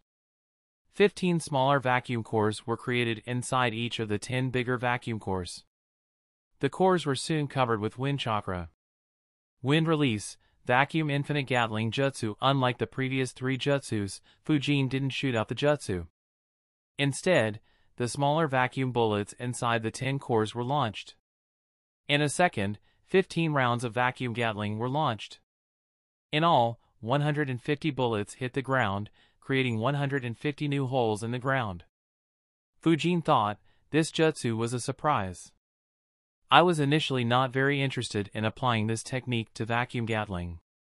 After all, it sacrifices the most important aspect of the jutsu for which I had created the vacuum Gatling jutsu. The vacuum infinite Gatling takes quite a long time to create as compared to the vacuum Gatling.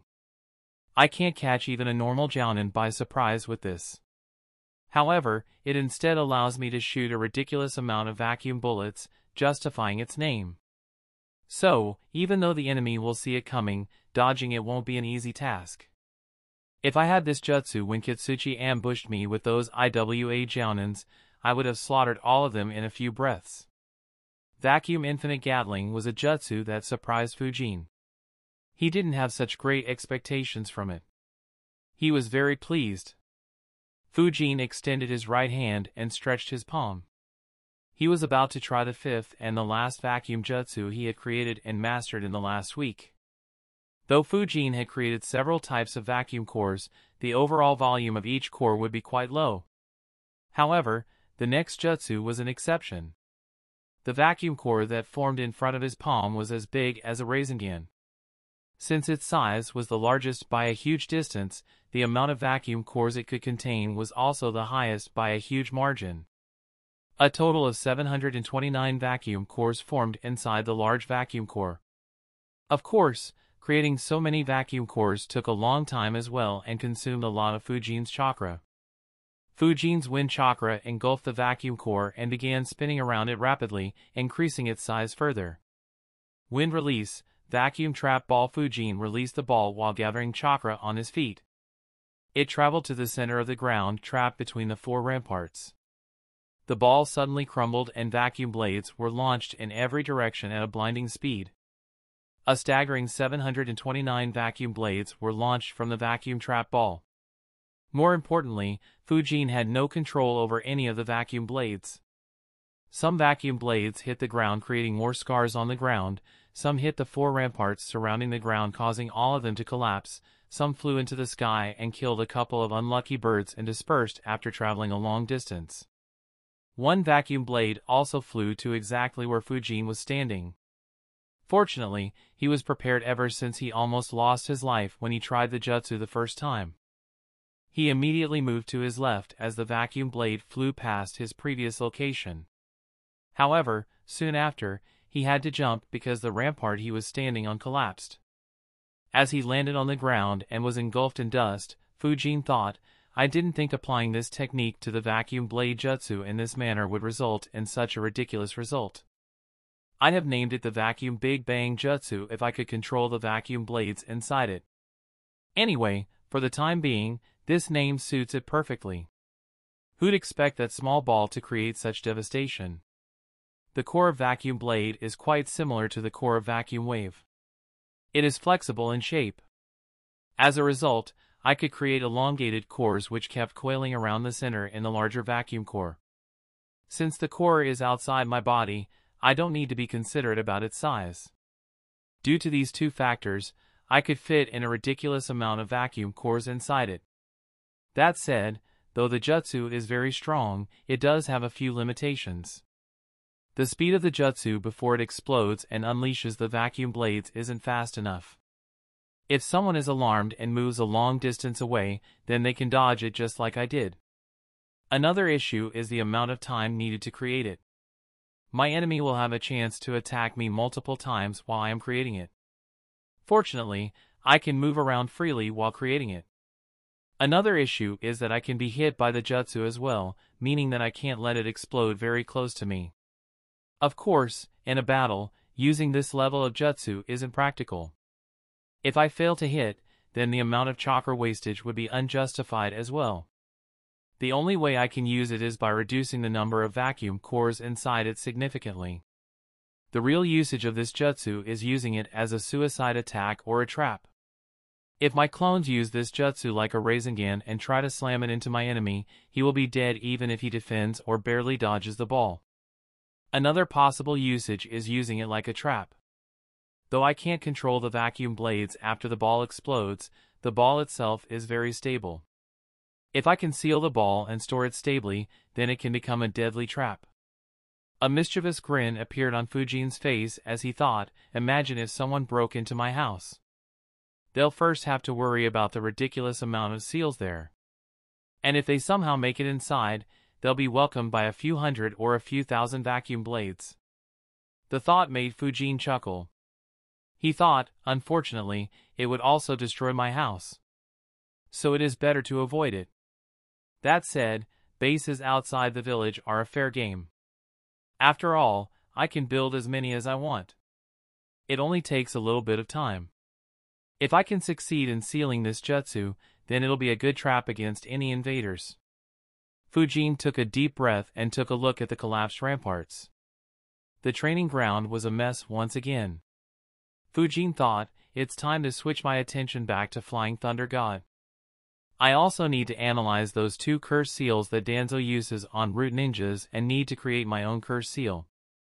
Fujin sighed and thought, it's been a long time since I have been working on Flying Thunder God Jutsu. It's time to completely master it. Until I'm done, I won't be taking any missions or doing any task that will require a lot of time. Fujin resolved himself.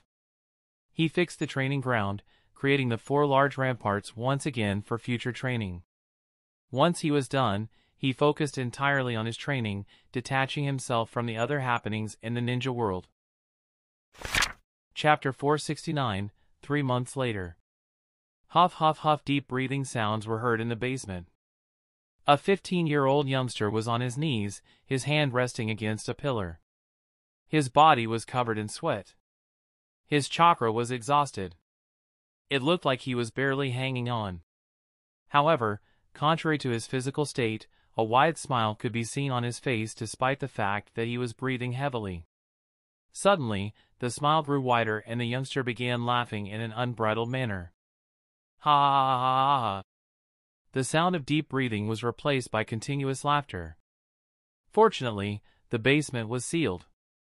If he was outside, people would wonder if he had some issues. Finally, the youngster took his hand off the pillar and sat with his back resting against the pillar. He constantly switched between laughter and breathing heavily. The spot from where the youngster removed his hand had a small mark. Fujin took a few minutes to catch his breath. However, the smile was plastered on his face. He thought, I did it!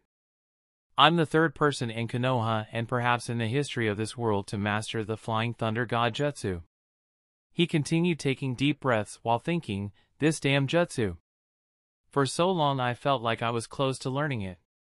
It still took me 3 months to finally master it. Also, how insane was that pressure? It sapped all my chakra when I tried resisting it. Though my clones also experienced that pressure, it was far more intense for me.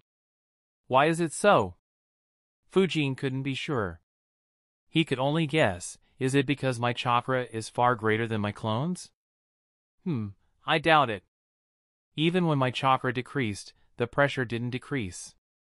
Besides, the clones that tried entering the void dimension didn't necessarily have the same chakra. If not chakra level, could it be because I'm a being made of flesh and blood instead of a chakra construct? Fujin felt that this was the case. Unfortunately, the scroll Hiruzen provided didn't have any information regarding this matter to verify his speculations. Fujin thought, after I enter the void dimension, I have to resist the pressure while locating the mark I want and creating a connection with that mark. Both of them take a lot of chakra. Moving through the dimension takes some chakra as well, though it isn't much. From what Tobarama wrote, the amount of chakra I consume will reduce once I get used to the pressure. If I can locate the mark and teleport in an instant, then I won't have to resist any pressure. Only at that stage, this jutsu can be freely used in battle with very little chakra expenditure. Fortunately, it isn't very difficult. I'll just need to practice it a few tens of thousands of times to reach that stage. Once I do, I'll need to start working on increasing the range I can teleport. For now, I have been only practicing in the basement. My shadow clones can freely teleport to any marker in my house. This distance isn't enough to escape, but it is good enough to be a menace on the battlefield. That said, how do I practice teleporting a longer range? I can't practice it in the open. Hiruzen will notice me without the seals. I can't place seals all around the village to create hiding spots either. Even if I come up with a bullshit excuse, Hiruzen and Danzo will be suspicious and investigate further. Should I openly claim that I have mastered this jutsu? Fujin thought for a bit and shook his head. He decided, no, I am planning some crazy things to do in the future. I might need the Flying Thunder God then if I need to escape. If it is common knowledge that I know this jutsu, then it'll become very easy to link it to me. Though I'm not scared, it'll be a huge headache if Akatsuki and enemy Kage begin targeting me openly. If that happens, I'm not sure if Hiruzen or Tsunade would support me if those things come to light. Regardless, such obstructions will slow down my plans considerably. It's best to keep it a secret. If I have to use it, everyone who sees me using it has to die. But, if I keep it hidden, how do I train it? Fujin was in a dilemma. He placed his chin on his hands and thought while he was staring at the ground. Suddenly, he realized, wait a minute. I just need space to teleport. Why does it have to be on land? I have to think in terms of altitude, or rather, depth. I'll just practice underground. To start with, I'll dig a hole and cover it in seals to prevent anyone from detecting it. I can go as deep as the temperature allows me to. It'll allow me to increase my range considerably. Once I increase the range to beyond a few hundred meters, I can just go to the wall around the village and teleport my shadow clones outside. They can move some distance away from the village and practice longer range teleportations. That should do. If I still face any issues, then I can only go to Mount Matiki and practice there. Fujin was satisfied with his training plan. However, there was one thing still on his mind that he couldn't get rid of. He thought, why was the pressure on me in the void dimension so high? Also, what happens if I can't resist it? My clones get dispelled once they can't resist it. But they are chakra constructs while I'm a living being. Will I be killed by the pressure? But if there is such a huge risk, why didn't Tobarama or Minato mention it? Also, why didn't they use it to kill their opponents? Can't I just teleport an enemy here and wait for them to die due to the pressure? If that is the case, there should have been no one who could resist Minato and Tobarama. Even Hashirama and Madara wouldn't survive that. Perhaps only Obito and Kagaya could due to them having access to their own dimensions. However, they couldn't do that. So, what is that I'm missing? Fujin thought for a long time and thought of several possible answers, but he couldn't be sure of any of them. He decided, I'll need to experiment. This is too big of a danger to ignore. Unfortunately, my clones can't help me. I'll need to take a risk to find out the truth. I need to wait until my chakra recovers. Fujin had become impatient. He wanted to uncover the truth as soon as he could. He grabbed a small bottle and consumed a pill from it. Sitting with his back against the pillar, Fujin closed his eyes and began meditating. A couple of hours later, Fujin's chakra had completely recovered. He opened his eyes and thought, this might be the most risky act I have done in this world. Probably even more risky than when Rashi fired that tailed beast bomb at me. I hope everything goes well. Fujin focused on one of the flying thunder god marks in the basement. A moment later, his body disappeared and entered into the void dimension. An immense pressure was applied on him and he instinctively used his chakra to defend himself. He muttered, "Here goes nothing." Suddenly, Fujin stopped using his chakra to defend against the pressure. His chakra reserves were still quite full. His mind was at the highest alert. He was prepared to use the chakra to defend himself once again if his body couldn't bear the pressure. To Fujin's surprise, as soon as he stopped resisting, his body was expelled out of the void dimension and he appeared at the same spot in his basement. A wry smile appeared on Fujin's face as he thought, no wonder they didn't say anything. We just get pushed out if we run out of chakra to resist the pressure. That's quite convenient. Now I see why this method can't be used to kill other nin. Suddenly, Fujin had another idea. He analyzed, wait, even if I can't send other ninjas to this dimension to kill them, can't I send them here just to exhaust their chakra? After all, any rank S ninja will instinctively resist the pressure. And, in a dimension where they can't see, smell, hear, feel or sense anything, they'll exert themselves to the fullest just to survive. Fujin thought for a bit before concluding, yes, this seems practical. The only issue is that this method was never used before either and isn't mentioned in the scroll. Neither Tobirama nor Minato should be stupid enough to overlook such a simple thing. I guess I'll need to find a test subject to experiment on. Chapter 470, Twisted Personality. Fujin's first thought was to use his summons to experiment. However, he quickly shook his head and decided, no, I'm still new at using this jutsu. Even though it is unlikely, if an accident happens and one of them dies, then that will be a great loss. I'll leave the village once again and find some rogue ninjas to experiment on. That said, I need to practice this jutsu a bit before going out to experiment. I'm also very close to completing that seal. I'll go out once I'm done with that task. I also need to meet up with Shigeki and actually start working on the organization. Sigh, it's been a long time since I met Shigeki. Thinking of Shigeki, a weird expression appeared on Fujin's face. Kasai Shigeki was the jounin from Tanagakure whom Fujin had rescued while he was returning from the Land of Wind after completing his Umbu promotion mission.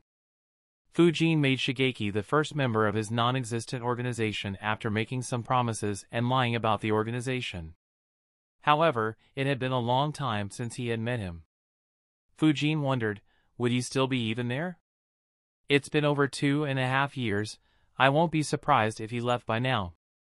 Even though I promised to help him take the revenge, it won't be a surprise if he lost his patience after such a long time and left to get it himself. Fujin let out a sigh and thought, oh well, nothing I can do. It was too early to start an organization in any case. If he has left, I will just have to start over. Besides, I didn't make much effort to recruit Shigeki or spend any resources or time. So I won't be losing anything. There was nothing Fujin could do about it. The situation just didn't allow him to do much about it. Even though he could have met Shigeki after he left the Umbu, there wasn't anything for Fujin to say to him. Fujin stopped thinking about him and continued his training. The soldier pill he consumed would stay active for 5 days. And Fujin would require another couple of days of rest after that. Fujin decided that he would completely master the Flying Thunder God Jutsu for low range within these 5 days. Fujin made rapid improvements. His clones had already practiced the jutsu for sufficient time in order to ensure that he wouldn't face any danger. As a result, his main body was getting used to it rapidly as well. Every day, he became more accustomed to teleporting using the void dimension as a medium. 3 days later, Fujin's bell rang, marking the first time he was disturbed in recent days. Fujin was planning to ignore it and focus on his training, however, the bell kept ringing continuously. An annoyed expression appeared on Fujin's face. He cursed, "Which bastard is it?" He activated his chakra field and sighed while muttering, "I should have known." A shadow clone popped next to him and left the basement. He opened the door and saw an overenthusiastic blonde boy. Naruto excitedly said, "Fujin, I managed to stick the leaf to my forehead for 2 hours straight." Naruto was extremely excited. Though Fujin taught him a few ninjutsus which he had to work hard to learn, it was this exercise that was the most difficult for him to complete. Fujin's clone thought he finally managed to do it. His speed fell considerably in this exercise. I expected him to reach this stage a month and a half ago. By comparison, he has progressed rapidly in ninjutsus. I suppose he just got bored and lost his drive. Well, not surprising considering how boring it is. Naruto said, "You promised me that you'll teach me something cool after I manage to do it." Fujin's clone nodded and said, "Sure, but show it to me first." Naruto's expression became awkward. He asked, "Can't we directly begin learning it?" Fujin's clone shook his head and said, "It is important to have your basics right. Otherwise, major issues can happen when you try to learn what I am about to teach you. In the worst-case scenario, you will be injured and might not be able to leave the hospital for weeks." Fujin's clone's expression was extremely strict and serious. It was so serious that Naruto gulped in nervousness. He said, "All right, I'll do it." The clone thought, "Who told you to keep ringing the bell and disturb me? Now sit in one place for another couple of hours." What the clone said was obviously bullshit. Though Naruto could get injured due to falling, it wouldn't be serious enough to even visit the hospital, let alone be admitted for several weeks. Naruto and Fujin's clone walked over to the training ground. Naruto grabbed a leaf and obediently sat down to meditate. He placed the leaf on his forehead and closed his eyes. Fujin's clone set a timer on a stopwatch and sat in front of him. 1 hour and 53 minutes later, Naruto couldn't maintain control anymore. Naruto opened his eyes and looked at the stopwatch. His eyes widened as he realized that he was 7 minutes short. He looked at Fujin's clone, only to see Fujin looking back at him with a deadpan expression. Naruto became nervous and said, "I really held it for 2 hours earlier. I don't know how I fell short right now." Fujin's clone sighed and said, "It's fine. I guess it was a one-time thing. You'll still need some time to be able to do it every time." Naruto became dejected on hearing that. He would still have to wait for some time. Fujin's clone watched the range of emotions and panic on Naruto's face until he was satisfied. With a smile, he said, "But, this is good enough. I'll train you now." Immediately, Naruto became very happy and cheered loudly. The clone sighed internally and thought, "Dealing with Hiruzen and Shikaku frequently has made me weird. Since when did I begin taking pleasure out of making others feel an emotional turmoil?" Fujin did take pleasure in making experienced folks like Hiruzen and Shikaku feel such turmoil. But that was different. Both were extremely experienced and shrewd. Fujin initially enjoyed it because of the challenge of achieving that and due to how stuck up those two were. However, it was different with Naruto. Naruto was the complete opposite of those two. He was naive, inexperienced, and listened to Fujin obediently. So Fujin didn't expect that he'd get the same pleasure from making him experience that. Fujin's clone muttered to himself, "Those two geezers twisted my personality. Either that or perhaps because I know that Naruto will become very strong in the future as well. Sigh, whatever." Naruto broke Fujin's train of thought by asking, "What will we be learning?" Fujin's clone said, "I'll teach you how to climb trees." Now, it was Naruto's turn to watch Fujin's clone with a deadpan expression. A smirk appeared on the clone's face. Naruto complained, "I already know how to do that, believe it. Teach me something cool." Fujin's clone chuckled and asked, "Are you sure you can do it?" The clone got up and walked to a tree. To Naruto's shock, he began walking up the tree with just his feet while his hands were in his pockets. He soon stood upside down on a branch and asked, "Is this cool enough?" Naruto immediately nodded repeatedly and said, "Super cool. How did you do it?" Fujin's clone answered, "To do this, you have to release chakra from the bottom of your feet. Use that chakra to stick to the tree. Then you can climb on trees like I did. Try it." Naruto immediately released chakra from his feet and tried climbing on the tree. Needless to say, his feet slipped and he fell to the ground. Fujin's clone chuckled and said, "It's not that easy. The chakra you release from your feet has to be an exact amount. If it is too little, your feet will slip and you'll fall down. If it is too much, you'll damage the trunk and won't be able to continue walking up. So, it requires very good chakra control. That is why I had you do the leaf concentration exercise until you could reach 2 hours." Naruto nodded and said, "Alright, I'll try it." Fujin's clone stopped sticking to the branch and dropped to the ground. He made a hand seal and slammed his hands to the ground. Immediately, some changes happened on the surface, but for Naruto nothing much happened. Naruto looked at Fujin's clone with confusion. Fujin's clone said, "I have softened the ground. So, even if you fall, you won't be hurt much. Keep training under this tree for the next half an hour. I'll teach you something else as well today." Naruto immediately became excited and continued trying to climb up the tree. Chapter 471, A New Path for Naruto. For the next half an hour, Naruto kept trying to climb the tree and consistently kept falling to the ground. Thanks to Fujin's clone, the ground was quite soft. So Naruto was barely hurt, if at all.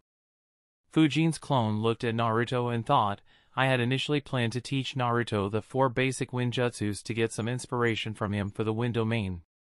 After all, he is very unconventional and usually comes up with crazy ideas. That said, my wind domain is more or less ready now. Jounins won't have any chance of survival if they enter my wind domain. Elite Jounins will struggle as well and are very unlikely to survive. Only if they have excellent defense and are able to move instinctively, they will be able to survive. Only rank S ninjas are difficult to kill. But once I manage to integrate vacuum blade jutsu into my wind domain, they won't be able to rest easy either. As such, there is no longer much need to push Naruto in this direction. That said, there is no harm in doing so either. Maybe he'll give me a surprise. Even if that isn't the case, it'll be interesting to see how Naruto does with this technique at his disposal." Fujin had been very careful while teaching Naruto. Unlike others, he knew how scary Naruto's potential was. If he trained Naruto seriously, the majority of the plot would have changed completely. However, within limits, Fujin was curious to see how Naruto would grow when he had a few more options. After all, until Naruto met Jiraiya, his jutsu repertoire was extremely pathetic. He only knew the transformation jutsu, substitution jutsu, and the shadow clone jutsu. The only thing he could do was leverage his vast chakra reserves, spam the shadow clone jutsu and use ordinary taijutsu along with shurikens and kunai. Only after he learnt the summoning jutsu and the Rasengan did he gain more variety. However, even that was extremely limited. By comparison, Fujin knew close to 100 jutsus. And, he was still far inferior in this aspect when compared to the likes of Orochimaru, Hiruzen, or Kakashi. While knowing more jutsus didn't mean that they used all the jutsus or that all jutsus would be strong, it allowed them to choose the jutsus that suited them the most. In addition, there could be circumstances where a particular jutsu or a particular element was extremely effective. In such instances, having a range of jutsus was extremely effective. Naruto, despite his insane chakra reserves, didn't have this advantage until the very end. After Naruto fell for the umpteenth time, Fujin's clone said, "That's enough for today. You can keep practicing this later on. Come here." Naruto immediately got up and rushed towards Fujin's clone. While he was interested in climbing on the tree, he was more interested in knowing what new technique Fujin wanted to teach him again. Fujin's clone said, "Naruto, display the 4 jutsus I taught you so far." Naruto was confused, but he did so without any questions. He weaved a few hand signs and pushed his right palm forward. A gentle breeze was released from his palm. He grabbed a few wooden shurikens and threw them into the air and quickly made a few hand seals. He was able to change their direction 40 degrees to the right and once again changed it 20 degrees to the left before the shurikens collided with a tree. He then displayed wind levitation jutsu by making a few leaves and small stones levitate and then used wind retreating jutsu to pull some leaves towards himself and catch a couple of them. He looked at Fujin's clone with a proud expression and said, "I told you I'll master them, believe it." Fujin's clone nodded and said, "You did well. However, these are only the basics. You should continue practicing them, but practice them in these ways." Naruto was confused. Fujin's clone instructed, "Place a few wooden shurikens around 5 meters away." Naruto followed his instruction and returned to his side. Fujin's clone said, "Now use the wind levitation jutsu and make them float." Naruto weaved hand signs and shouted, "Wind levitation jutsu!" Immediately, the 6 wooden shurikens began levitating a couple of feet above the ground. Fujin's clone instructed, "Now use the gale jutsu exactly on the shurikens. Force them to move forward like you have thrown them." Naruto began weaving the hand signs for the gale jutsu. However, by the time he had completed them, the shurikens dropped to the ground. Naruto complained, "That is very difficult. How can I keep them floating if I have to weave hand signs for gale jutsu?" Fujin's clone replied, "With the training, of course. Watch." For the sake of showing it to Naruto, Fujin's clone weaved hand signs while saying, "From here onwards, you should practice these jutsus until you can do this. First, use the wind levitation jutsu to make the shurikens float in the air." The shurikens on the ground began levitating once again. Fujin's clone quickly used the gale jutsu and blew the shurikens away and said, "Then use the gale jutsu to make the shurikens fly away at a fast speed and control them with the projectile control jutsu." He quickly changed the hand seals and then began using the projectile control jutsu to control the path of the wooden shurikens. Finally, he changed hand seals one last time and caused the wooden shurikens to fly back towards him. He grabbed the shurikens and added, and lastly, used the wind retreating jutsu to grab the shurikens. Naruto watched with astonishment as Fujin flawlessly switched between the 4 jutsus. However, remembering what he had seen Fujin do with the wind previously, Naruto wasn't that surprised anymore. He still exclaimed, "That was so cool." Fujin's clone said, "From here onwards, you'll do 3 things. The first is to try and climb the tree without using your hands. That'll improve your chakra control and allow you to move more freely during a fight. As for the wind jutsus I just showed you, you'll divide them into 2 parts. The first part is using wind levitation and gale jutsus one after another. And the second is using projectile control jutsu and wind retreating jutsu one after another. Once you are able to do those jutsus in pairs, you can try doing all 4 together at the same time like I did. You can even change the order in which you use them if you feel that it would make the combination stronger. Training just one thing would be boring and monotonous." Hence, Fujin's clone decided to give 3 training routines to Naruto. Naruto immediately nodded. He couldn't wait to try using all 4 jutsus at the same time. Fujin's clone added, "In order to progress faster, you have to follow another rule from now on. While pranking others, you are not allowed to use just one of these 4 jutsus. Instead, you have to use at least 2 of them one after the other." Naruto nodded and said, "All right. I'll prank everyone with 2 jutsus, believe it." Fujin's clone chuckled and said, "Go easy while pranking civilians. If you are pranking your teachers, then it's fine to go all out. If they aren't a challenge, you can even try using your pranks on Lord Hokage. If you can prank him successfully, then you would have made a huge progress towards your goal." The clone had a gentle smile on his face. Naruto's eyes sparkled and said, "All right, I'll do that." The clone laughed in his mind while thinking, "I haven't messed with Hiruzen much in the last 3 months. I am not sure if I'll get many opportunities in the future. It's time I pass the baton to Naruto. Can't let the poor old man feel lonely." The clone added, "You can leave and train by yourself, Naruto. I'll be a bit busy and will be heading out of the village soon. Master walking up the tree by the time I return. I'll teach you another cool trick when I return. Naruto was even more excited. He thanked Fujin and left. As Naruto left, the clone analyzed, though these 4 basic jutsus won't increase his strength considerably, if he manages to use these 4 jutsus simultaneously at will, then his control over the wind will go far beyond what a Genin, or perhaps even a Chunin can have. It forms the perfect base to learn the more complicated wind jutsus easily in the future. It'll be interesting to see how The clone suddenly received a set of memories. A grin appeared on his face as he thought, it's about damn time. The clone disappeared in a cloud of smoke. Inside his basement, Fujin received the same memories as well. For the first time in 3 days, he stopped training the Flying Thunder God Jutsu for a reason other than running out of chakra. Chapter 472, Phantom Seal. Fujin stared at a seal in front of him. It was created by the Shadow Clone who dispelled himself and sent everyone the memories. A smile appeared on his face as he thought, the cursed seal is finally complete. The cursed seal was shaped like a windmill, with several symbols in it. Fujin thought, though I hadn't seen either of the seals before, studying it wasn't difficult as they were made of familiar symbols.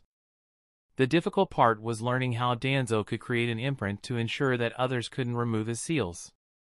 Fortunately, I managed to get a hang of it a week ago. I guess that's another reason to be thankful to Danzo, hee. Danzo's help allowed Fujin to raise his wind vacuum technique to a whole new level. And now, he had also helped Fujin improve his Juinjutsu. Fujin's smile faded as he thought, unfortunately, while I can apply the cursed seal at will, I can't apply my imprint at will. I can only do so if the one I'm planting the cursed seal on doesn't resist.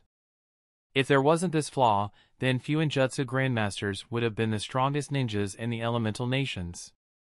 It'd be stronger than any Kekkei Genkai. In fact, I doubt even the Manjikyu would be comparable to this ability. Fortunately, I don't need to inform the target about the abilities of the seal. As long as I have his or her consent and they don't resist, I can apply it to them.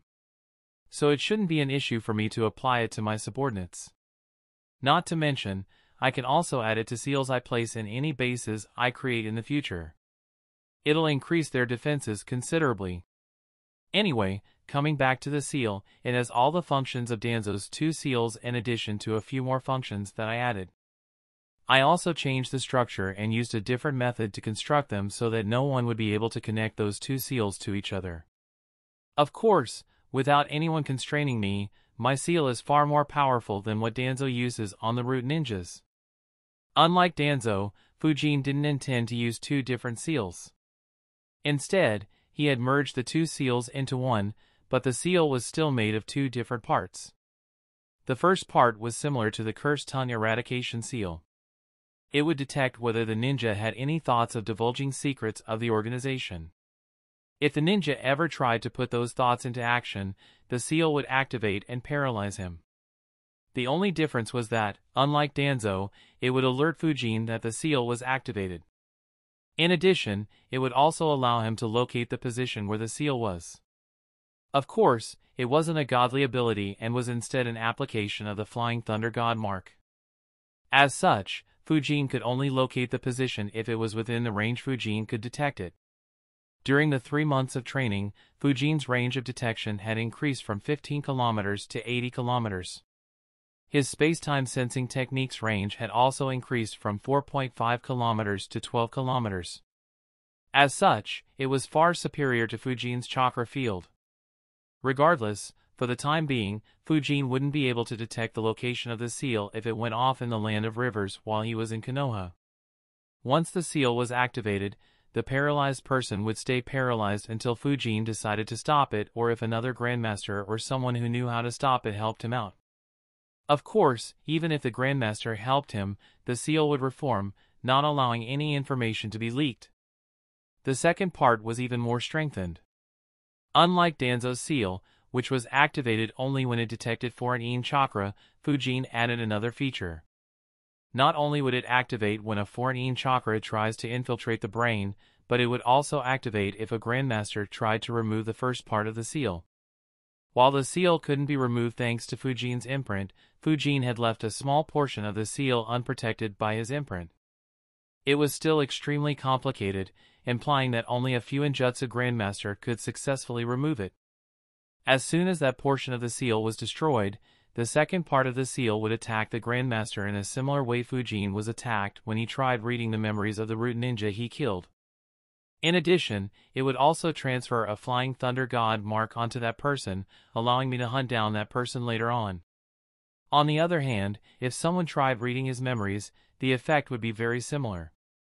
The enemy will be attacked while the seal will destroy the brain of the one who bears this seal, killing him or her in the process. However, there were two big differences. The first one was that the second seal also contained Fujin's Flying Thunder God mark. As such, he would be able to teleport to every ninja who had this seal once his range increased. And secondly, enemy chakra wasn't the only condition to activate the seal, killing the ninja in the process. Fujin could activate the seal at will. The life of every person in his organization would be in Fujin's hands. If Danzo could have his way, he would have added this ability to the seals as well. Unfortunately for him, even though he had full control over the root, he still had to adhere to certain limits. Hiruzen watched over his actions. Creating such a seal was something Hiruzen would never allow. Even if Hiruzen allowed it, as long as others learn of it, every clan in Konoha would have been in an open rebellion. Either the two of them would have been overthrown or the village would have collapsed. Luckily for Fujin, he didn't have any such constraints. Unless one of his subordinates became a Grandmaster in Fuinjutsu, they wouldn't even be aware of the fact that Fujin could kill them with a thought. Of course, Fujin had no intention of being a tyrant like Danzo or Orochimaru. He had only added that ability to take out any spies or traitors. He didn't intend to force the members to do something that went completely against their will. There was another major difference between Fujin's and Danzo's seals. Danzo's cursed tongue eradication seal was visible on the tongues of root ninjas while his other seal was hidden. In the case of Fujin's seal, both parts of his seal were hidden. As such, an enemy was extremely unlikely to discover the seal before the first part was activated. The second part was even more difficult to detect as it was further hidden by the first part of the seal. Unless someone managed to remove a part of the seal, it wasn't possible to understand what was hidden. However, if someone managed to do so, they would activate the second part of the seal, making it impossible to study it. Not to mention, the seal had Fujin's imprint. So only the part of the seal that Fujin had purposefully not protected by the imprint could be removed, and it wouldn't be sufficient for anyone to study the second part of the seal. In all, it was quite an effective and disgusting seal. It was an extremely effective seal for ensuring discipline and maintaining control in an organization. And it was disgusting for anyone trying to undo the seal. It was filled with several traps. Once Fujin's Flying Thunder God's range improved, he could directly send shadow clones who had prepared rank S jutsus to the location of the seal and destroy anyone who had captured his subordinates and was trying to undo the seal. Fujin was extremely pleased with the seal. He had worked quite hard to cover all aspects he wanted to. He spent a couple of hours making an imprint of the new seal. He looked at his left palm where the new seal imprint was created and thought, this seal. I'll call it the Phantom Seal. It will be the sign of every member of my organization. It will also go well with the name I have thought of. Fujin smiled and muttered, the name of my alliance will be. Chapter 473, Phantom Haven Society. Fujin smiled and muttered, the name of my alliance will be Phantom Haven Society. During the last 3 months, whenever Fujin was in training, he had spent a lot of time thinking about what to do with the organization. His reasons for creating the organization were extremely selfish. Fujin desperately needed a better way of getting information. Konoha was obviously very good at it, however, Fujin had no control over it. Jiraiya's information network was the most famous, but all his findings would only be reported to Hiruzen. Hiruzen would only share the information with Fujin if saw any need to. Otherwise, Fujin wouldn't be able to access any information at all. Danzo had his spy network as well, but he didn't even share his findings with Hiruzen unless he had something to gain from it. Fujin had no chance of getting access to it. The only information network Fujin had access to was Umbu's information network. Even though he wasn't a part of the Umbu anymore, Fujin could still access it and did so every once in a while. However, once again, the information was filtered by the Umbu commander. Information could still be hidden from Fujin. Not to mention, there were limitations. If Fujin discovered some important information and decided to do something about it, it would be child's play for Hiruzen to link the related events to Fujin. If Fujin did something that harmed Konoha's interests, it would strain his relationship with Hiruzen, and Hiruzen could restrict his access to intelligence. As a result, having his own organization that gathered information would be very helpful to Fujin. Another aspect was gaining some capable subordinates. While Fujin wasn't very interested in this aspect initially, as he preferred to rely on his own strength, he realized the importance of having capable subordinates when he was trying to study Zenkaku's dead body. If he had a subordinate like Kabuto, he could leave the task to him. Even without someone as capable as Kabuto, having a few ninjas who specialized in medical ninjutsu could have helped Fujin a lot. As a result, if Fujin could raise some capable subordinates in each field through such an organization, it could make his life quite easier. Though it was unlikely that Fujin could raise rank S ninjas before the start of the Fourth Great War, especially considering the fact that Fujin would be spending most of his time in Konoha, the organization had the potential to flourish once a power vacuum was created after Akatsuki's destruction and death of the majority of the ninjas in the next Great Ninja War. Though Fujin hadn't completely planned out what he would do after the war, having this option would give him a lot of options and flexibility. Unfortunately, all these reasons were extremely selfish. Who would like to be a part of an organization if these reasons were listed? So, Fujin needed a noble purpose and a dream. A purpose that people would be passionate to follow. A dream that people would be willing to give their lives up to achieve. Thankfully, in the current world, it wasn't difficult to come up with a good reason. After all, the world was a complete mess. Only the major and the minor villages enjoyed long periods of peace in between wars. The people who didn't live there had an extremely difficult life. It would only take one unfortunate event for them to die or lose their family members and fall into misery. In addition, Fujin knew the reason behind Akatsuki's formation. He knew what Orochimaru did. He knew how Konoha depended on the will of fire to rile everyone. He knew how Danzo trained the root ninjas. So, he wasn't lacking in knowledge. The only question was whether Fujin could utilize the knowledge properly and implement the right plans. Fuin muttered, "I finalized almost every detail I could think of. I hope I didn't forget anything, and what I thought of is sufficient to start it." Though Fujin planned a lot, he was still not sure about whether he would succeed. After all, he had never tried anything like that. He decided to stop being worried about it and focused on his training once again. For days later, Fujin accepted a bunch of elimination missions and began heading towards the land of grass.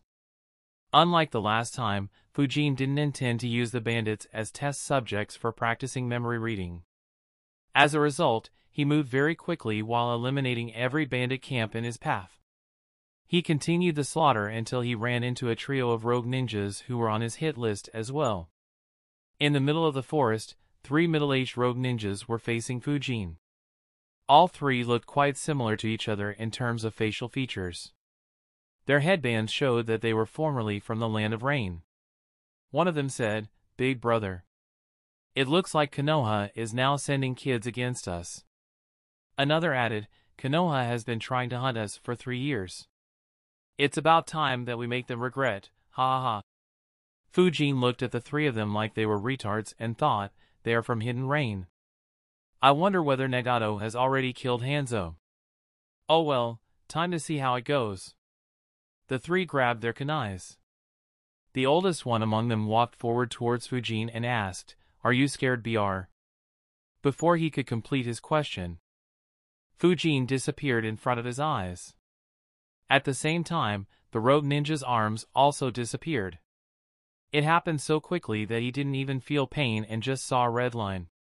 When he looked at his arms, he was horrified to see both of them sliced clean. A horrifying scream escaped his throat. It scared away some of the animals and birds around that place. The remaining 2 rogue ninjas were just as shocked. Before they could react, both were in the same state. In fact, Fujin went a step further and cut off their legs as well to prevent them from trying to run away. They began screaming in horror as well. Neither of them expected such a result. They looked up to see Fujin standing next to the first guy he attacked. This time, Fujin no longer seemed like a youngster in their eyes. Instead, he seemed like a terrifying and bloodthirsty demon. Their screams began desperate as they apologized and begged for mercy. However, Fujin ignored them. He had already sensed the area and there was no ninja in the vicinity. He didn't care how loudly they shouted. Fujin thought, it's not bad to be ignorant, but people should at least stay aware of the reality. Don't go around threatening someone if you don't know who that person is. Though they would have still died, perhaps it would have been a little less dreadful. The first rogue ninja looked at Fujin and asked in terror, "Who are you? What do you want?" Fujin didn't say anything and instead placed his palm on his chest. In an instant, the rogue ninja disappeared from the land of fire and appeared in the void dimension. However, a moment later, he was ejected and appeared in front of Fujin once again. A frown formed on Fujin's face as he analyzed, his chakra didn't decrease at all. On second thought, he barely stayed in that dimension for even a moment. I didn't seal his chakra because I wanted to experiment with this idea. But why did nothing happen? Though he is barely at the Chunin level, his chakra is still higher than some of my shadow clones when they tried entering the void dimension. So, it shouldn't be a matter of strength. Is he so terrified that he can't resist, or is he incapable of resisting for some reason? Fujin couldn't be sure. He sent the rogue ninja into the void dimension several times, but the result was still the same. Finally, he applied the self-cursing seal on the rogue ninja and began reading his memories. He realized, I see. It's not that he didn't try to resist. Rather, he did it and was still expelled from that dimension. Even with his chakra, he couldn't resist the pressure at all. That said, it isn't the issue with the amount of chakra. I guess only the ones who have some level of mastery of the space-time technique can resist the pressure. I guess using this to drain chakra of enemies isn't possible either. A shame. Fujin read his remaining memories before knocking him out. He tried sending the second rogue ninja to the void dimension as well, but the result was the same. He knocked him out as well after reading his memories. The third one was ejected as well. However, Fujin wanted to do one more experiment. Chapter 474, One Person, 3 Identities. I kinda underestimated the amount of work that would be needed to create an organization. As a result, quite a few chapters were needed to complete it. Going by the comments, not just the recent ones, I can see that there are many who don't want an organization. Unfortunately, this organization is something that I had decided on very early on while creating the plot and will be playing a very important role in the future events. So, it isn't something I could change without completely messing the plot that I have planned out. For the ones who aren't very interested in organization building, I'd recommend taking a break for a couple of weeks and just reading briefly through it, can continue from CHP 486. Would honestly prefer if the comment section isn't again filled with asking me to skip past this arc, as it is extremely discouraging for a writer to see that in every arc. Secondly, my chapter length on average is 1.5k words. I do go around 1.7-1.8k in some rare cases, however it is extremely draining for me to do so regularly. Even maintaining the 1.5k words per chapter is extremely taxing to do. If such a chapter length is a turn-off for you, I can only recommend reading every other day so that you can read 2 chapters in one go. If that's not cool either, then unfortunately there isn't much I can do about it. Apologies for not being able to live up to what your expectations are. Fujin held the ninja and entered the void dimension along with him. Once again, he felt the pressure. He used his chakra to resist it. At the same time, he also used his chakra to help the rogue ninja resist it. The rogue ninja was finally able to stay in the void dimension. He was confused as he couldn't sense anything at all for a second. It was as if all his senses had been shut down. After verifying, Fujin stopped resisting and immediately returned back to the land of fire. He didn't want to exhaust a major chunk of his chakra for no reason. He analyzed, the scroll was right. I need to help whoever I bring into the void dimension resist the pressure there. Of course, once my speed of teleporting increases, I won't need to resist pressure as I can complete the process in an instant. That said, bringing others with me will increase chakra consumption. The additional chakra I'll need will depend on the number of people I'm teleporting, their chakra levels, and whether they are resisting or not. Teleporting a tailed beast that doesn't want to be teleported will likely be impossible for the time being. Sigh, how much chakra did Minato have to teleport a complete Kurama? Fujin stopped thinking about it. There was no point in comparing himself with Minato. After all, Minato was already dead while he was still alive and kicking. He looked at the 3 rogue ninjas in front of him. Though he was done experimenting with the Flying Thunder God Jutsu, there was still another experiment he wanted to carry out.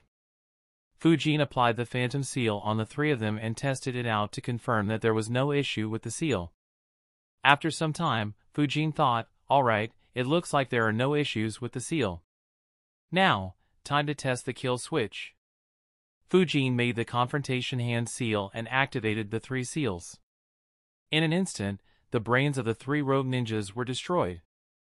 Fujin nodded in satisfaction and followed up with his usual ritual of destroying and cremating the dead bodies and burying the ashes deep in the ground so that even Edo Tensei wouldn't be able to revive them. He continued the journey. He completed the missions he had accepted within a couple of days while also testing out the Phantom Seal on the rogue ninjas he was supposed to eliminate. Needless to say, he had also left hundreds of Flying Thunder God marks between Konoha and the Land of Grass. Instead of returning to the village, he moved south and headed past the border between the Land of Fire and the Land of Rain to move towards the Land of Rivers. En route, Fujin changed his appearance to that of Shurden, the identity that he had used when he met Shigeki. He thought, I overlooked one aspect earlier. I was initially planning on using the Shurden identity to fight under disguise. However, Shurden will be the leader of the Phantom Haven Society. If my targets link Shurden to the Phantom Haven Society, then it will be destroyed in no time, wasting all the time and effort I'd be spending on it. It means that I can't use this identity for those purposes. I'll need a third identity as well. That identity will mostly fight with the lightning element. In that case, what should I use to fight while on Shurden? Fujin fell into deep thought. While he had learned a range of jutsus, there was only so much he could hide while still maintaining his strength. Fujin thought for a while before sighing and deciding, there are very few options. I can't use my vacuum jutsu. That is a dead giveaway. Even with lightning, I'll have to avoid overlaps and I can't use the same fighting style. It means that I can't use my strongest jutsus and my most effective tricks. Flying Thunder God is also out of the question. Hiruzen will link it to me. Even if he dies, I'm not sure if he told anyone about giving me this jutsu. If Shikaku knows, he can link it as well. However, once my range increases, I can pretend to be using reverse summoning to get away, and I can do so with all 3 identities. Without wind and lightning release, my swords won't be very effective either. However, using chakra flows should be fine. That said, I'll need new swords for Shurden and the third identity, especially for the third identity. I wonder if that noble in the Land of Frost still has that chakra metal sword. His family's book on the incomplete research about merging wind and water to create Ice Kekii Jinkai has been useless to me so far. Oh well, guess I'll steal it later. If he doesn't have it, then I'll have to pay a visit to the Land of Iron, either to make new swords or steal old ones. If I had created a Kekii Jinkai, then I could have given it to this identity. After all, it is unlikely that an elemental Kekii Jinkai will add much to my strength. If I had the Swift or Scorch Kekii Jinkai, then I could have used them to enhance Shurden's power. Unfortunately, I don't have either of them. Anyway, without all these options, I guess the only thing that is left is Fuinjutsu. After all, my fire and earth elements kinda suck. Though I am known to be a grandmaster in Fuinjutsu, not many know what my skills are. As long as I don't use the explosion seals I used against Juzo and Kakuzu, it'll be hard to link it to me. I can use the self-cursing seal and the chakra suppression seal liberally in my fight to restrict my opponents. Those will be the main skills of Shurdin. Of course, that will be backed by my speed and strength. I'll use the body flicker jutsu for movement. For defense, I'll use barriers along with iron skin jutsu and earth wall jutsu. I'll use the samurai saber techniques with my swords once I get new ones. Perhaps I should add a fire jutsu for an AoE attack. I suppose searing migraine jutsu should be sufficient. Using some Jin jutsu is fine as long as I avoid the bringer of darkness and wind style Jin jutsu. This should allow me to deal with elite jounins with some ease. As for stronger rank S ninjas, I can only hope to fend them off with Fuinjutsu and make the fight a stalemate. Without Assassin's Rush Jutsu, I won't be able to get an advantage in speed. However, unless I'm facing the Raikage, I doubt anyone could use speed to defeat me either. That said, with so many restrictions, it's best if I don't fight with Shurdin identity. Especially against the ones I have already or will fight in the future. I'll only fight if the base is at risk. Even then, I'll hide behind a large number of seals and use them in the fight.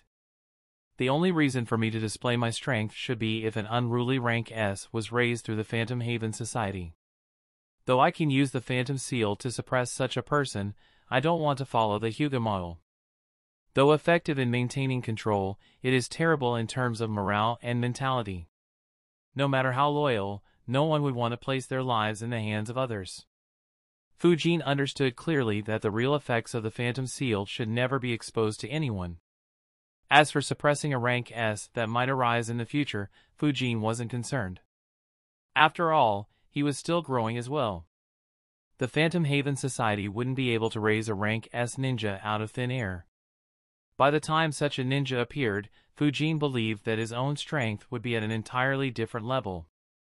Engrossed in his thoughts, Fujin, using Shiden's disguise, entered the Land of Rivers and moved towards the cave where he had left Shigeki.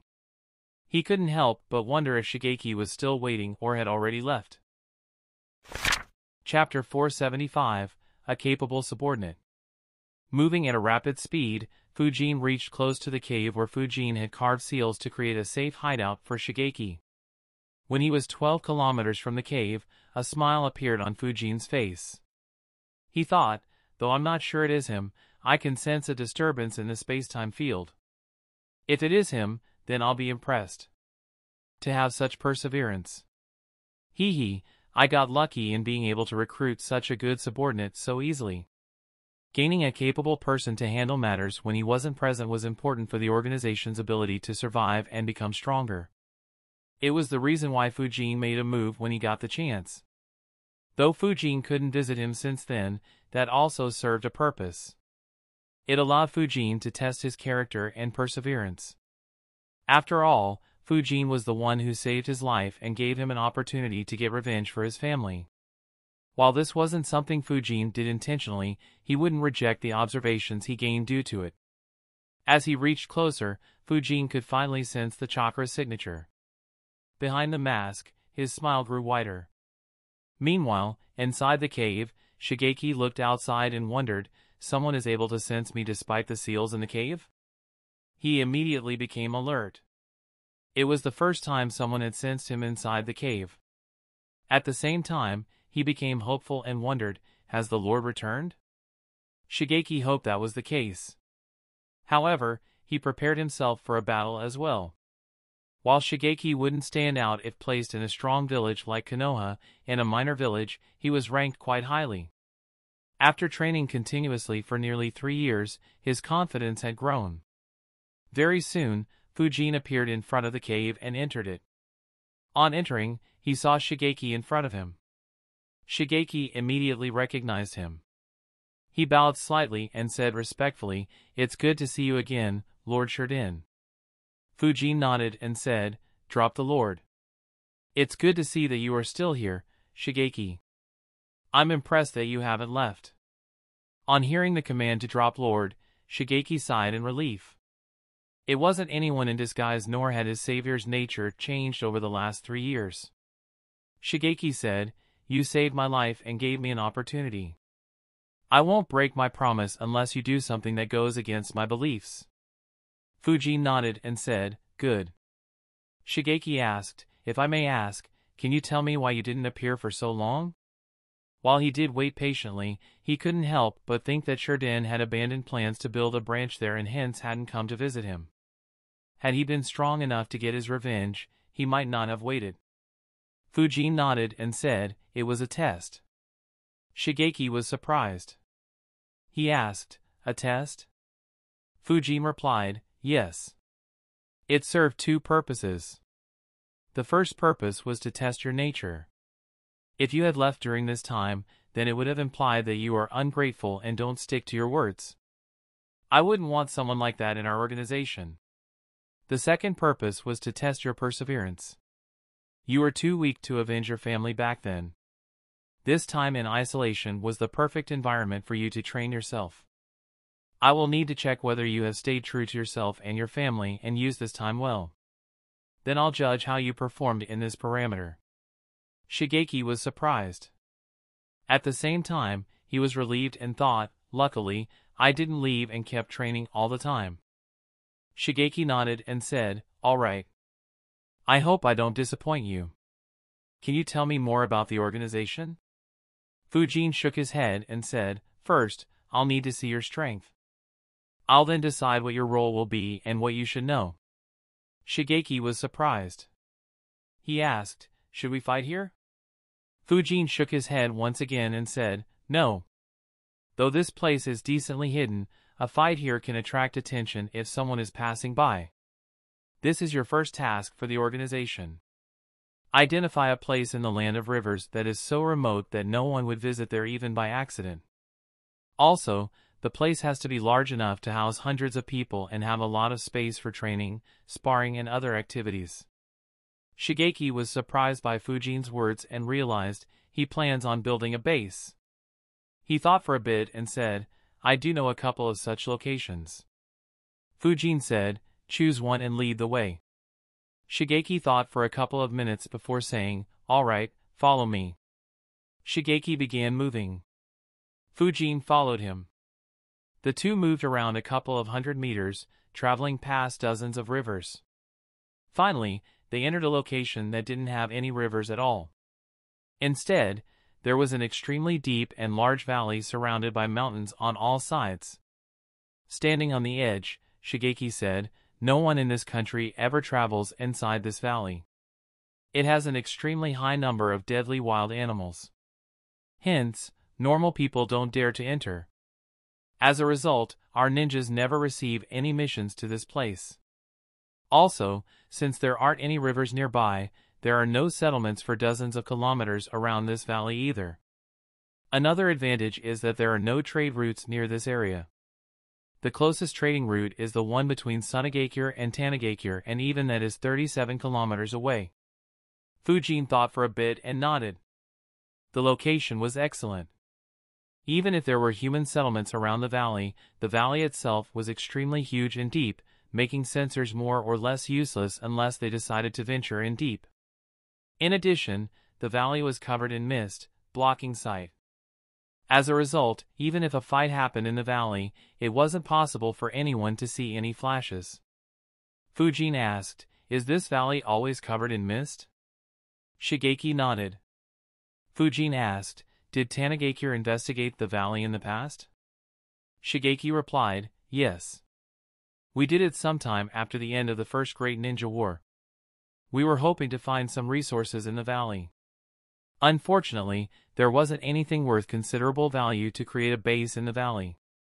It has pretty much been abandoned since then. The only usage this valley sees is if Sunagakure or Kanahagakure are trying to sneak troops to the other side during a war.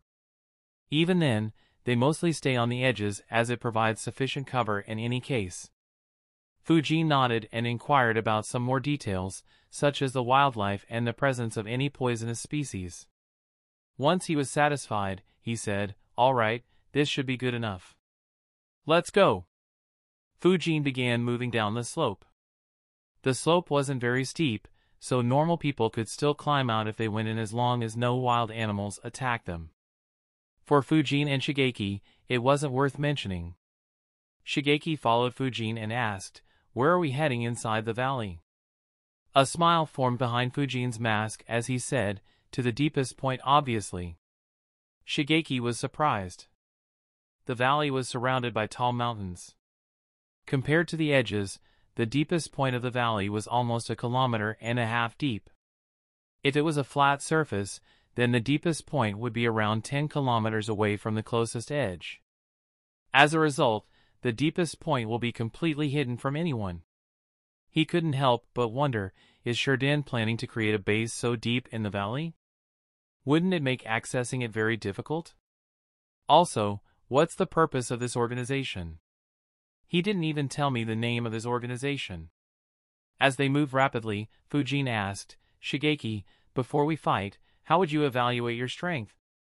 Shigeki answered, "If I return to Tanigakure, then I'm sure I'll be able to contend for the spot of the strongest ninja in the village. If I was in a major village, I guess I would be an elite jounin." Fujin was surprised by his self-evaluation. That said, he didn't assume it to be true. After all, most minor villages didn't believe themselves to be much weaker than major villages. The only points where they accepted their inferiority were the absence of rank S ninjas, Jinchurikis, and the total number of ninjas. Fujin asked, "And, what do you specialize in and what are your abilities?" Fujin already knew the answer to this question. However, he didn't know what Shigeki did after their meeting. As such, he was curious to know. Shigeki answered, "I specialize in ninjutsus.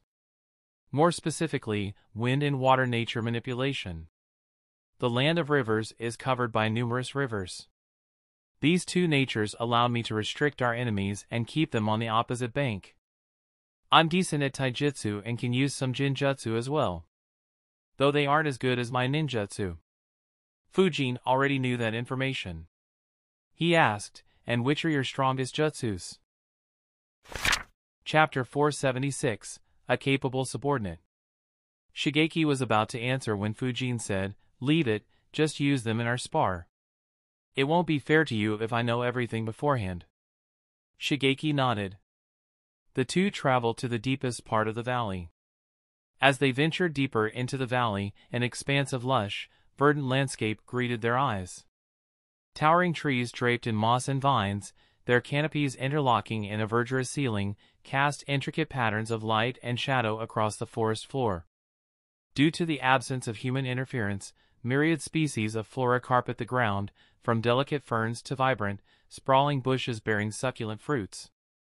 Amid this tranquility, there was a range of wild animals. As he moved deeper, Fujin saw a bunch of deer, bison, and rabbits.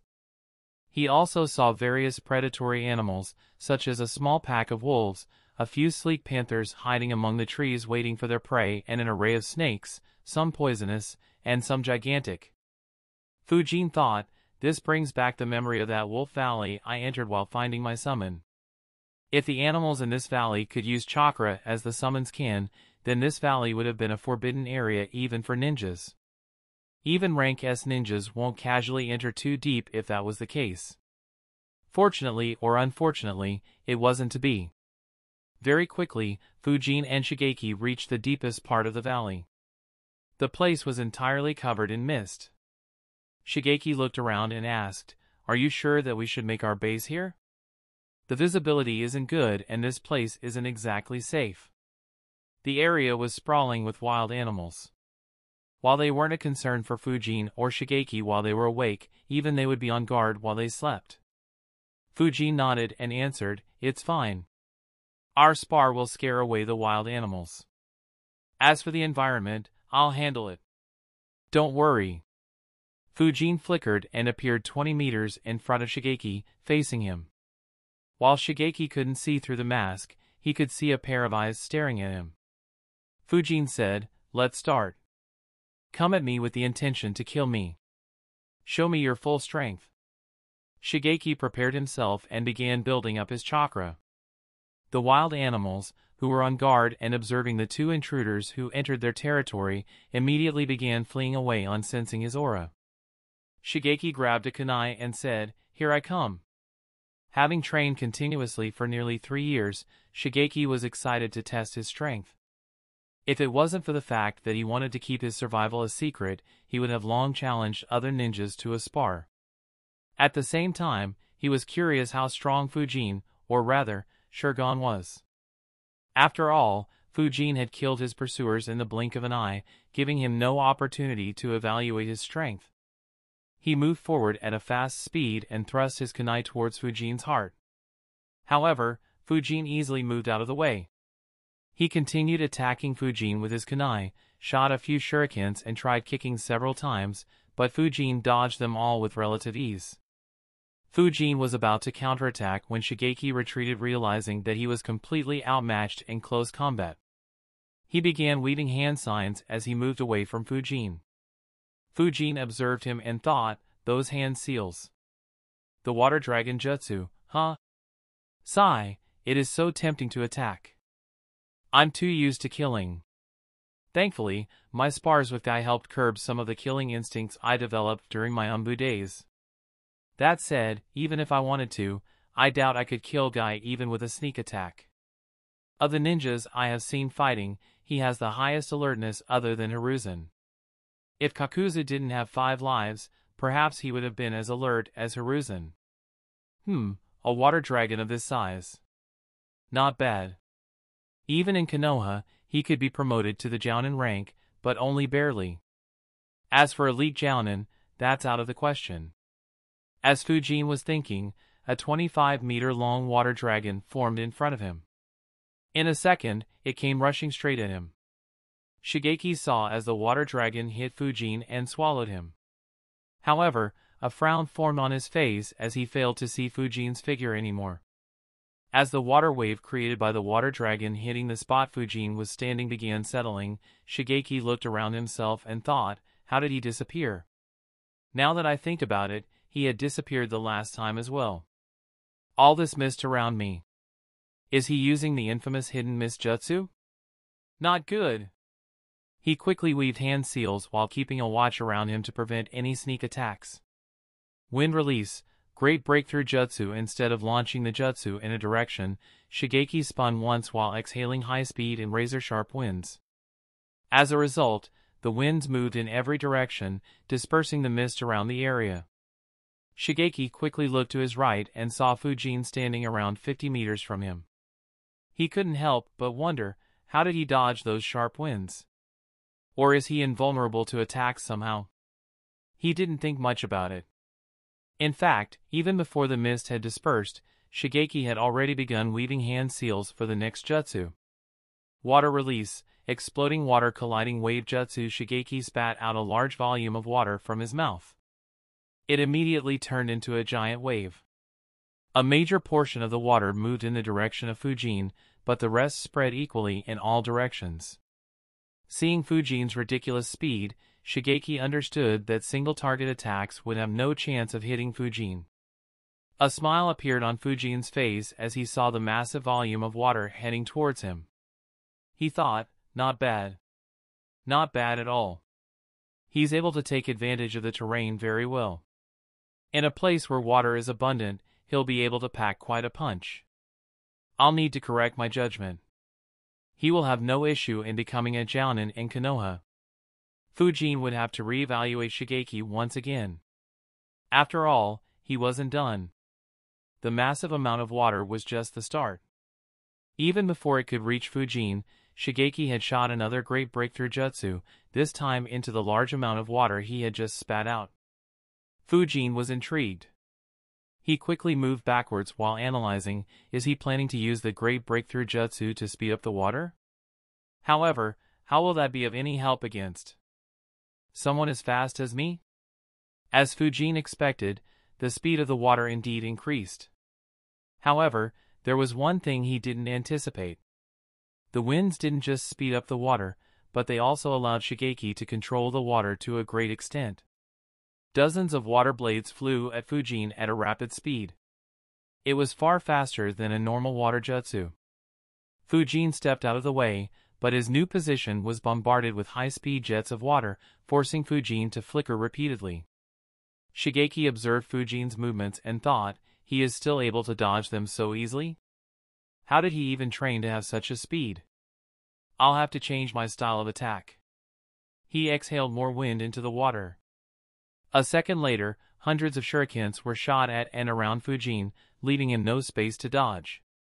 Of course, it wasn't enough to stop Fujin, who flickered a couple of times and appeared to Shigeki's left. For a moment, Shigeki was left speechless. He thought, he flickered such a long distance?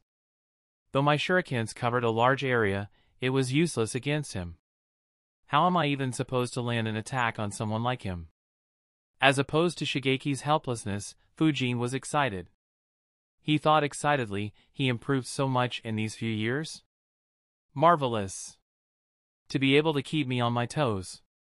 Now, let me see the limits of this combination jutsu, he. To Shigeki's surprise, Fujin flickered on top of the large water body he had created and shouted, "Give me your best shot." A sword appeared in Fujin's right hand. It wasn't his usual sword and instead was just an ordinary sword he had picked up from the targets he eliminated earlier. With Fujin standing atop the water, Shigeki's attacks became much faster as they didn't need to travel. Fujin flickered continuously to dodge the incoming attacks. In most cases, he moved just a couple of meters away to dodge an attack. However, every now and then he'd be forced to flicker long distances or defend with his sword. Fujin stayed atop the water for 5 whole minutes, dodging everything Shigeki could throw at him. The combination jutsu surprised Fujin a lot. He had researched Shigeki before he left the village. Shigeki did have a history of using wind attacks and water bodies to block enemies from progressing. However, what he was using was in a completely different league. Fujin judged with excitement, he is good. He's at least on par with Takuhei from Yugakure. Though he still can't be considered an elite jounin, he isn't too far away. With my help, he'll reach it in no time at all. Anyway, it's time to end this. His chakra has almost run out. Chapter 477, The Cover Story. Fujin's figure suddenly disappeared. Shigeki couldn't see him but could still track his movements due to the splash he would create whenever he stepped on the water. He tried attacking, however, he was late every time. After missing 3 attacks, Shigeki realized, he is coming towards me. In close range, I'm no match for him. He immediately weaved hand seals and shot another great breakthrough jutsu in the direction that Fujin was last in.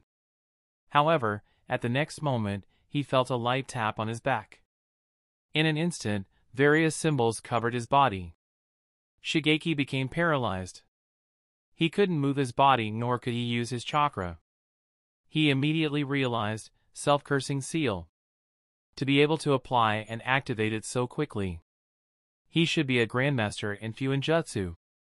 No wonder no one could detect that cave. Without Shigeki's control, the water began spreading in all directions. Fujin deactivated the seal and said, "That's enough for now.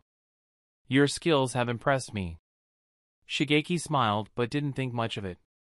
He was already in his late 30s. Hearing such praises wasn't something that would make him happy.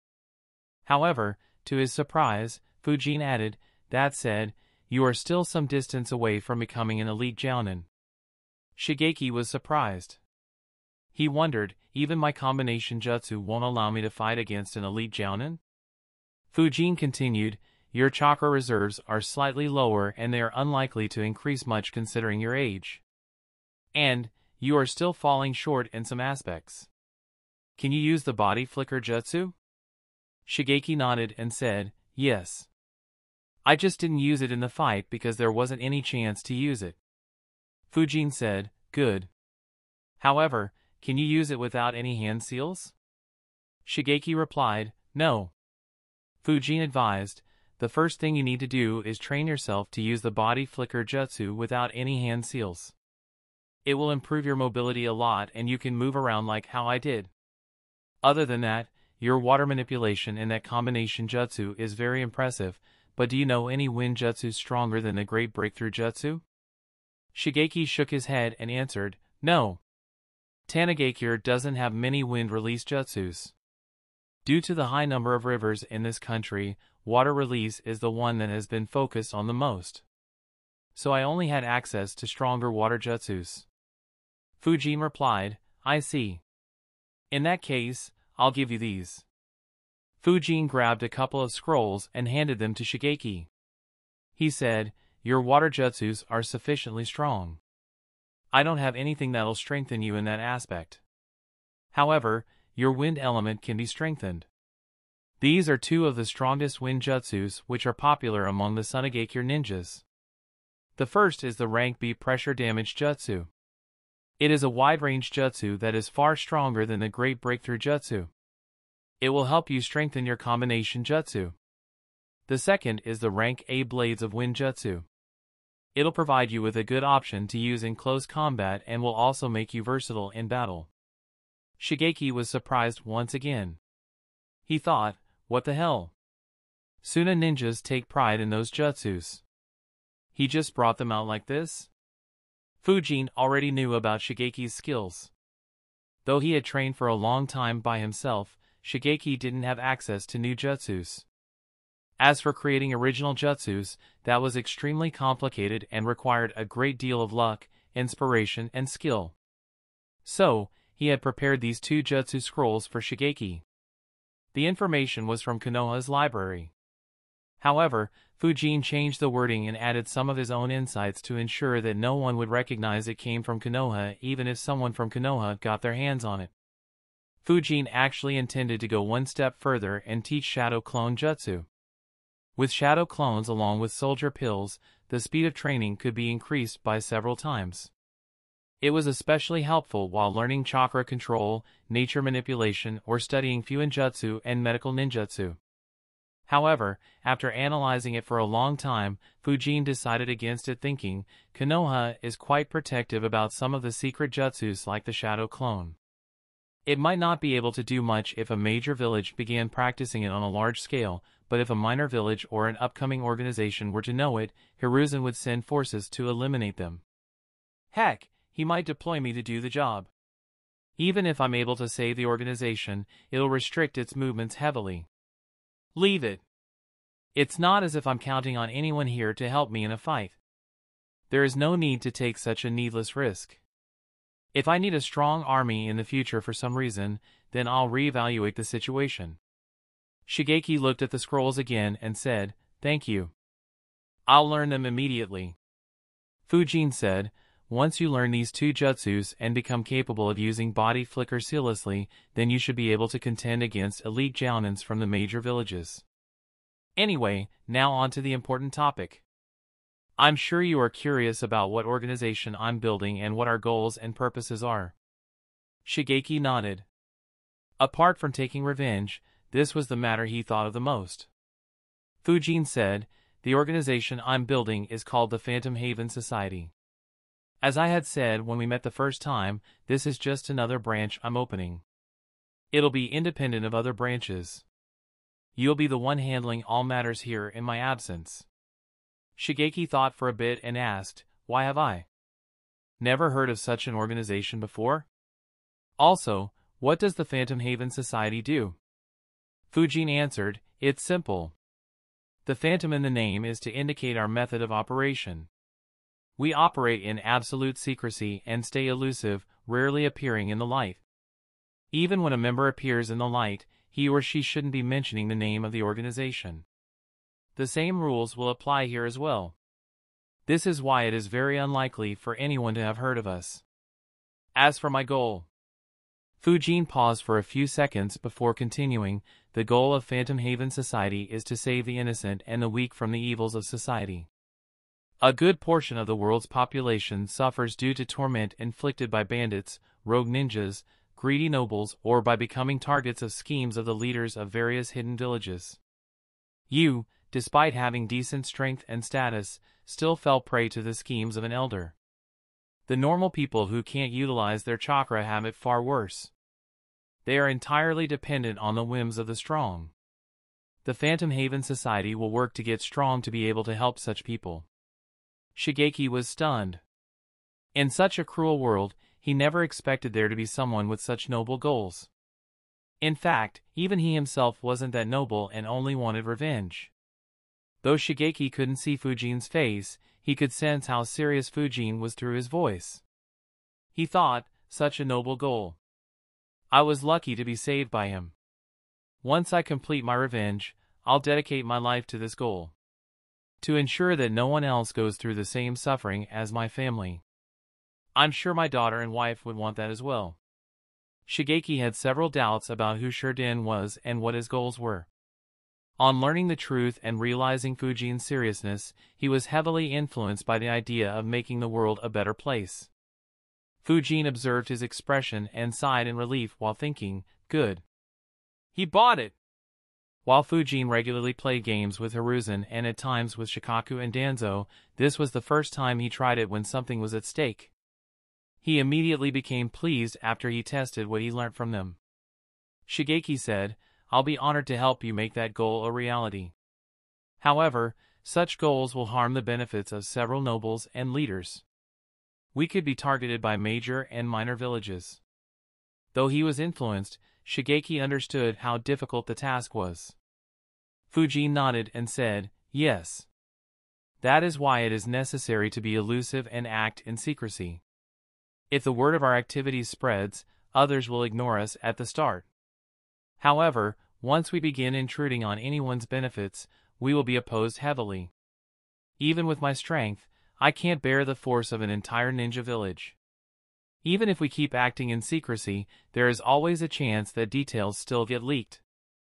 That is why every branch is independent of each other. If one branch messes up and attracts trouble, the others will be safe. I'll dissolve that branch and have them help other branches or create another secret force that will secretly aid other branches. Chapter 478, Phantom Will. Shigeki nodded. He agreed with the steps Fujin had taken. He asked, all right. What should I do right now? How will I manage this branch? Fujin said, though the goal of Phantom Haven Society is good, we can't do good just by wishing for it. Otherwise, this world would have long achieved peace. To help progress towards our goal, we need to do 3 things. They'll be your main activities. 1. We need to recruit more people. I can't stay here all the time. And you won't be able to handle everything by yourself. For starters, you'll be responsible for recruiting other ninjas like you. Ninjas who you trust, are good-natured and will be willing to work with dedication towards such a goal. Of course, considering the risky nature of the job, you should only recruit ninjas who don't have anything to lose and don't have anyone dependent on them. Shigeki understood the reason behind Fujin's words. Once someone joins such a secret organization with such an outrageous goal, they will have a difficult time returning to live with their loved ones. Not to mention, they could be hunted down once their past is exposed. Even if they escape, their families will suffer. Fujin continued, once you have recruited a few capable ninjas, you can start operating.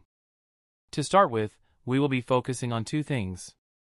Our goal is to help unfortunate people who face calamities. But, in order to help such people, we need to know that they are suffering and need to know that quickly enough. Otherwise, we won't be able to help them all. To do so, you will need to build an information network. The 3rd thing will apply when we get into action and rescue an affected village or community. We will help them resettle, either in the same place by eliminating the danger if we can or in a nearby village if we can't and they are willing to move. During such rescues, we will also recruit young kids who have the passion to join an organization like ours and the talent to become a ninja. Unlike the hidden villages, we will never send the kids to war. Instead, they will stay safe in this hideout until they are trained enough to be considered shunins. This will be your most important task. Though we are decently strong, there isn't much 2 people can do by themselves. In fact, even with help, we can't be sure if this goal will be achieved during our lifetime. We will need strong and passionate youngsters with the drive to see that our goal will be achieved even if we pass on. Fujin looked into Shigeki's eyes and asked in a serious tone, Kasai Shigeki, are you willing to take over this role? Shigeki replied respectfully, I am willing. Fujin nodded and said, good. He extended his right palm towards Shigeki. A seal appeared in his right hand. Fujin said, this is the Phantom Seal. Every member of the Phantom Haven Society will have this seal. This seal has several functions. For starters, it'll allow me to identify the members of our society. Secondly, this seal will prevent anyone from betraying us. If anyone tries to leak our secrets, then his or her body will be paralyzed. Even other Fuinjutsu grandmasters won't be able to help them. In addition, this seal also prevents anyone from controlling or reading the minds of our members. Show me your back and lift your shirt. I'll apply the seal to you. Shigeki followed his instructions and presented his back. He thought, as I guessed, he is a Fuinjutsu grandmaster. He might even be one of the best ones, seeing how confident he is in this seal. Shigeki didn't suspect Fujin and accepted the seal. As a result, Fujin didn't face any obstruction and was able to place the seal properly. Fujin said, one important aspect of this seal is that I can only place it on those who are willing to join us. Otherwise, I won't be able to place the seal. It will prevent the ones who are unwilling or forced due to any reason from being able to join us. In the future, when you recruit, you have to ensure that you don't force someone to join us. I won't accept anyone if they aren't willing. By accepting this seal, it shows that you believe in the Phantom Will. For the umpteenth time, Shigeki was surprised. The seal was far more advanced than any seal he had seen or heard of. However, he was also confused. He asked, what is Phantom Will? Fujin answered, it's an illusionary will that we believe in. Shigeki was even more confused.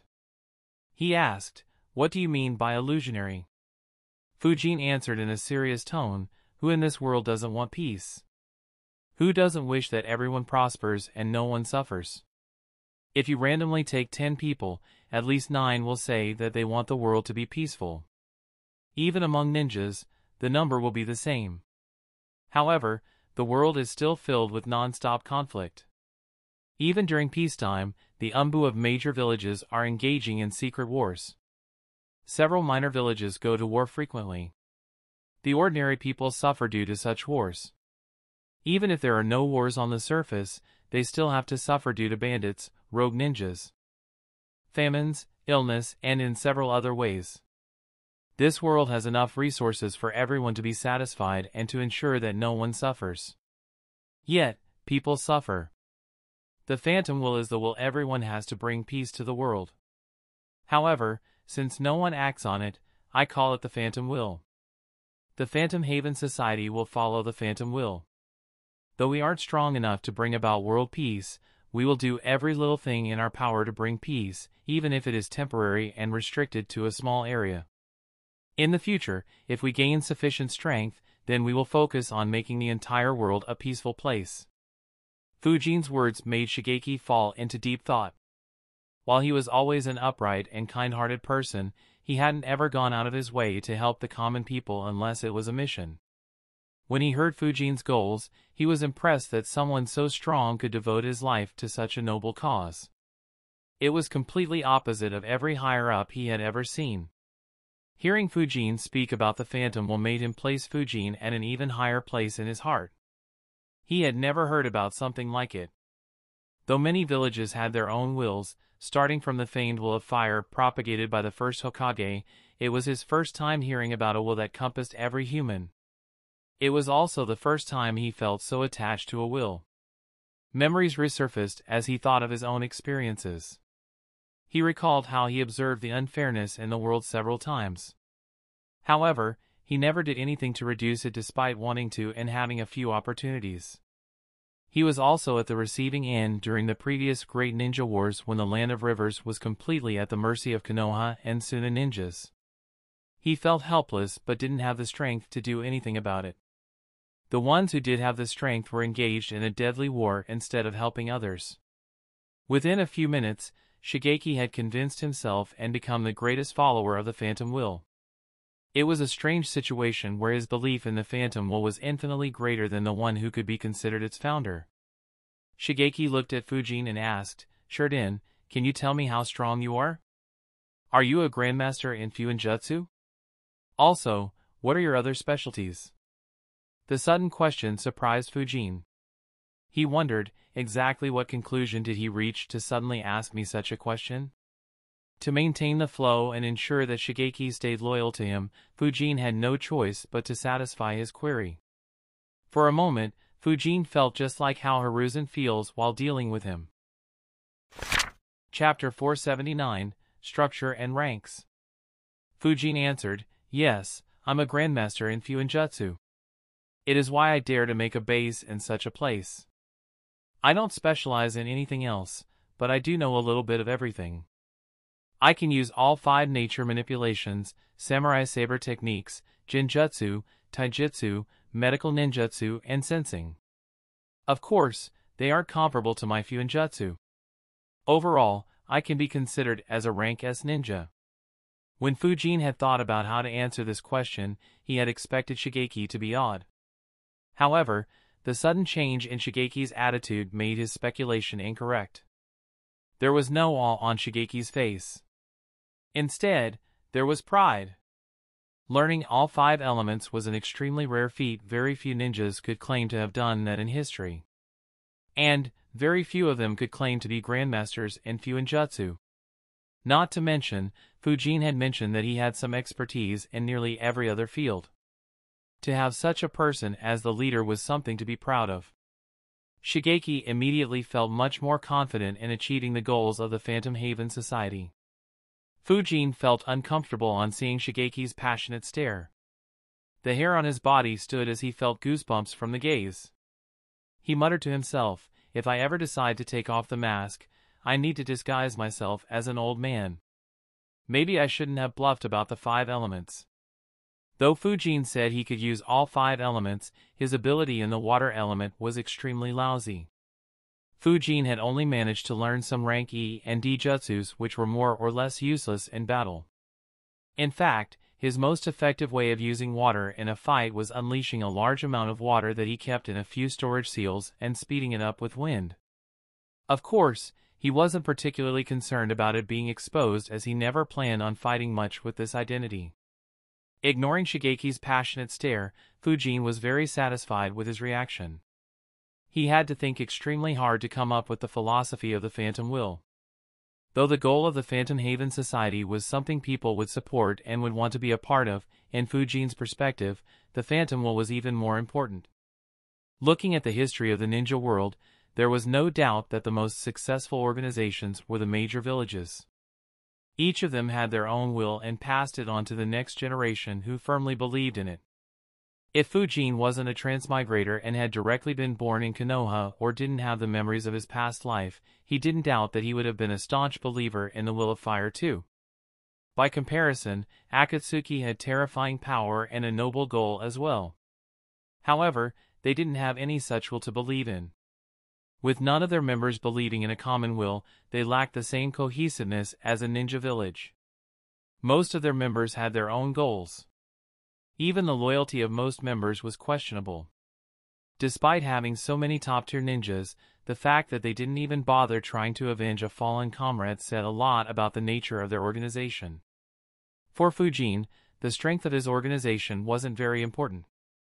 Instead, he needed loyalty and diligence. As long as they created and maintained a good information network and provided real information to Fujin, he didn't care as to whether they actually did anything else. As a result, having a will that united everyone became very important for Fujin. Seeing Shigeki's reaction, Fujin became confident that the Phantom Will would be good enough to keep his organization united for a long time. He thought, I guess I need to be thankful to Hiruzen.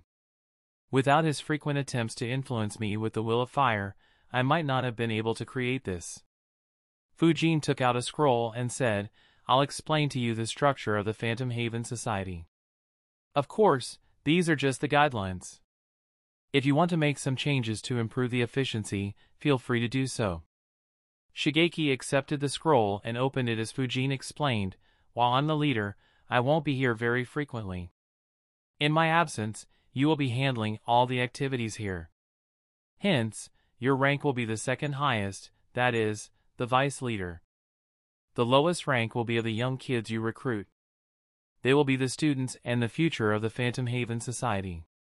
We won't be accepting anyone who can't become a ninja here, so there won't be any ordinary civilians here.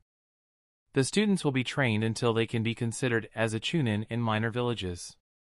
Shigeki interrupted Fujin and asked in confusion, "Chunins?" Fujin nodded and explained, "Yes, chunins. In a fight between ninjas, the fatality of genins is very high. I don't want to see young kids meeting their death meaninglessly." Shigeki's respect for Fujin increased once again. Fujin continued, "Unlike the hidden villages, the academy here will continue training kids until the age of 15. If they reach the chunin level earlier, they'll be allowed to graduate early. If they fail to reach that rank, then they can be developed as spies or informants, or they can be given non-combative miscellaneous roles within this base depending on their talents. If their strength improves in the future, they can be promoted to field agents. As for the ones who manage to pass, they will become field agents immediately and can participate in our rescue missions. They will likely make the bulk of our forces. They will be divided into smaller teams and be led by captains. A captain will have to be as strong as an elite chunin or a special jounin from the major villages. Your strength when we met the first time was probably at this level. If someone manages to become strong enough to be considered as a jounin in major villages, they'll be promoted to the commander rank. They will be the ones commanding any operation. Every promotion to this rank will have to be approved by me. Apart from these ranks, I'll also label a few members as special elites. This will be for members who develop one skill to an extreme, like say becoming Grandmaster in Fuinjutsu or becoming one of the best medical ninjas or developing a Kekkei Jinkai beyond a certain limit and so on. Of course, if anyone manages to reach the elite Jounin level, they'll also be included here.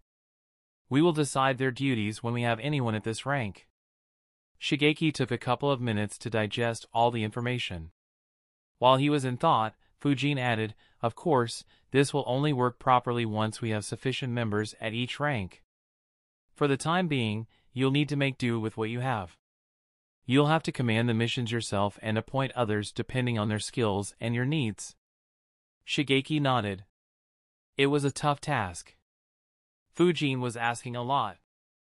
Fortunately, Shigeki was willing to make the efforts needed to make the goal of the Phantom Haven Society a reality. He said, "If a day comes when we have thousands of field agents, hundreds of captains, dozens of commanders and several special elites, we might be able to make this dream a reality." Fujin nodded. If the Phantom Haven Society reached such a level, then it might truly become a reality.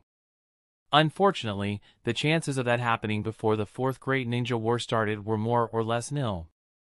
Despite having good guidance in the academy and an amazing sensei after graduation, Fujin still needed almost 6 years to reach the Jounin level. Though he managed to reach the level of elite Jounin soon after, it would have taken a lot longer if Hiruzen hadn't taught him the wind vacuum technique as a reward for beating the record in the second stage of the Chunin exams.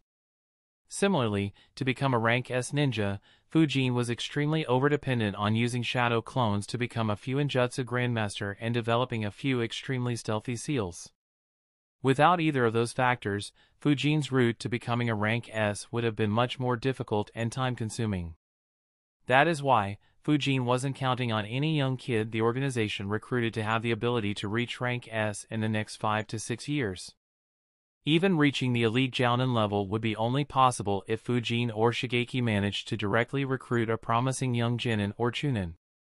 The only possible exceptions would be if Fujin managed to recruit someone who was already a rank S ninja or an elite Jounin. Unfortunately, the chances of someone that strong joining and willingly accepting the Phantom Seal were extremely low. Shigeki followed up by asking several questions that were important for running the base successfully. Fujin had already thought of all the questions and patiently answered every question properly. Chapter 480, Two Choice. At one point, Shigeki asked, "What if one of our members wants to quit and return to a normal life?" Fujin answered, "Then we let them go. As I said, though the phantom will exist in everyone, it is unrealistic to expect everyone to act on it. Of course, we won't be removing the Phantom Seal. so there won't be any danger of them leaking sensitive information. If they change their mind in the future, they can rejoin. They could also recommend others to join us. Not to mention, any former member will help us with gathering information. Whether they do it actively or passively will be their choice. So, they will still help us reach our goal faster. Besides, with them out there, they can ensure that the crimes against the weak are reduced. At the very least, no normal bandit group will be able to harm the village they are staying in. Shigeki nodded. Though it could reduce their fighting power temporarily, it'll make their unity stronger if they aren't forced to serve. Shigeki continued asking more questions until he covered every aspect. Once he was done, Fujin asked, "Do you have anyone in mind that you would like to recruit?" Shigeki nodded and answered, "Yes. I thought of them when you said that I would have to recruit.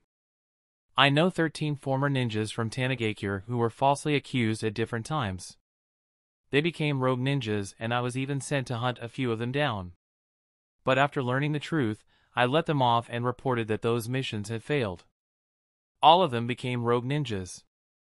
Some lived while hiding from the official ninjas while some became bounty hunters. 5 of them stayed together in a group and 4 more stayed together forming another group. The remaining 4 moved alone. Unfortunately, it has been 3 years since I heard about them. So I'm not sure if I'll be able to find them or even if they are still alive and well." Fujin nodded and said, "All right, that'll be a start. How long will it take you to find them?" Shigeki answered, "I can't say for sure. If I'm lucky, then in 3 days. If not, then it might take a month and I still might not track all of them down." Fujin thought for a bit and instructed, "All right, you'll set out to find them. Return here in 10 days' time irrespective of how many you find. I'll build the basic structure of the base until th." He suddenly paused and began thinking. Shigeki wanted to ask something but stopped since Fujin was busy thinking. After a minute, Fujin looked at Shigeki and said, "Actually, I'll build the main base here and a mini base halfway into this valley. Only the members I have applied the seal on will be allowed in the main base. The rest will have to stay in the mini base until I visit to apply the seals. This will reduce the risk of any spy leaking information about our main base. Also," Fujin grabbed a storage scroll and opened it. From one of the seals, he summoned a few hundred tags with some sort of seal on them. Fujin handed them to Shigeki and said, "Though my phantom seal is very safe, accidents could always happen. If someone accidentally triggers the seal and it paralyzes them, you can use these tags to undo the paralysis. The phantom seal will reform itself, so don't worry about someone trying to use this to get rid of the seal. When you try to recruit those guys, be careful what you speak. You can't leak the secrets of Phantom Haven Society until the phantom seal is applied to them." Shigeki nodded and said, "Yes, I figured that out. And thank you, this will make my job easier." He accepted all the tags. Fujin instructed, "Now get going. I'll send a mud clone with you to inform you of the location of the mini base." Fujin was about to create a clone when Shigeki said, "Actually, I wanted to ask something." Fujin stopped and said, "Ask." Shigeki said, "You had promised to help me get revenge. Can I know when we can do so?" Though Shigeki was impressed by the Phantom Haven Society, he never forgot the fate of his family. It had tormented him for years. Fujin had thought of this matter as well. Initially, he wanted to have Shigeki give shape to the organization and only then help him. After all, if Shigeki lost his will after getting revenge, Fujin would suffer a needless loss. However, Fujin changed his mind after seeing how much he was influenced by the Phantom Will. Fujin said, "I'll give you 2 choices. The first one is that we'll go now and eliminate the ones who caused injustice to your family. However, since it will be just the 2 of us, the entire operation will be done silently. I'll give you an opportunity to assassinate them. Or, you can knock them out, take them away from Tanigakure and torture them for a few hours before killing them. Regardless, no proof would be left behind. No one will know that this was done by you or that those scums were finally served. Justice." The second choice is that you wait a few years and form a formidable force in this base. You can then lead them openly to help get your revenge. Everyone will know that justice was served. Everyone will know that it was you who did it. In the future, the higher-ups will think 10 times before subjecting anyone else to such a fate. The choice is yours. Fujin stayed quiet after speaking. It was quite easy to deduce which path he wanted Shigeki to take. Shigeki fell into deep thought. He spent nearly 5 minutes thinking before he answered, "When I work towards the goal of Phantom Haven Society, I don't want to be distracted by anything else. Nor do I want to feel resentful that the killers of my family are still alive. I choose the first option. I don't want any glory, nor do I want to use the Phantom Haven Society to fulfill my goals. I just want to deliver justice for my family. I hope you can help me kidnap them and give me a few hours alone with them. Also, if I am able to kill them first, it'll be very helpful in recruiting others to join us, as most of them hate the higher-ups in the village. In addition, I also want to gather some information about the village. If more were subjected to a similar treatment as me, I might be able to recruit them as well if they are still alive." Fujin was surprised by the answer. He thought, weird. After getting entranced by the Phantom Will, I expected him to choose the second option. I guess I'm not that good at reading people yet. Oh well, it shouldn't matter much. With this out of the way, he'll focus entirely on making this base stronger. Fujin nodded and said, "All right, let's go." The two left immediately. En route, Fujin showed him where the mini base would be created. It was around 6 kilometers from the main base and still very well hidden from outside the valley, making it extremely unlikely for anyone to stumble upon it. In one of the palaces in Tanagakure, a loud shriek could be heard in the middle of the night. 2 medical ninjas were around a man in his 20s, while an older man was standing behind them. He frowned and asked, "How long would it take you to heal my son's injuries?" "It has been over 2.5 years now." Anger could be heard in his voice. However, the old man was still restraining himself. One of the medical ninjas sighed and answered, "We already told you, Kanji-sama. There isn't much we can do. Itsuki's chakra network was extremely damaged when he was attacked. Even though we have repaired his chakra network as much as we could, it is still very fragile. Every time he uses his chakra, he'll feel an extremely high amount of pain." Suddenly, Itsuki screamed once again. He could hear everything the medical ninja said. However, it wasn't his chakra network or the pain that caused him the most sorrow. It was what was missing between his legs. He shouted angrily, "Father, I want to see that motherfucker Shigeki and mutilate him too." Kanji sighed seeing his son's situation. As time passed, his mental state continuously became worse. He said, "Shigeki is long dead, Itsuki. If he was alive, he would have tried to get his revenge long back." Kanji had sent 5 ninjas to kill an injured Shigeki. He had expected it to go without any accident. Unfortunately, Fujin had ruined his plans. He never heard about those 5 ninjas again. For some time, he was afraid that Shigeki had killed them. However, as time passed, he believed that Shigeki died as well. He speculated that he did a suicide attack that killed all 6 of them. Of course, that didn't do much to reduce the hatred he felt for Shigeki.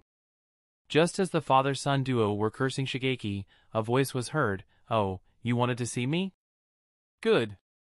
I have been wanting to see the 2 of you for every second since that accursed day." Suddenly, everyone in the room turned around and looked in the direction of the voice. To their surprise, Shigeki stood there, along with a masked man.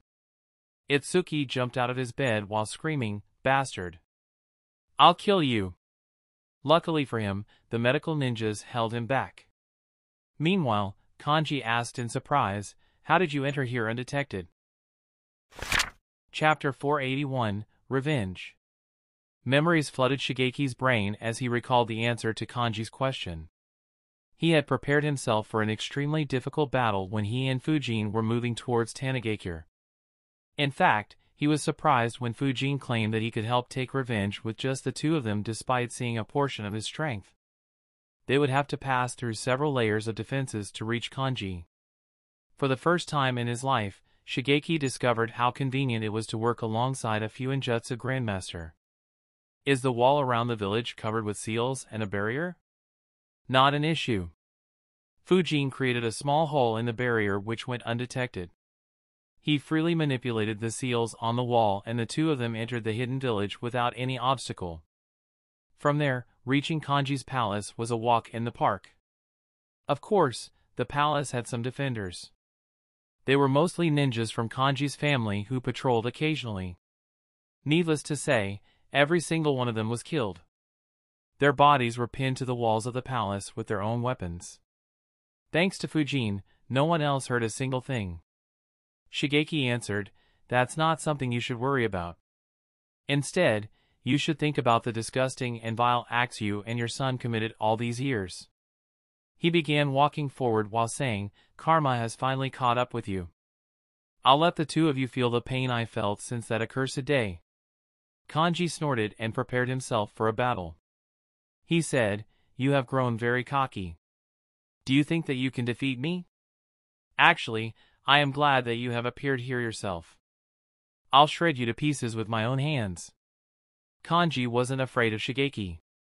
His attention was instead on the mysterious masked ninja next to him. If Kanji and Shigeki had fought 3 years ago, Kanji would have easily won. After all, his strength was the reason that he could become an elder in a hidden village.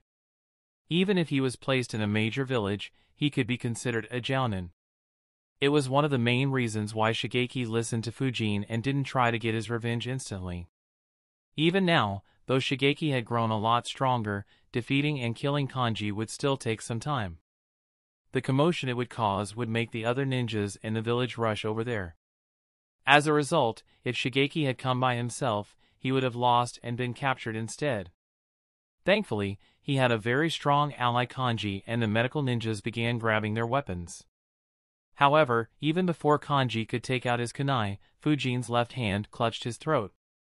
Kanji's eyes widened in horror as he realized, so fast. Who is he? And is this swift release? Before he could figure anything out, Fujin lifted him and slammed Kanji's entire body into the ground, creating cracks in the floor. Kanji's back and spine were severely damaged due to the impact. He still tried to attack, but various symbols appeared on his body. Fujin had used the self-cursing seal to restrain him. The medical ninjas and Itsuki were shocked by the sudden development.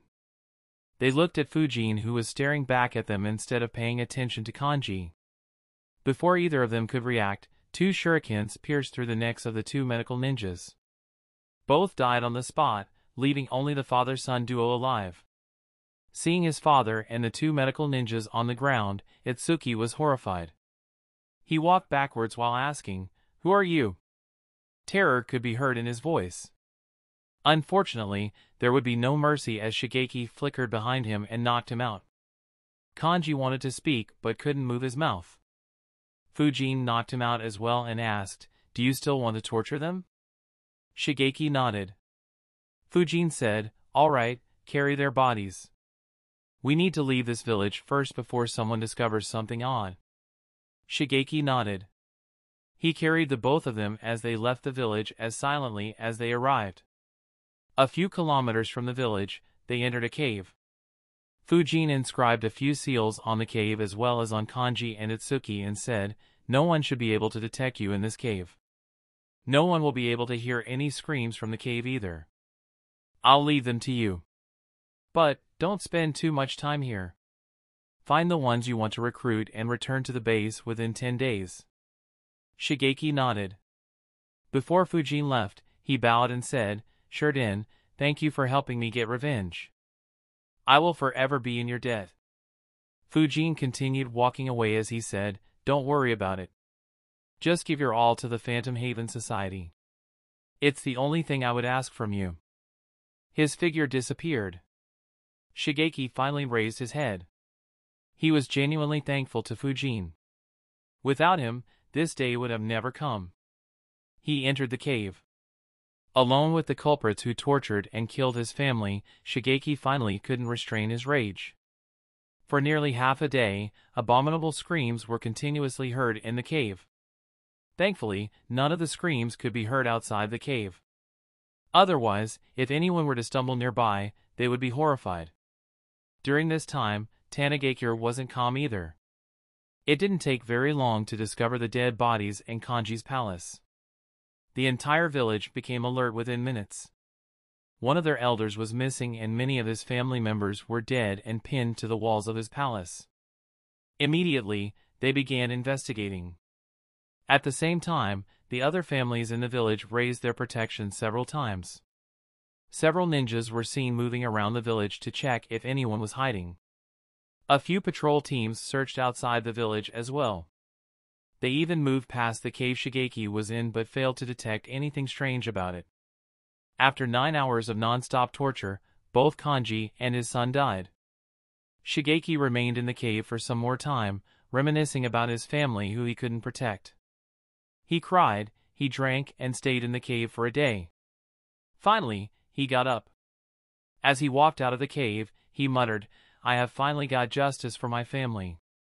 From now on, I'll dedicate my life to seeing Phantom Haven Society achieve its goal." He left the cave and began moving towards the location of the rogue ninjas that he recalled. 8 days later, a group of 12 ninjas were moving across the land of rivers. Needless to say, they were being led by Kasai Shigeki. They reached the valley that was chosen to be the base of Phantom Haven Society. As they stood on the edge, one of them asked, "Of all the places, you chose this freaky place? Will we even be able to sleep peacefully here?" Another added while adjusting his spectacles, ignoring Mitsuo's concern, "It's actually not a bad idea. No one will think that someone has built a base here. That said, making a safe base here is very difficult. How did you manage it?" Shigeki himself wasn't aware of the answer. He just decided to trust a Fuinjutsu Grandmaster and said, "It is my benefactor who is building a base here, Hayato. You'll see soon, follow me." He quickly moved towards the location of the mini base that Fujin had decided. Soon after they entered the valley, Fujin detected disturbances in his space-time field. He looked in their direction and thought, "Looks like Shigeki has returned. I overestimated the amount of time I'd need to build a base. I managed to do it in just 4 days. Oh well, it's not like it was a loss. I did spend my days training." If one were to look in the valley, the place where Fujin was sitting at was quite normal if one didn't try to find any seals. However, a couple of kilometers away, the slopes were covered in hundreds of small craters. In fact, almost every animal had moved away from that location. It would be a long time before they dared to return back to that place. Fujin disappeared from the base and moved towards the mini base as well. With wind instantaneous body jutsu, he didn't require a long while to reach. A few minutes later, Shigeki's group arrived at the spot where the mini base was. However, confusion appeared on Shigeki's face as he stopped moving. Hayato asked, "What happened? Why did you stop?" Shigeki answered in an unsure tone, "The base was supposed to be here." Everyone immediately looked around in confusion. After a few seconds, Hayato said, "There is nothing here." Mitsuo sighed in disappointment and asked, "Shigeki, is your benefactor unreliable or has your memory gone bad in these last few years?" Shigeki was confused. He wondered, did something happen to the benefactor? Why else would there be nothing here? Should I go and check the main base? But, I can't take these guys there. Next chapter there is no choice. I'll have to ask them to wait here while I go ahead and check. Shigeki was about to leave when suddenly everyone felt a killing intent. Before anyone could react, a voice was heard, "I wouldn't move if I was in your place." Chapter 482, New Recruits. I wouldn't move if I was in your place. Everyone except Shigeki, who identified the voice, wanted to move. However, their legs froze as the scenery around them changed. Instead of a lush green valley, everyone was surrounded by long spears that had risen from the ground. Had they moved, they would have been stabbed by several spears. They quickly looked in the direction of the voice. A large cave opening appeared out of nowhere on the surface of the slopes. A masked man stood next to it while leaning against the wall. Mitsuo asked, "What's the meaning of this?" "Shigeki, we trusted you. How could you betray us, you bastard?" The same thoughts ran through everyone's head. Fujin chuckled and said, "Relax. He didn't betray you. I just wanted to test out the new base." Fujin snapped his fingers. In an instant, all earth spears crumbled and fell to the ground. The rogue Tanigakure ninjas finally relaxed. Hayato asked, "Is this the benefactor you mentioned?" Quite an impression he made. "I have never seen such a high level of Jinjutsu. I never felt anything influencing my chakra." Fujin said, "This isn't Jinjutsu. Instead, it is Fuinjutsu. It'll ensure that the base is safe even when I am not here." Fujin's response surprised them. None of them had ever seen Fuinjutsu in this way and to such a degree. In fact, some of them were still suspicious. Fujin said, "Anyway, enough small talk. Shigeki, are these the ones you wanted to recruit?" Shigeki nodded and said, "I managed to find 10 of the 13 I mentioned and found another friend who was banished from the village a year ago." One by one, Shigeki introduced all 11 members. The members covered a lot of specializations. There were a couple of censors and a decent medical ninja. At the end, he added, "Mitsuo and Hayato were formerly Jounins in our village. The rest were Chunins." Fujin observed them properly and said, "All right. Hayato and Mitsuo will be captains. The rest will be field agents." Shigeki immediately realized Shurden doesn't think that they are strong enough to be considered Jounins in a major village. Hayato said, "While we have agreed to join, Shigeki said that we won't learn any more information before we actually join you. We would like to hear the further details." Fujin nodded and said, "In order to be a member of the Phantom Haven Society, you have to accept the Phantom Seal. It will prevent you from ever leaking the secrets about the organization or your fellow members. At the same time, it will also give you some benefits." Hearing that a seal would be placed on them made them tense. Though Shigeki had impressed them with the Phantom Will, they didn't share his trust in Fujin. Hayato asked, "How can you guarantee that you won't harm us?" Fujin shrugged and said, "If I wanted to harm you, you'd all be dead. Regardless, I'm not forcing you. If you want to leave, you can. If you want to stay and achieve our common goals, then stay." Without the seal, the members of the Phantom Haven Society will be very vulnerable to spies from hidden villages. I can't risk that. I hope you understand. Fujin's words were very nonchalant. It was as if he didn't care whether they stayed or not. It irked the Tanigakure ninjas. Mitsuo asked, "Don't you care about helping the weak and the innocent?" Fujin replied, "I do. But I can't force others to do so. After all, everyone wishes that the world would be at peace.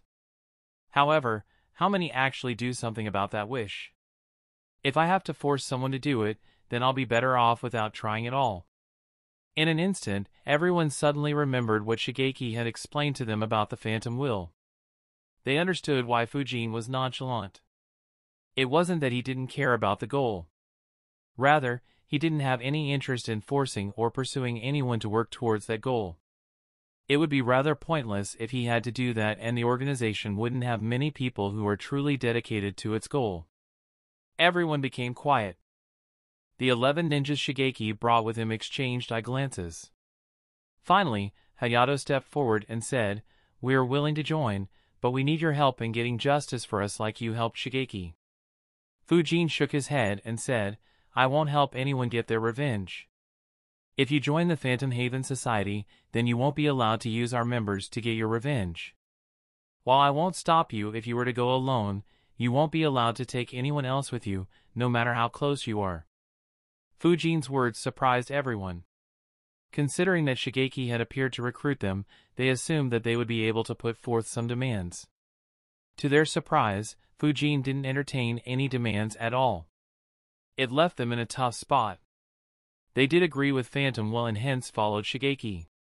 However, they were more interested in how Fujin helped Shigeki get revenge and wanted to use his help as well. In addition, life as a rogue ninja was very difficult. If they were to get a safe haven where they could stay together and form a strong force, then their life would go much easier. So, their intentions weren't entirely noble. However, Fujin's words forced them into a corner. Fortunately, Fujin added, "Of course, if the one who you want to take revenge on does something that harms the innocent, then it would be a good reason for the Phantom Haven Society to make a move. However, the Phantom Haven Society will only move when there isn't a grave danger to us.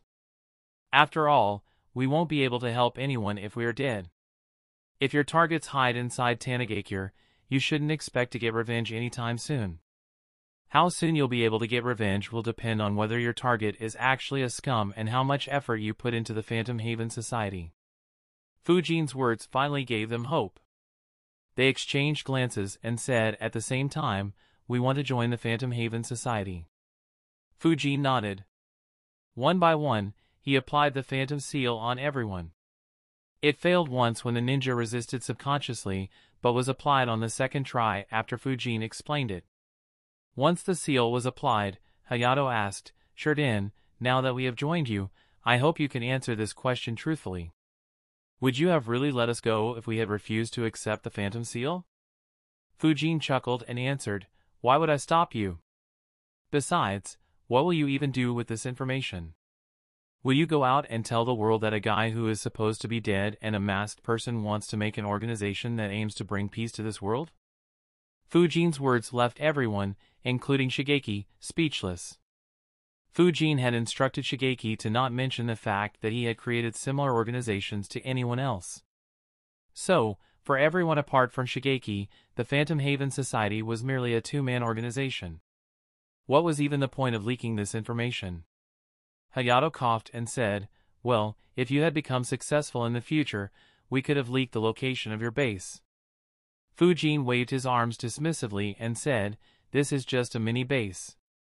There are 3 other such bases in this valley. And that's apart from our main base. If you guys had left and betrayed us in the future, all that would welcome you would be a deadly trap. Even a Fuinjutsu Grandmaster wouldn't have noticed the trap until it's too late. While some ninjas could survive, you fellows would definitely have died."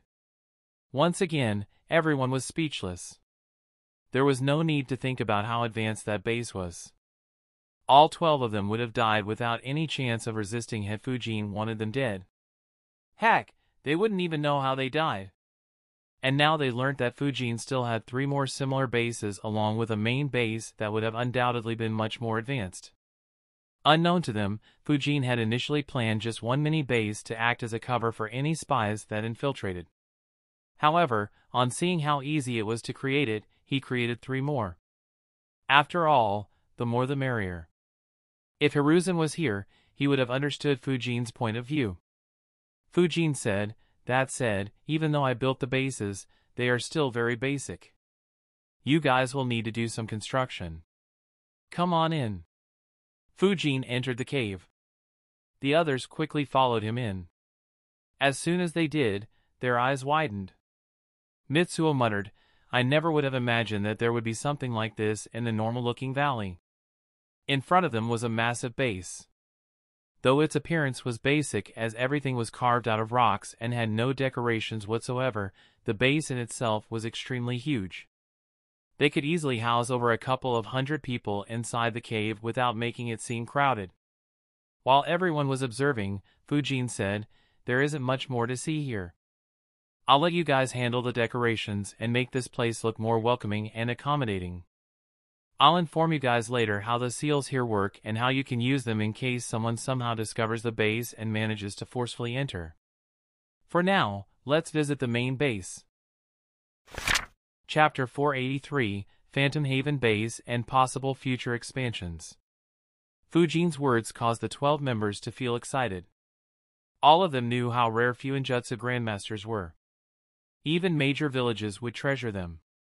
To be able to control the seals created by a Fuinjutsu Grandmaster was a huge honor. In addition, everyone was anticipating how majestic the main base would be. Even though the mini base looked simple, none of them doubted that it would look grand once they improved the aesthetics. And, with all the protective seals along with the locations of the bases, they no longer had to worry about someone trying to hunt them. In a few minutes, the group reached the deepest point of the valley. Shigeki looked around. The place looked exactly how it was when he and Fujin had gone there the first time. Everyone was looking around as well. Mitsuo asked, "So, where is the base hidden?" Fujin made the confrontation hand seal and said, "Watch your feet." In the next instant, the ground under their feet disappeared, surprising all 12 of them. Fortunately, they could see another layer of ground below them as they fell and landed safely on it. It was 25 meters deeper than the land they were standing on initially. Shigeki asked in surprise, "What was that?" Fujin answered, "A barrier." "Look up." Everyone looked up. The sky looked normal. Suddenly, a brown net appeared 25 meters above them. Fujin explained, "I created a barrier on the top of the base. As you saw, it looks just like the ground and stays consistent with the terrain. It also guards against all forms of sensory skills. So, it is impossible for anyone to sense anyone who is hiding in this base even if they are standing above it. Of course, if another Fuinjutsu Grandmaster appears here, then he or she might be able to find the barrier. I have prepared a few escape routes with several traps to slow down the enemies in that scenario.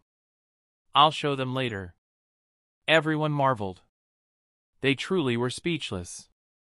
Mitsuo muttered, "Even our village isn't this well protected." Hayato added, "Yeah.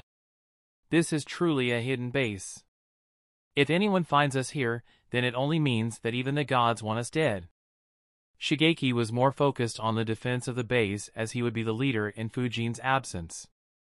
He asked, "Shurden, how strong is that barrier?" Fujin answered, "Not very strong. While normal animals and humans won't be able to do anything to it, a few rank A jutsus will easily destroy the barrier. So will a bombardment from lower rank jutsus or even explosive tags. Of course, that is under normal circumstances. If you guys provide chakra to it, then it'll be just slightly weaker than the 4 violet flames formation. In that case, it'll only be destroyed once you run out of chakra. Though it is weaker than the 4 violet flames formation, it is more practical for our base. As many as 8 people can provide chakra to the barrier and all 8 will have to run out of chakra for the barrier to collapse, unlike the 4 violet flames formation. In addition, the people providing chakra to the barrier can be swapped with others inside the base. So, if our size grows large enough, only something like a tailed beast bomb or an assault by a large ninja army would break it. That said, once you provide chakra to the barrier, any decent sensor will be able to detect the barrier. So, don't do it unless we are under attack. There is another thing you need to keep in mind. The brown net 25 meters above us indicates that the barrier is active. If the brown net doesn't exist, it means that the barrier is turned off. The former Tanigakure ninjas just helplessly exchanged glances. They didn't even know what to say. For a moment, they couldn't help but wonder, such level of preparation. It's as if he is preparing to take on all 5 major villages in this valley. Fujin ignored their glances and added, "The barrier surrounds the base from all the other sides as well. It ends 100 meters under the ground from here, completely enclosing the base. So, any construction you plan on doing here can be done in 2 ways. 1, on this ground, but it'll be restricted in terms of height by the barrier above us. Alternatively, you can dig and carve buildings and houses in the ground but pay attention to ventilation. I have already done so for the official building, the academy, library, training facilities, meditation center and staying quarters. Apart from the library and the meditation center, you can make changes to the rest. Feel free to check out the base as much as you want to.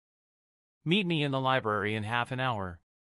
Fujin could feel that all of them were overwhelmed by the base. As a result, he decided to give them some time to cool down. Even though they were mature and hardened ninjas, it was a no-brainer for them to be surprised at seeing such a high level of Fuinjutsu. It was even more so for Shigeki, who knew how barren the place was merely 10 days ago. Hayato looked at Shigeki and asked, "Shigeki, how did you even meet this guy?" His question brought Shigeki out of his thoughts. He looked towards him and answered, I was just lucky. When I was escaping from the ninja's kanji scent, I ran into him. Otherwise, I would have long been dead. Hayato thought for a few seconds and replied with a sigh, you were very lucky. When you approached us, I felt that you had gone insane. The only reason why I agreed to come with you was because Kanji was killed. However, with such an expert supporting us, the goal you spoke of isn't merely a talk. At the very least, we should be able to maintain peace in the land of rivers when no great ninja wars are happening. That said, moving beyond this country would be impossible. All of our neighbors have very strong armies and leaders. Shigeki nodded. The land of rivers was surrounded by the land of wind to the west, the land of fire to the east, the land of rain to the north and the sea to the south. Their respective hidden villages were in an entirely different league when compared to Tanigakure. However, Shigeki wasn't worried as he thought, this isn't the only base. Shurden said that he has created several other such bases. So our responsibility should be only limited to this country. I'm sure he has his plans for the remaining countries as well. Unfortunately for Shigeki, he would never know how much he was lied to by Shurden. That said, from Fujin's perspective, the situation wasn't that restricted. Once Nagato and Konan fell, the land of rain would no longer be as strong as it had been since Hanzo rose to power. If Fujin developed any intentions of expanding the Phantom Haven Society in the future and making it a formidable force, then he could expand to the north without stopping by creating bases in the Land of Rain, Land of Grass and finally the Land of Waterfall, who would have lost their only Jinchuriki by then. If that happened, then the Phantom Haven Society would stand directly between the Land of Fire and the lands of Wind and Earth, becoming the new but hidden buffer zone. Of course, Fujin would need to create another similar organization to create bases in the countries between the Land of Fire and the Land of Lightning to spread his influence further and potentially raise a force greater than any of the 5 major villages. That said, it was a matter for the future. For the time being, Fujin's attention was focused only on the events leading up to the 4th Great Ninja War. Until Kagaya's threat was resolved, he didn't see any point in making plans for the time beyond it. The group spent some time looking around the base. It was much larger than the mini base as it covered the entire plain in the deepest layer of the valley. The academy Fujin had constructed could hold more than 1,000 students. The living quarters were even larger. The training facilities were inspired by Umbu training facilities, though there weren't any elemental training rooms. As such, the base would have no issue in holding close to 10,000 people if managed well. The only real drawback was that there wasn't much space for things that would need a lot of space. For instance, there were no training grounds inside the base. However, that wasn't much of an issue as the entire valley outside the base could be used as training grounds. Another issue was that there were no farmlands. While it wasn't an issue for the time being thanks to the wildlife in the valley, food would need to be bought in large quantities once the population inside the base increased. It could raise some suspicions. Fortunately, there was abundant drinking water in the valley. After looking around the base for a while and making some plans about future renovations and aesthetics, the 12 Phantom members walked towards the library, where Fujin was waiting for them. Once everyone arrived, Fujin glanced at everyone and said, I'll now explain to you guys my plans for this base and what you need to do. Chapter 484, Plans and Arrangements. Everyone became serious upon hearing Fujin's words. At the same time, they were curious as well. Fujin explained, as I told Shigeki, I won't be staying here frequently. In my absence, Shigeki will be the leader here. As such, the rest of you need to follow his instructions. No one opposed it. They were quite familiar with Shigeki and didn't have an issue in working under him. In fact, they preferred it to working under an unknown person like Fujin. Fujin continued, once I leave, you'll have to focus on 4 tasks. The first one is obviously making this base and the mini bases more hospitable. As for the details, I'll leave it under your capable hands. You can visit nearby villages and towns to buy whatever you need. Just make sure to hide your identity and don't let anyone trail you. Shigeki asked, will you be providing us with monetary support? Though we do have some money, I doubt any of us has enough to undertake such a huge project. The others agreed with Shigeki. While they each had some money due to being rogue ninjas and bounty hunters, none were very rich. To their relief, Fujin nodded and tossed a scroll to Shigeki. He said, "This scroll has over 41 million ryo. I had arranged 25 million ryo initially. However, I met a few bandits and rogue ninjas who were willing to donate to our just cause." Everyone had a weird expression on their faces. They all understood what donate implied. Fujin placed a few more scrolls on the rocky table he was leaning against and said, "These scrolls contain weapons that those kind souls donated. Put them to good use." Anyway, returning to our topic, the second task you'll handle is creating an information network. Needless to say, these informants won't be members of Phantom Haven. So, no need to explain our goals or to give them much information. Just pay them and treat them as employees. Retain or replace them based on how useful they are. You can use civilians or rogue ninjas who have a good reputation for this purpose. If any rogue ninja shares our values and goals, then we could recruit him or her in the future. You could divide yourselves into teams to handle these two tasks at the same time. You can start with the third task only after the first two are complete. Shigeki interrupted Fujin and asked, "Shurden, which areas should our information network cover?" Fujin replied, "Every place except the hidden villages. We can't keep an eye on them without attracting a heavy backlash. So leave them be." Fujin's words surprised everyone. Shigeki said, "But, we are surrounded by strong countries. We won't be able to do anything in their territory even if something happens." Fujin nodded and said, "Yes, we won't be. But that doesn't mean that we should stay oblivious to the atrocities happening there. Our information network will cover the entire world. I believe that our efforts will be very successful in the land of rivers. It might make us feel content and satisfied. However, the information about the atrocities happening in the rest of the world is what we need to remind ourselves that there is still a lot more that we need to do.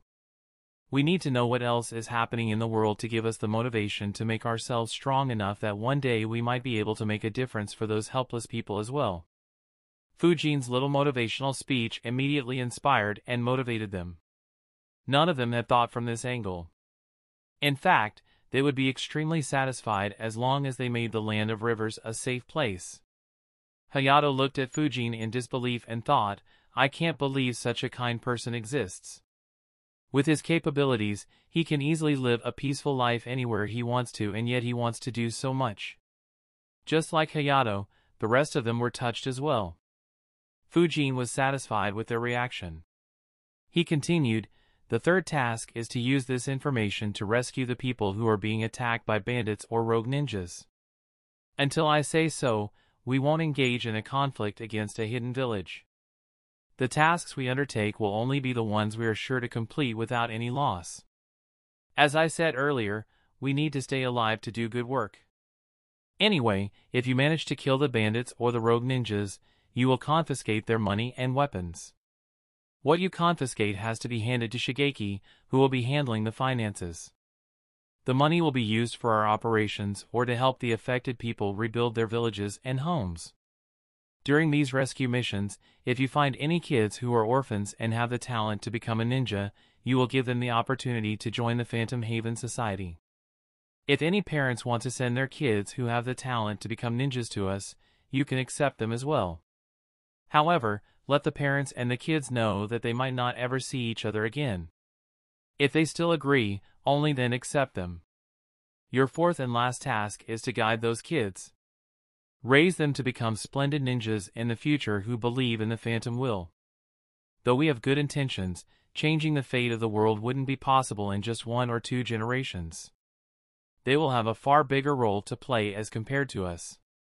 Of course, since you'll be teaching the kids, only recruit as many kids as you can train properly and bond with.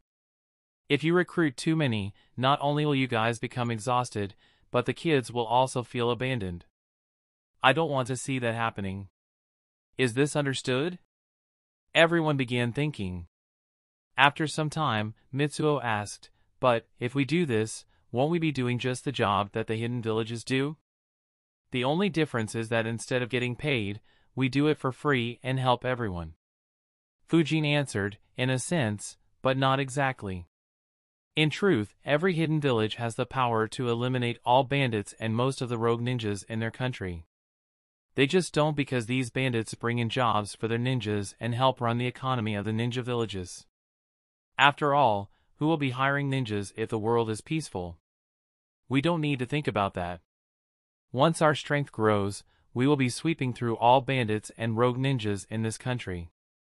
What we do after that will depend on how Tanigakure reacts when they don't get many mission requests." Fujin's words forced everyone to think. Suddenly, they all understood the implications of creating such an organization. They immediately realized how Tanigakure would react if they suddenly stopped getting mission requests. The village would stop receiving funding soon if that happens. As a result, the interests of all forces in the village would be harmed. They would immediately begin investigating the reason behind such happenings. They might even resort to creating fake bandit groups and rogue ninjas to create trouble so that they get missions. It might put them at direct odds against the Phantom Haven Society. Everyone nodded solemnly. They understood that they might have to clash with the mighty hidden village in the future. However, there was also a sense of excitement as everyone other than Shigeki had someone they wanted to kill from Tanigakure. What none of them saw was that such a development could lead to other hidden villages becoming wary due to such a development. They might aid Tanigakure in eliminating the Phantom Haven Society. Only Fujin saw this threat, but he wasn't concerned as it was highly unlikely that the Phantom Haven Society would become that strong anytime soon. Shigeki nodded and said, "All right. We understand. We will do the best we can while keeping ourselves safe." Fujin nodded and said, "Good. I'll now explain my plans on how to raise and guide the kids we recruit. Does any of you have any experience in guiding young children?" Everyone exchanged glances. After a minute, one guy said, "None of us have taught in the academy. However, all of us have some experience in guiding Genins." Fujin nodded and said, "All right. But guiding Genins and guiding untrained kids are completely different. I have created training plans and noted them down in scrolls which I will leave with Shigeki for you to refer to in the future. For now, make yourself comfortable. It will take quite some time to explain everything." Everyone sat on seats that were made of rocks as well. Fujin explained all his plans on how to train the kids. The plan was quite similar to how children were raised in Konoha's academy but with quite a few changes. For starters, the focus was very heavily inclined towards practical and combat skills instead of theory. The plan was created aiming to make every dedicated student as strong as a Chunin before they turned 12. Unlike Konoha, which had only implemented a part of Fujin's recommendations, Fujin intended to implement everything here from the word go.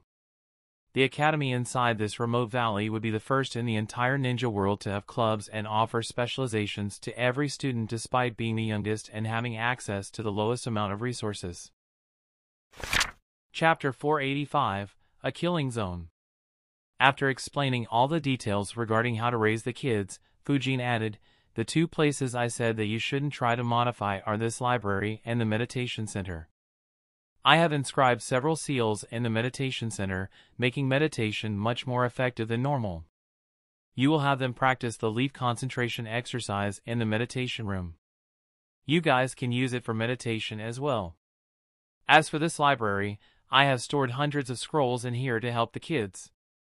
They cover almost every field that a student needs. There will also be some stuff that you might find useful." Once again, everyone was surprised. To build a library that covers every aspect and could even help the veteran ninjas. It implied that either the person who built the library was incredibly knowledgeable or that he had stolen the scrolls from the library of a hidden village. Needless to say, Fujin had copied most of the information from Konoha's library. That said, he was extremely careful about it. He had only copied a very small amount of scrolls and he focused on the jutsus that were commonly used in every major village to ensure that no suspicions would be cast on him and no members would be able to guess where he came from. He didn't copy any jutsus that were only used by Konoha ninjas. The place where Fujin and the rest were sitting was just the lobby. There were several doors surrounding it. In addition, there was a staircase going to the underground floors. Fujin pointed at the doors one by one and said, "This room has a range of rank E jutsu scrolls in it. It covers all elements. This room has rank D jutsus. This room has basic information on other fields, such as Fuinjutsu, Sensor, Medical Ninjutsu, and some other basic stuff. That said, I couldn't get a lot of scrolls on Medical Ninjutsu. Hayato, since you are a healer, you will be tasked with going through the available information and adding more if you can." Hayato nodded and said, "Leave it to me." Fujin continued, "As for the last room, it is empty for now. Everyone, including the students you recruit, can access any scrolls on this floor. However, the underground floors will be restricted as per ranks. The first underground floor has several ranked C jutsus and can be accessed by field agents. The second underground floor has several rank B jutsus and can be accessed by captains. Above the captain ranks are commanders and above them are special elites.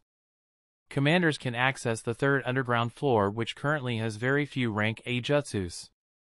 Special elites can access the last underground floor, which is supposed to have rank S and forbidden techniques but is empty as of now.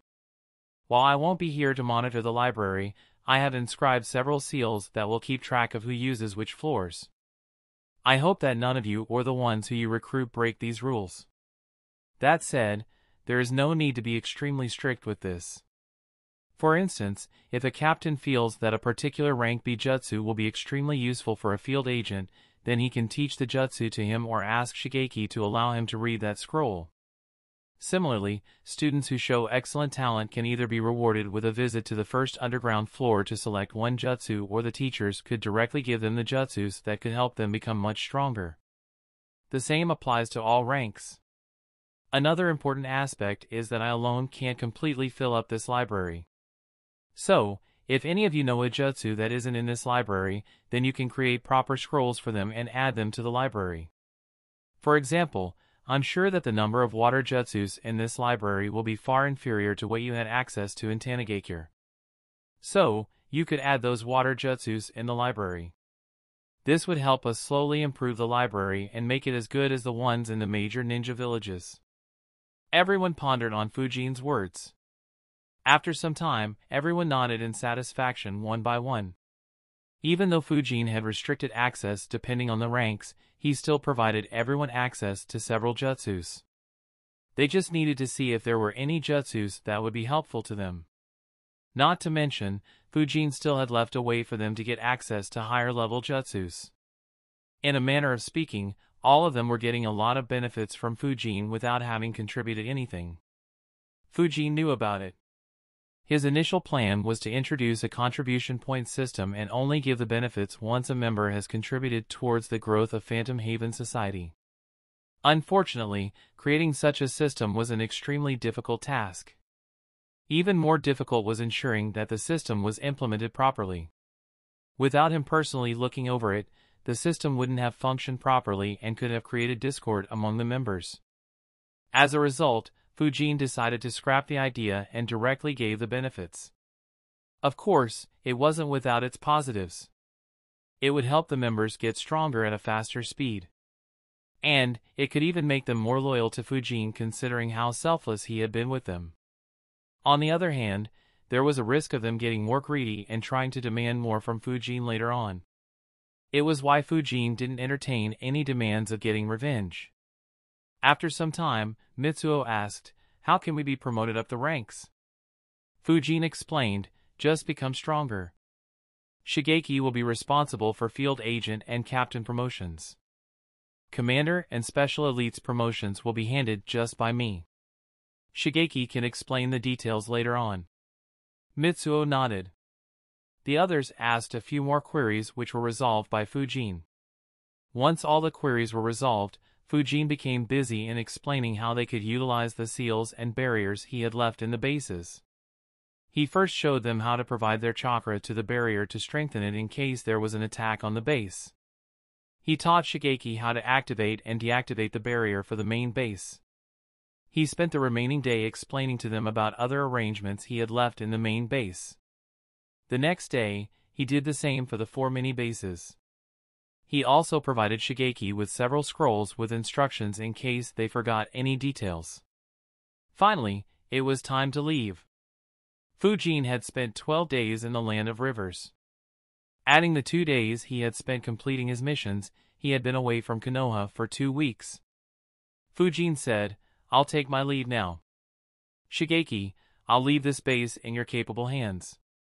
Once again, if you rescue or recruit someone, remember to only show them one of the mini-bases. They will only be allowed in the main base after the Phantom Seal is applied." Shigeki nodded and said, "Don't worry, I remember." "Could I know when you'll return?" The last time Fujin had asked him to wait, he had to wait for close to 3 years. He was hoping that Fujin didn't repeat the same thing. Fujin could see his concern and answered, "I can't say for sure. If luck is good, then within 2 months. In the worst-case scenario, I'll come to visit in around 4 months." Shigeki nodded and said, "All right. I'll take good care of this base until then." Fujin nodded. He said, "Unlike last time, I won't leave you without any means of communication. Here, take these." Fujin handed Shigeki several tags with different colors and said, "These tags can be used to convey certain messages to me. You just need to insert your chakra into them. The green one will convey that you have recruited a group and brought them to one of the mini-bases. The blue one will convey that one of the mini-bases has reached full capacity and you start using a second mini-base. The golden one will convey that you are facing financial issues.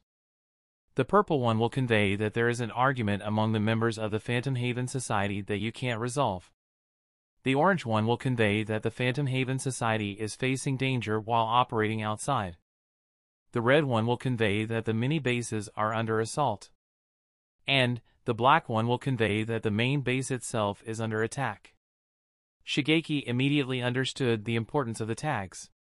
He didn't understand how Fujin created them, but he didn't dwell upon it much. After all, Fujin was the only Grandmaster he had ever interacted with. The tags were made on a similar principle to the tag Fujin had created earlier, which sent a message by bursting into flames. Only this time, instead of burning the correlated tag, it would just release some energy for Fujin to detect and form a symbol on it to indicate that the corresponding tag had been activated. Fujin was satisfied with his response. He said, "Good luck." In front of the 12 members of the Phantom Haven Society, Fujin disappeared. A look of surprise appeared on their faces. Mitsuo asked, "Was that Fuinjutsu as well?" Shigeki shook his head and said, "No. His speed is otherworldly. I have never seen anyone move as fast as him." The others were surprised that it was just pure speed. It made Fujin's impression even stronger. They decided to rest for a bit before starting what would be a rather arduous task. As for Fujin, he turned around and glanced at the valley as he left. A thought appeared in his mind. Though I had initially just planned on creating a base here, this valley is perhaps my best killing zone. The number of flying thunder god marks I left there is probably greater than the number of seals on my house. Once my teleportation range increases to around 15 kilometers, I can solo any army that dares to step inside here. Of course, that might also give away my identity. Oh well. I wonder if I'd ever use this killing zone. Chapter 486, A Surprise. Since his mission was supposed to be close to the Land of Grass, Fujin had to move back to that location and then make his way back to Konoha in order to avoid any suspicions in case something happened on that route. This time, he traveled inside the Land of Rivers and moved north while leading his flying thunder god at regular intervals. While making his way to the Land of Rivers, he had done the same on the opposite side of the border. As he moved, he sensed a few ninjas every once in a while but ignored them. His mind was still busy thinking about whether he missed any important detail while building the Phantom Haven Society and whether he could do something more to strengthen it. After some time, he concluded, "There is nothing I can think of that I missed." Everything now will depend on the sincerity of the ones I recruited. If they decide to slack off, there is little I can do. That said, Shigeki was affected quite a lot by the Phantom Will. Hopefully, this issue won't occur. If there are any bad apples, I'll need to come up with a scheme to eliminate them. The one shortcoming that Phantom Haven will have is a lack of high-level combatants. Shigeki should reach the elite Jounin level soon even though his chakra levels aren't sufficiently high. However, apart from him, others don't even qualify to be called Jounins. Not to mention, even when Shigeki becomes an elite Jounin, he'll be one of the weaker ones. There's not a lot I can think of to improve his strength after he masters pressure damage and blades of wind jutsus without giving him any classified jutsus. I guess I'll give him the Ice Kekkei Jinkai book that I received from the Land of Frost. If he succeeds in merging the wind and water elements completely, then his strength will increase immensely. Though he still might not reach rank S, fending off weaker rank S like Kitsuchi or perhaps even Darui shouldn't be much of an issue. Unfortunately, mastering a Kekkei Jinkai is extremely difficult. All the information in the book is about failed attempts. So, this method has a very low chance. Should I try to recruit a rogue elite Jounin to increase top-level combatants? But who? There weren't many rogue elite Jounins. The ones who existed were almost all recruited into the Akatsuki. The worst part was that most of them had already died. Needless to say, Kakuzu was the one who killed the most. Fujin analyzed, the only ones I can think of are Zabuza, Raiga, and the six-tailed Jinchuriki, Utakata. Unfortunately, all of them are rather difficult to deal with. I might be able to convince Utakata, but Akatsuki is hunting the Jinchurikis. It could directly expose the base in the future. It's too risky. However, Zabuza and Raiga's personalities don't suit the Phantom Haven society. Not to mention, Zabuza's goal is still Kirigakure. If I recruit them, then it might result in a conflict within the society. Without me being there to manage them, it'll be too risky. Unless I can create a second organization with morales that suit them. However, a bitter smile appeared behind Fujin's mask. It was too much work. He had to spend long hours and had dozens of shadow clones wrecking their brains to come up with every arrangement for Phantom Haven society. To do something that might be even more complicated would take a lot of time. Fujin let out a sigh and decided, screw it. There is no point in spending so much time on an organization.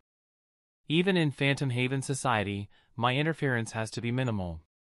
In this world, the only thing that matters the most is the strength that you have. If I were to become as strong as Hashirama or Madara, or better yet the Sage of the Six Paths, would it matter if I have 10 ninjas under me or 10 million? I can't dedicate any more time to the organization than I already have. As long as it gathers sufficient information, I'll be satisfied. If I happen to come across any talented ninja or someone with a Kekkei Jinkai or a secret technique who is worth recruiting, then I'll recruit them.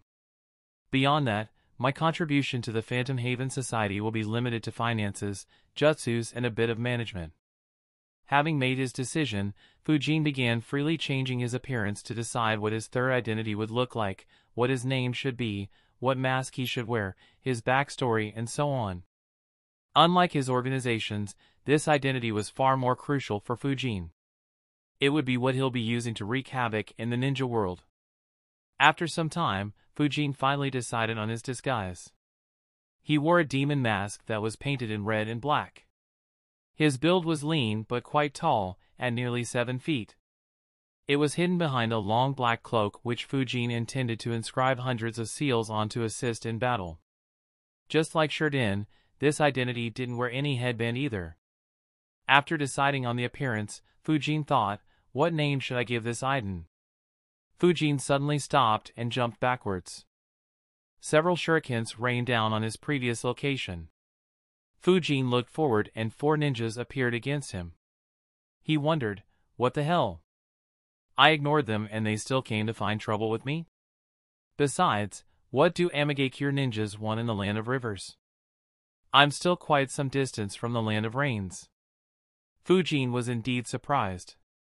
He didn't expect anyone to attack him without any provocation. Even more surprising was the fact that the attackers were from Amigakure and not Tanigakure. The leader among the 4 Amigakure ninjas instructed authoritatively, "Take off your mask." Fujin asked in a taunting tone, "Sure, and what else? Should I write my autobiography as well?" Fujin's voice was incredibly deep. It was the voice he would use with his third identity.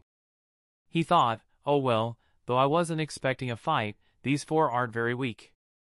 The lead ninjas should be a jounin while the other 3 are close to elite chunin level, though they might be jounins in aim. It should be good for my first fight with lightning jutsus." Fujin's taunt annoyed the 4 aim ninjas. The leader said, "One of our ninjas stole important documents and escaped into the land of rivers. We need to check everyone to ensure that he doesn't escape from under our noses." Fujin once again taunted, "Why would someone like that run in this direction instead of escaping?" The leader arrogantly replied, "It doesn't matter. If you don't want to die, take off your mask. Otherwise, meet your doom." He thought, "Who does this bastard think he is to be so arrogant? I would have let him go initially, but now, even if he takes off his mask, I'll accuse him of using transformation jutsu and kill him. Considering the speed he was moving, he should be at jounin level. So, he should be having a lot of money or other valuables." To his surprise, Fujin chuckled and replied, "Guess I want to die then." The leader snorted and pulled out a small Vajra-shaped object. He shouted, "Kill him." Immediately, the 3 aim ninjas got into action while the leader followed them. Fujin didn't make the first move as he wanted to test his prowess with lightning release. There wouldn't be much point if he eliminated them in the blink of an eye. However, he couldn't help but shake his head and think, in this world, when there are so many people who can kill you in the blink of an eye, why do you want to butt your heads with someone confident enough to face you? Even Hanzo and Nagato won't be able to guarantee my DA. Fujin's eyes suddenly widened as he noticed the weapon in the leader's hands. A blade of pure electrical energy that glowed yellow appeared from the Vajra-like object. It turned out that it was just the hilt of the sword. Fujin quickly dodged the incoming attacks while thinking, "This guy has Tobarama's sword? No wonder he was this cocky. What luck! I never imagined that I would get a suitable sword so easily for this identity." Fujin did research on Tobarama's Blade of the Thunder Spirit while he was in the academy. From what he recalled, the sword was stolen only a few years before Naruto graduated. So, he wanted to steal it from the ones who would attempt to steal it later. Unfortunately, the information from his memories didn't match up. The Blade of the Thunder Spirit had been missing since Tobarama's death. Konoha always guessed that it fell in Kumogakure's hands. However, a couple of decades later in the Second Great Ninja War, this sword was in the possession of an aim jounin who was a close aide of Hanzo. Due to Hanzo's existence, Konoha couldn't retrieve the sword. Fujin had given up on the sword as well as he knew that there was an entity far more dangerous than Hanzo in the Land of Rain. In fact, he had pretty much forgotten about it. He never expected that an aim jounin would bring him such a valuable gift. A grin appeared behind his mask as he thought, "I thought he was stupid. How ungrateful of me. This guy is even more generous than Hiruzen." As Fujin kept dodging, the aim ninja with the sword appeared in front of Fujin and swung the sword vertically. A grin appeared on his face as he shouted, "Die!" To his surprise, Fujin raised his right arm and caught the sword with his right hand. A grin appeared on the ninja's face as a massive current electrocuted Fujin. A painful scream escaped Fujin's mouth as he was assaulted by innumerable electric shocks. Chapter 487, Blade of the Thunder Spirit. Seeing Fujin in pain, the grin grew wider on the aim ninja's face. His teammates grinned as well. He said, "That's the price you pay for your arrogance. Finish him." His subordinates quickly moved to finish Fujin off like they had killed innumerable other ninjas using the same combination attack. Dozens of shurikens were launched at Fujin's vital organs and neck. To their surprise, Fujin suddenly stopped screaming and said in a mischievous tone that didn't suit his deep voice, "Just kidding." At that very instant, 3 lightning spears suddenly shot out from where Fujin was standing. The sudden development caught everyone off guard. In the blink of an eye, the lightning spears had knocked off all incoming shurikens and stabbed through the hearts of the 3 aim ninjas. All fell dead without any struggle. While the lightning spears were launched, Fujin thought, I guess I have finalized the name and the backstory of this identity. I wonder who would be the first one to hear this bullshit story, he. The leader's eyes widened. Fujin let go of the sword and the aim Genin immediately retreated away from Fujin. Fujin looked at him and said, Second Hokage's Blade of the Thunder Spirit. That's a rather impressive weapon. Whether you join your subordinates or not depends on whether or not you are able to impress me. Fujin thought, while I barely recall this sword, I have no recollection of what the skills of this sword are. The scroll in the library only mentioned the ability to shock others and to cut through chakra. But, if the ability is so lousy, then it wouldn't be a weapon that a Hokage would use. I hope he can showcase some skill. While Fujin was thinking casually, the aim Genin was terrified. Fear was visible on his face. He thought, how was he able to endure the electric shocks? Who is he? And how did he kill 3 Genins in the blink of an eye? Even I wouldn't be able to do that. The aim Genin was completely on guard. All his attention was focused on Fujin. He didn't dare to make the first move again. Instead, he asked, Who are you? What do you want? Fujin replied, No one famous, I guess. I used to go by the name Akuro. As for what I want, I was just passing by until you fellows decided to stop me. The aim Genin was even more confused. He wondered, used to go by? What does he mean by that? Also, was he really just passing by? No way. He should have some goal in mind. He quickly said, My village is led by a god and an angel. If you attack me, God will judge and kill you. Fujin replied, a god and an angel descended into this world? All right. I'll go pay them a visit later. As for you, do you want to join your subordinates or do you want to fight for your life? The aim Genin's mood became even worse on being looked down so much. He shouted, Don't underestimate me. Lightning Dragon. He swung his sword towards Fujin. A large amount of lightning was unleashed from the sword. It took the form of a dragon and dived towards Fujin at a fast speed. At the same time, he opened an umbrella and launched a rain of poisonous needles towards Fujin. To his surprise, Fujin once again extended his left arm forward and stopped the lightning dragon's head with his left palm. In less than a second, the entire dragon hit Fujin's palm, but he stayed still. The lightning dragon dissipated, leaving only a few lightning charges around Fujin's palm. The aim Genin wondered, is he immune to lightning?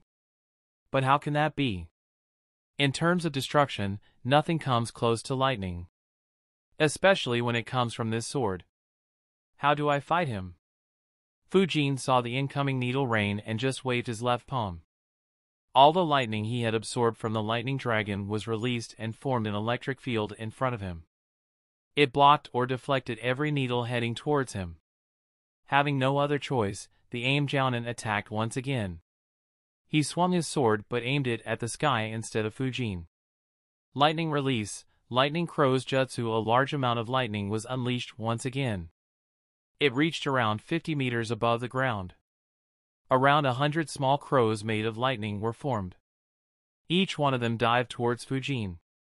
The aim Genin quickly weaved hand seals while the lightning crows were diving towards Fujin. Water release, exploding water colliding wave jutsu. He spat out a large amount of water creating huge waves. Without waiting to see how the jutsus worked, he turned around and began escaping. Fujin observed the attack and analyzed, weird. Very weird. The amount of chakra he is using doesn't match the amount of chakra it should take to form such a large jutsus. His chakra consumption should have been 10 times higher. Does the sword have an amplification effect? If so, I can see why Tobirama used this sword. He was famous for his water jutsus. Using this sword, he could seamlessly use the water-lightning combination jutsus. Not to mention, his chakra consumption will be much less. In a war, this could be the deciding factor between victory and death. When Fujin had just become a Genin, his favorite battle tactic was staying in the background and forcing his opponents to consume all their chakra. While he used that tactic more because he was subconsciously afraid to put himself at greater risk, this tactic was disgustingly effective against opponents who had lesser chakra. As such, he could easily see how much benefit the sword would be in a war. This time, Fujin raised both his palms, which were covered in lightning. Lightning release. Lightning Vortex Jutsu. Fujin released several lightning charges which began spinning at a rapid speed, forming a lightning vortex. It was a defensive jutsu that Fujin had created by himself. The lightning crows slammed into the lightning vortex in 4 waves.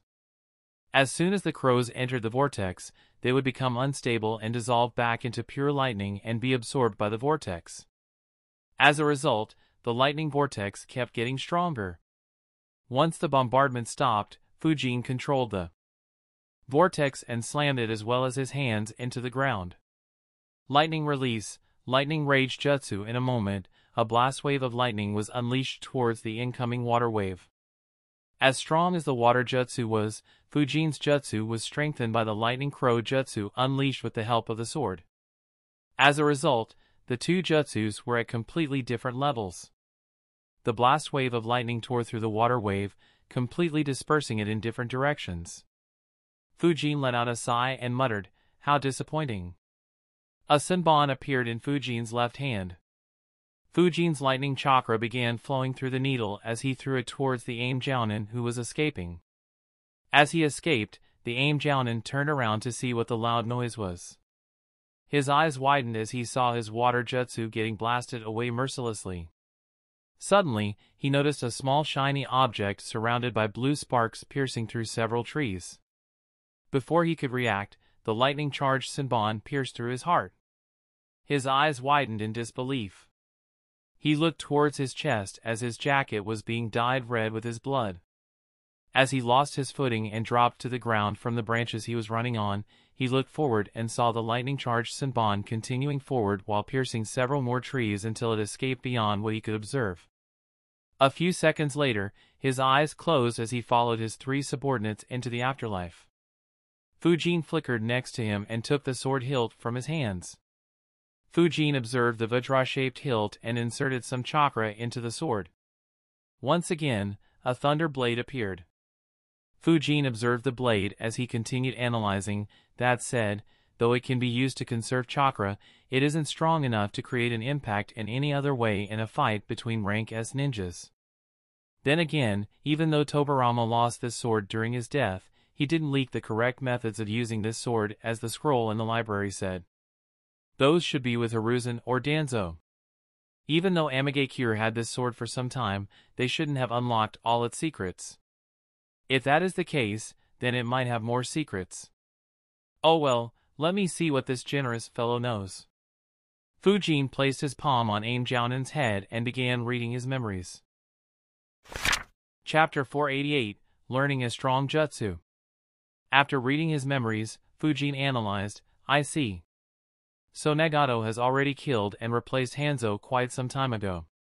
The Land of Rains is officially a forbidden place from now onwards.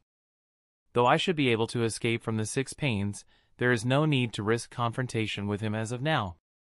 Anyway, it looks like the Lightning Dragon and the Lightning Crows were the 2 strongest jutsus this guy could use with the help of this sword. Still, this guy. The sword was given to him by Hanzo after the previous wielder died. To think that he would betray Hanzo and beg Pain to allow him to serve him instead. Should I consider him traitorous or just a smart guy to leave the sinking ship? Probably the former. He wouldn't have attacked me if he was that smart. Oh well, it's good that AIM at least did some research on this sword.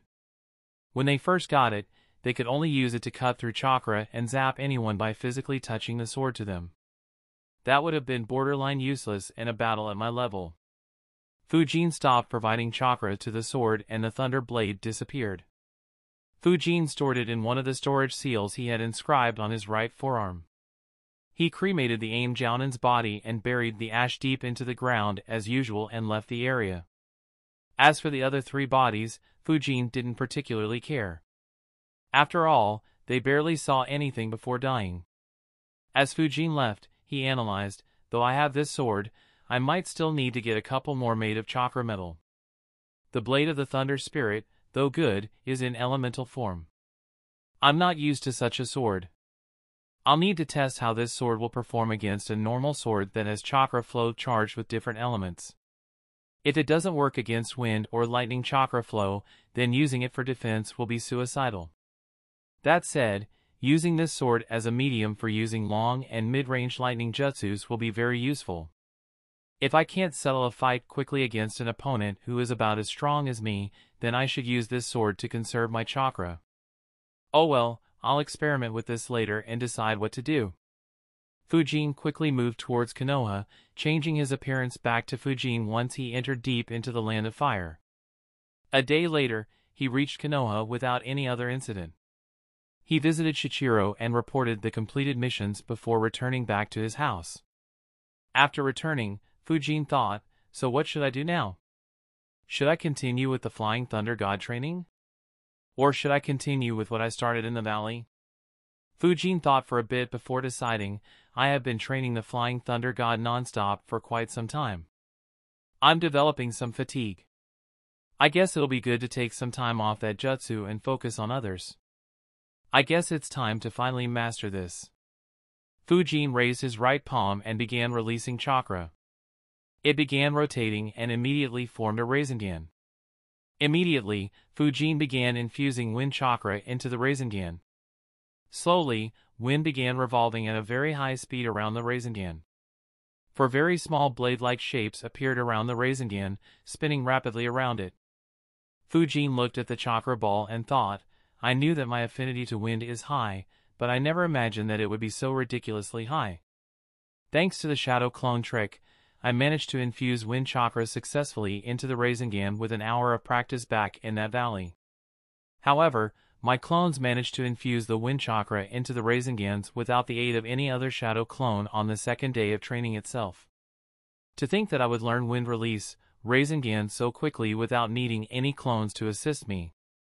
Fujin slowly dispelled the jutsu without letting it explode. A breeze appeared inside his house, but thanks to Fujin's control, no damage occurred. However, Fujin's breathing became rougher. He analyzed, that said, the chakra needed for this jutsu is beyond ridiculous.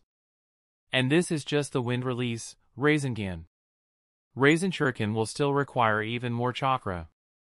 Though I spent 5 days training there, I couldn't actually train a lot due to how chakra intensive this training is. That said, I could only spend half my chakra back in the valley as I needed the other half in case something happened. This time, I'll consume the soldier pill and have my shadow clones train 5 days straight. Not to mention, I have another issue to handle. While creating this jutsu shouldn't be a tough task for me, actually slamming it into an enemy would hurt like hell. My shadow clones instantly disperse due to the backlash of the jutsu after they slam it into an object. It's time to go to Mount Mitiki. As per what Ryu had said the first time we met, my chakra has already surpassed what he had said to be the minimum requirement for learning Senjutsu. If I can learn Sage Mode right now, then I'll be able to handle the backlash caused by the Rasen Shuriken. Besides, I'm excited to see what the Sage Mode taught by Winged Sabertooths would look like. Fujin was about to summon Kaido when suddenly his bell rang. Fujin looked towards the door and thought, Naruto? What good timing he has. A few minutes ago, I wouldn't have returned home and a minute later I would have already left. Fujin opened the door and Naruto excitedly said, Fujin. I had just come to train when I saw that you had returned. Fujin smiled and said, I just returned. And, I was just about to leave once again. What's up? Naruto looked in a confused manner and asked, You are leaving already? Fujin nodded and said, Yes. I have some work. I should be back in another week or 2. Anyway, how's your progress? Naruto immediately answered, I can run up the trees now.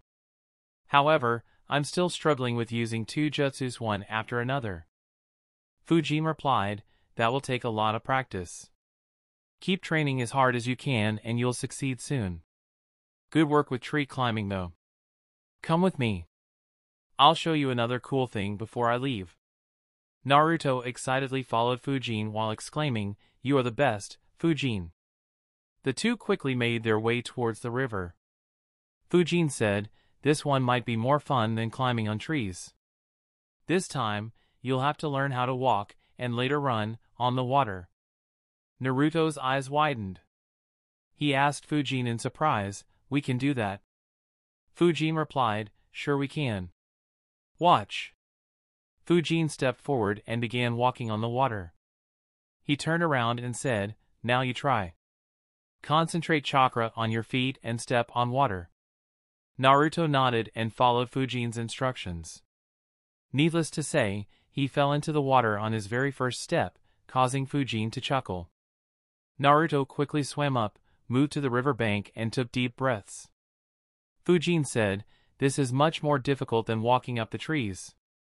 The surface of the tree stays firm unless you apply too much chakra. However, the surface of the river keeps moving as the water moves. In addition, the amount of chakra you need to release to stand on it is much higher. Keep those in mind as you try again." Naruto said, "All right. I'll try it again." Fujin got off the river and saw Naruto trying it. After a few minutes, Naruto managed to take 2 to 3 steps before falling into the river. Fujin said, "Good. Just keep doing this until you are able to walk on it. Once you are comfortable, you can try running and even try to skate on it. Practice this along with the 2 combination jutsus. I'll leave for now." Naruto said, "Thanks again, Fujin. I'll begin running on water in no time." "Believe it!" Fujin smiled and said, "I will. That said, if your chakra becomes low or if you are too exhausted, don't continue this training. If you fall in and have no energy to swim out, then you will be stuck in the middle of the river, flailing your limbs and might drown, unable to exit the river and will never achieve your dreams. So, be careful." As Fujin spoke, his voice became a bit scary, causing Naruto to shiver. Naruto nodded and said, "Don't worry. I won't overdo it." Fujin once again smiled and said, "All right. See you later." Fujin disappeared from Naruto's vision. Naruto muttered, "Fujin can be scary at times. Still, I want to learn how he can disappear out of nowhere."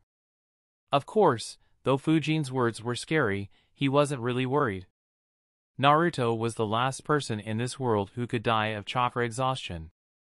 Even if he fell into such a situation, Kurama would have no choice but to send in chakra. Of course, that would attract Hiruzen's attention, which was something that he didn't want to see. That is why he warned Naruto. Fujin returned to his training ground, summoned Kaido and said, "Kaido, reverse summon me back to Mount Matiki." Kaido said, "You sound impatient." "Anyway, sure. Give me a minute." A minute later, Fujin disappeared from Konoha and appeared on Mount Matiki. Chapter 489, Request Denied. Kaido looked at Fujin and asked, "So, what's up? Why did you want to come here?" Fujin replied, "Well, I wanted a place where I could train alone. A place where I can cause a lot of destruction without attracting trouble." "Know any?" Kaido replied, "Sure. There are plenty of unoccupied mountain peaks nearby. Want a lift?" Fujin answered, "Sure, but I want to meet your father first. Take me to him." Fujin jumped on Kaido's back as Kaido took a flight. He asked, "What do you want to do with father?" Fujin replied, "Not much. Just wondering whether he'll teach me how to harness and control nature energy. One of the jutsus I'm learning has a massive backlash. I'll probably not be able to handle it unless I can strengthen myself with nature energy." Kaido was surprised. He asked, "Such a strong backlash? The jutsu must be impressive." Fujin chuckled and replied, "It is. I'll show it later." They reached Ryu's cave. Ryu opened his eyes as he saw Kaido and Fujin flying in. Kaido landed in front of his father and Fujin jumped down. Ryu observed Fujin and a surprise appeared on his gigantic face. He said in his jagged voice, "Impressive. Your body has gotten a lot stronger since the last time we met. I didn't expect you to make such quick progress." Fujin nodded and said, "Yeah, it was one of the aspects I focused on." There was no need to guess what caused the explosive growth. Though Fujin's main focus in the last 4 months was on mastering the Flying Thunder God Jutsu, he also kept his training on the 8 inner gates. Though he struggled to open the Gate of Life, once he did, it didn't take him a long time to open the Gate of Pain. He was currently working towards opening the Gate of Limit, though he would require a lot more time to actually be able to open it. Ryu asked, "Good. Why did you come to visit me?" Fujin didn't beat around the bush and directly said, "I want to learn Senjutsu. My chakra has already increased beyond what you had mentioned the requirement for learning it was. My physical body is perhaps even stronger in that regard. So, can you teach it to me now?" Fujin had thought a lot about the matter before asking. Learning how to harness nature energy was risky. In terms of chakra, he was far lacking compared to what Naruto's chakra levels would be when he attempted it. However, he should be much better off than Jiraiya when Jiraiya began learning how to use nature energy. It was why Fujin was being insistent for the first time. The only variable that Fujin was aware of but couldn't calculate was the winged sabertooths would have a different method of teaching as compared to toads involving different risks. So, he couldn't be certain about the risk level. Ryu didn't move from his lying position and looked to be in deep thought. A couple of minutes later, he answered, "No. Not yet." A frown formed on Fujin's face. He asked, "Why not?" Ryu answered, "What I had stated was just minimum requirements. You have done well in reaching those in less than 4 years. I have to admit that I didn't expect you to do it so quickly. However, as I said, they are just minimum requirements. Don't forget that no human has ever managed to learn our form of Senjutsu. So, don't be impatient. Keep improving your strength. Once I feel you are ready, I'll do everything I can to make sure that you learn it." Fujin fell silent. He could sense that Ryu's words were genuine. However, he didn't want to give up so easily. Senjutsu was an important power-up that he wanted. It would be the second skill that would allow him to differentiate himself from other rank S ninjas, along with the Flying Thunder God Jutsu. If the Flying Thunder God Jutsu gave Fujin invincible speed and movement ability, Sage Mode would be what would give Fujin the ability to go head-to-head against top-tier rank S ninjas and still come on top without having to rely on his speed and hope that his opponent makes a mistake. Fujin asked, "Didn't you say that you could help me improve my wind affinity and increase my chakra reserves if I fell short? Can we do that?" Ryu answered, "Improving your wind affinity isn't an issue, but the method of increasing your chakra reserves isn't entirely safe and has several drawbacks. Also, it is very costly. Considering your current chakra levels, you don't need to depend on it. Just continue doing what you are and let your chakra reserves increase naturally." Ryu thought, I didn't expect his chakra reserves to keep increasing at a fast speed despite him already using so much of his potential. It is more than 5 times what it was back when he met me the first time.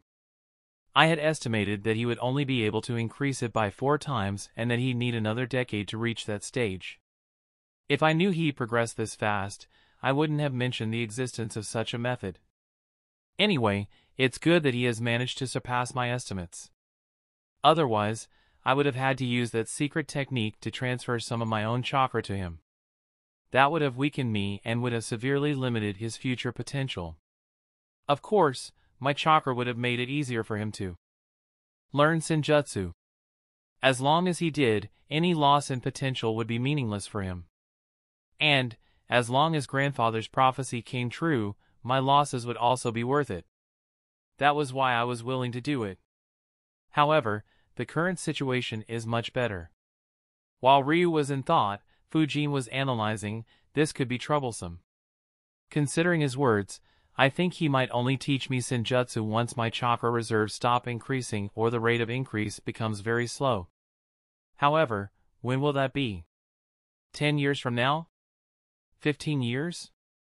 I can't wait that long. Though I have ways to delay the fourth great ninja war, I might not be able to delay it by such a long time. Fujin asked, can you give me an estimate of when you can teach me senjutsu? Ryu frowned. He asked, why are you so impatient? Something like senjutsu can't be rushed. If your mind isn't at peace, then you won't be able to learn it no matter how strong you are. Fujin fell quiet. After a few moments, he sighed and said, there are a lot of undercurrents flowing in the elemental nations right now. There is a massive civil war in one of the major countries which has been happening for over half a decade. The other countries are slowly building up their power as well. And, recently a group has arisen that has extremely powerful ninjas and are capturing the tailed beasts. Ryu's eyes widened on learning that a single group was capturing the tailed beasts. Fujin continued, it is unknown what they plan on doing with the tailed beasts. However, I have a gut feeling that soon a huge war will break. A war that will make the previous 3 great ninja wars look insignificant in comparison. I want to learn senjutsu before all hell breaks loose.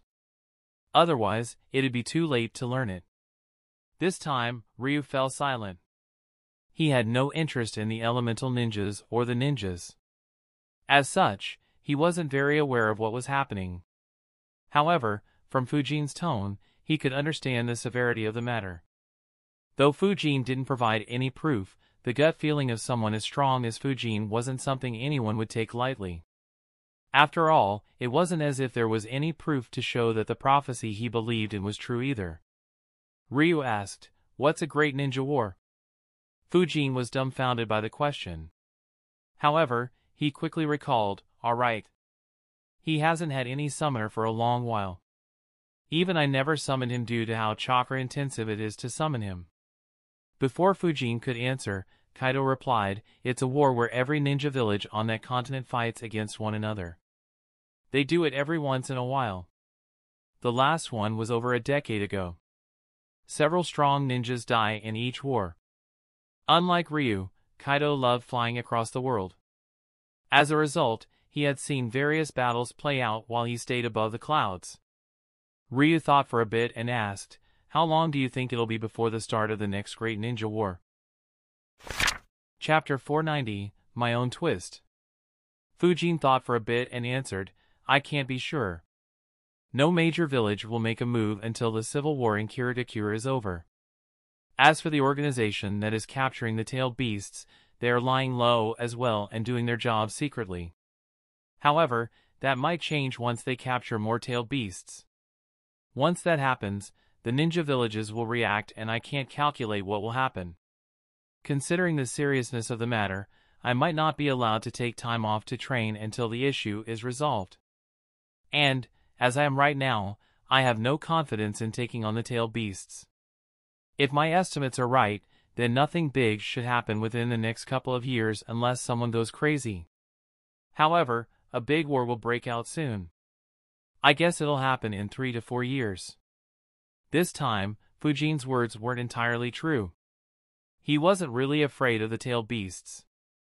The only thing that he was afraid of about the tailed beasts was the tailed beast bomb. It was true that as of now he didn't have any counter against it. However, once the range of the Flying Thunder God increases, he can dodge them with ease. In fact, once he became more efficient at the jutsu, he could even transfer an incoming tailed beast bomb into the void dimension. That said, he couldn't do that at that moment. As a result, his words were true in a sense and Ryu didn't feel any lies in Fujin's words. Ryu thought for a bit and said, all right. If nothing drastic happens, then I'll teach you how to harness nature energy in 2.5 years. If you think that the war will happen before that, then I'll teach it to you earlier. That said, remember that I'm asking you to wait only so that you have a better chance of learning how to harness nature energy. So, don't try making any reasons to learn it earlier if there is no need for it. Fujin nodded and said with a smile, all right. I am fine with that. Don't worry, I won't insist on it unless a war is close and inevitable. Ryu nodded and said, good. Keep up your training. You'll have to work much harder if you want to try it in just 2.5 years. Fujin said, of course.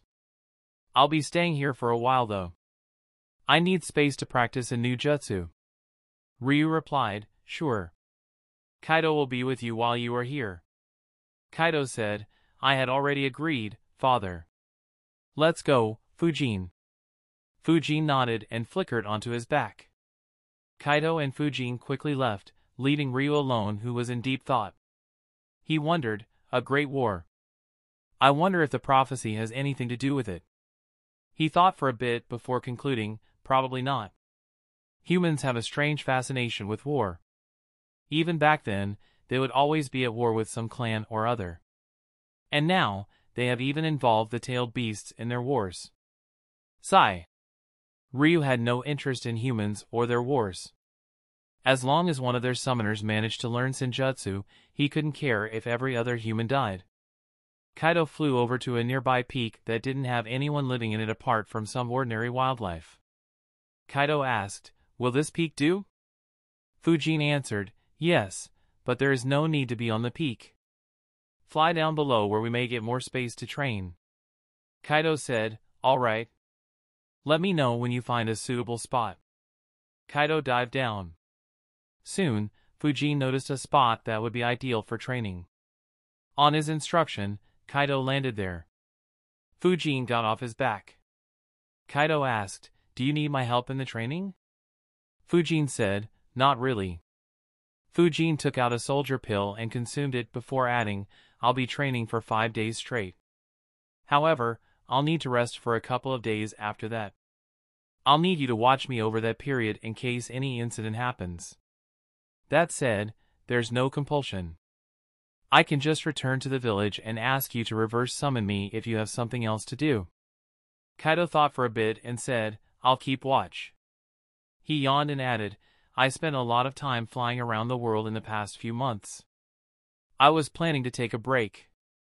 Might as well watch you train and keep myself entertained. Fujin smiled and said, suit yourself. Fujin stretched his muscles and wondered, now, how should I go about learning the Raisin Shuriken? He thought for a bit before deciding, the amount of wind chakra needed for wind release, Rasengan is lesser as compared to the Raisin Shuriken. Trying to create it without shadow clones will be difficult. I'll have 2 clones training together to learn this jutsu. Once they can perform it consistently, I'll have shadow clones try and create it without any help. That said, one thing I realized in the 5 days I trained this jutsu is that I don't need to stick to just the Raisin Shuriken that I remember. While the jutsu is perversely strong, there should be other methods to apply wind chakra to Rasengan. I can apply my own twists to the jutsu, creating unique effects that might be quite useful in combat. 6 shadow clones appeared next to Fujin. 4 of them had 10% of his chakra while the remaining 2 had 20% of his chakra. The 2 clones with 20% chakra went away alone, while the ones with 10% chakra moved away in pairs. As for Fujin, he began doing what he did whenever he stayed in a new place. Kaido didn't have any interest in seeing Fujin apply seals. Instead, he was attracted by the intense chakra he was feeling from the shadow clones. He flew to a spot that would allow him to watch all the shadow clones. His eyes first landed on the shadow clones in pairs. He saw one clone making the Rasengan and the other infusing wind chakra into it.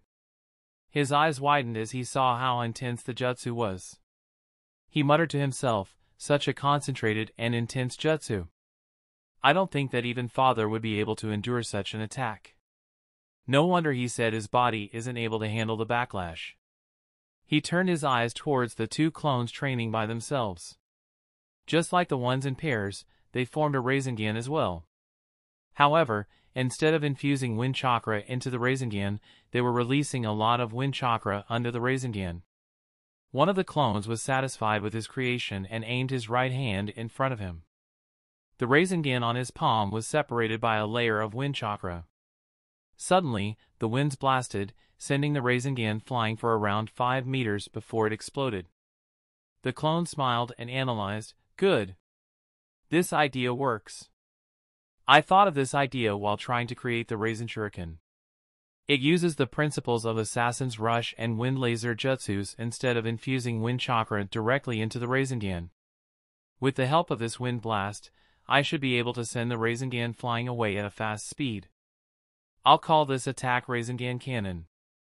Unlike my vacuum jutsus, from which enemies are mostly safe if they barely dodge it, with Rasengan, they'll need to also dodge the area of the explosion. I should try to use this method with Vacuum Trap Ball and later Rasen Shuriken as well. It will be a great variation to have.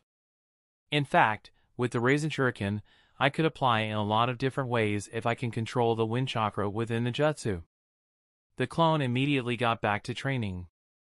While the idea was good, he could only send the Rasengan flying for 5 meters as of then. The speed wasn't very impressive either.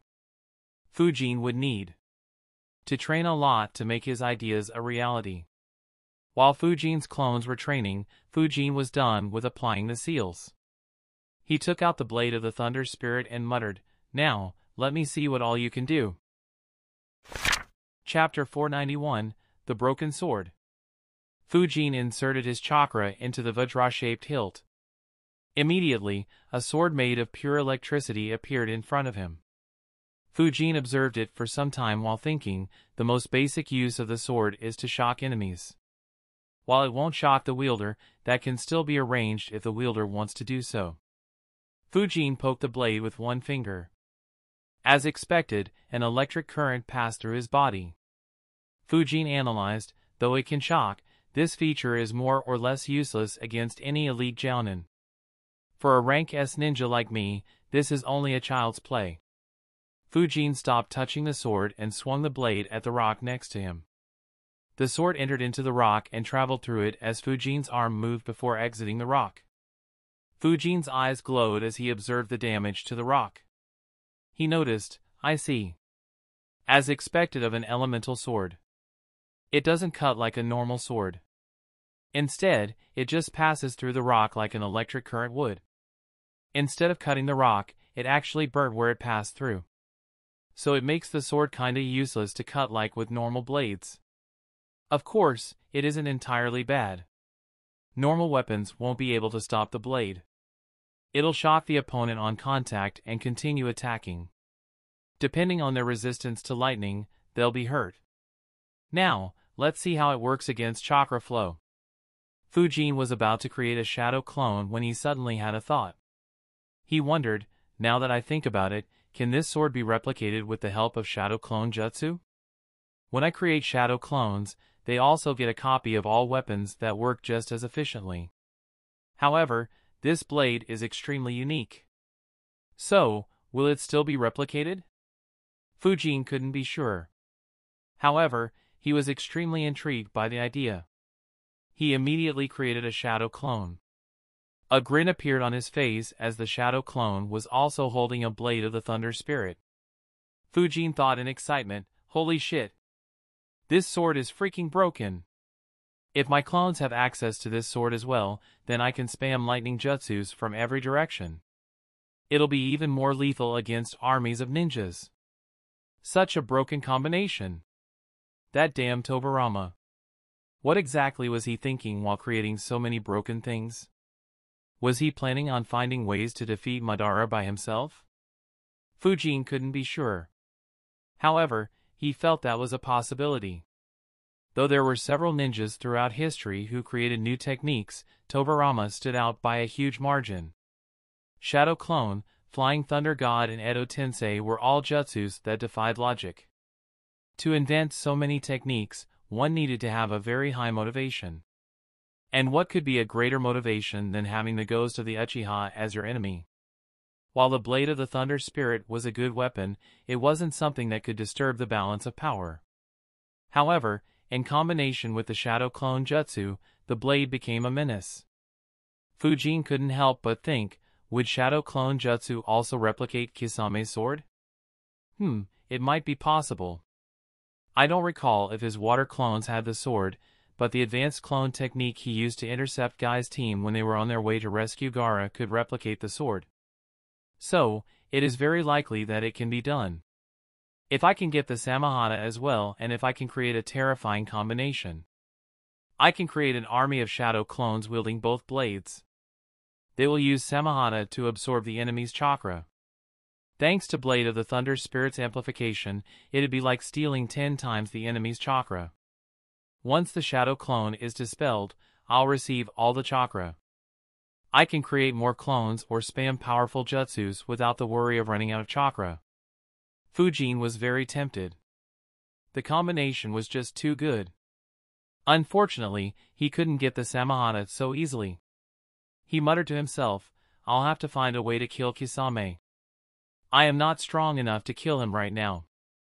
However, it's just a matter of time before I get even stronger. Though he is always with Itachi, I can separate them easily once my range of Flying Thunder God increases. That said, there are many risks. I'll need to calculate the effect of Kisame's disappearance on Akatsuki's activities. Also, it'll leak the information about me knowing the Flying Thunder God Jutsu. Though that might not be a huge loss if my strength increases a lot in the near future, it'll still be best to keep it a secret. I'll need to be careful. I'll need to find the right opportunity to make my move. And I should do it only when I'm sure I can kill Kisame quickly. If he has any methods to call Zetsu or Obito to help him, then killing him will become very difficult. Fujin decided to stop thinking about it. He'll plan his scheme once he is strong enough to pull one off flawlessly. He focused back on his clone and said, let's begin testing the sword. Fujin's clone nodded. He stored the Blade of the Thunder Spirit. Instead, he grabbed his usual sword and said, here I come. Chakra began flowing through his sword. He attacked Fujin with the sword while Fujin attacked back. As the two swords clashed, Fujin's eyes widened as he saw the Blade of the Thunder Spirit cut through the chakra flow. It hit the clone's sword, sending an electric current through it, zapping the clone. Of course, it wasn't enough to actually stop the clone. Fujin's sword moved through the sword towards the clone. At the same time, the clone's sword also moved towards Fujin, but it was slightly slower due to the electric shock. Fujin stopped his blade at the last second. The clone stopped as well and moved back. Fujin thought, I knew that this sword could cut through chakra, but I didn't expect it to do it so easily. It was as if my clone's chakra flow was nothing but air. Now this is a good ability. I wonder if it can work against Susanoo. The clone said, once the two swords meet, the electric current should flinch the opponent for a few moments. We can use that moment to attack the enemy first. However, it is too risky. If our enemy has high lightning resistance, then we will be hit by his sword as well. Fujin nodded. Though the effect was quite unique, the flaw was pretty obvious. He replied, yeah, but it will be very good for shadow clones. Anyway, it looks like I will need a few more swords. I might need to raid the Land of Iron at some point in the future. Anyways, charge your chakra flow with lightning. The clone nodded. He once again flowed chakra through the sword. This time, he charged it with lightning. The two swords clashed once again. This time, Fujin's blade was stopped. The clone wasn't zapped either. Instead, the Blade of the Thunder Spirit was forced back as it couldn't phase through the lightning-charged sword. Fujin moved back and thought, as I thought, this sword is at a disadvantage against lightning. Chakra flow. The clone changed lightning into wind and attacked again. This time, his sword cut straight through the Blade of the Thunder Spirit, forcing Fujin to retreat once again. Fujin muttered, it looks like this blade is completely useless against wind chakra flow. Not really a surprise. Fortunately, this sword can't break due to its elemental form. Otherwise, it would have been a great loss. Oh well, let's try fire. The clone nodded. He stopped providing wind chakra and instead converted his chakra into fire.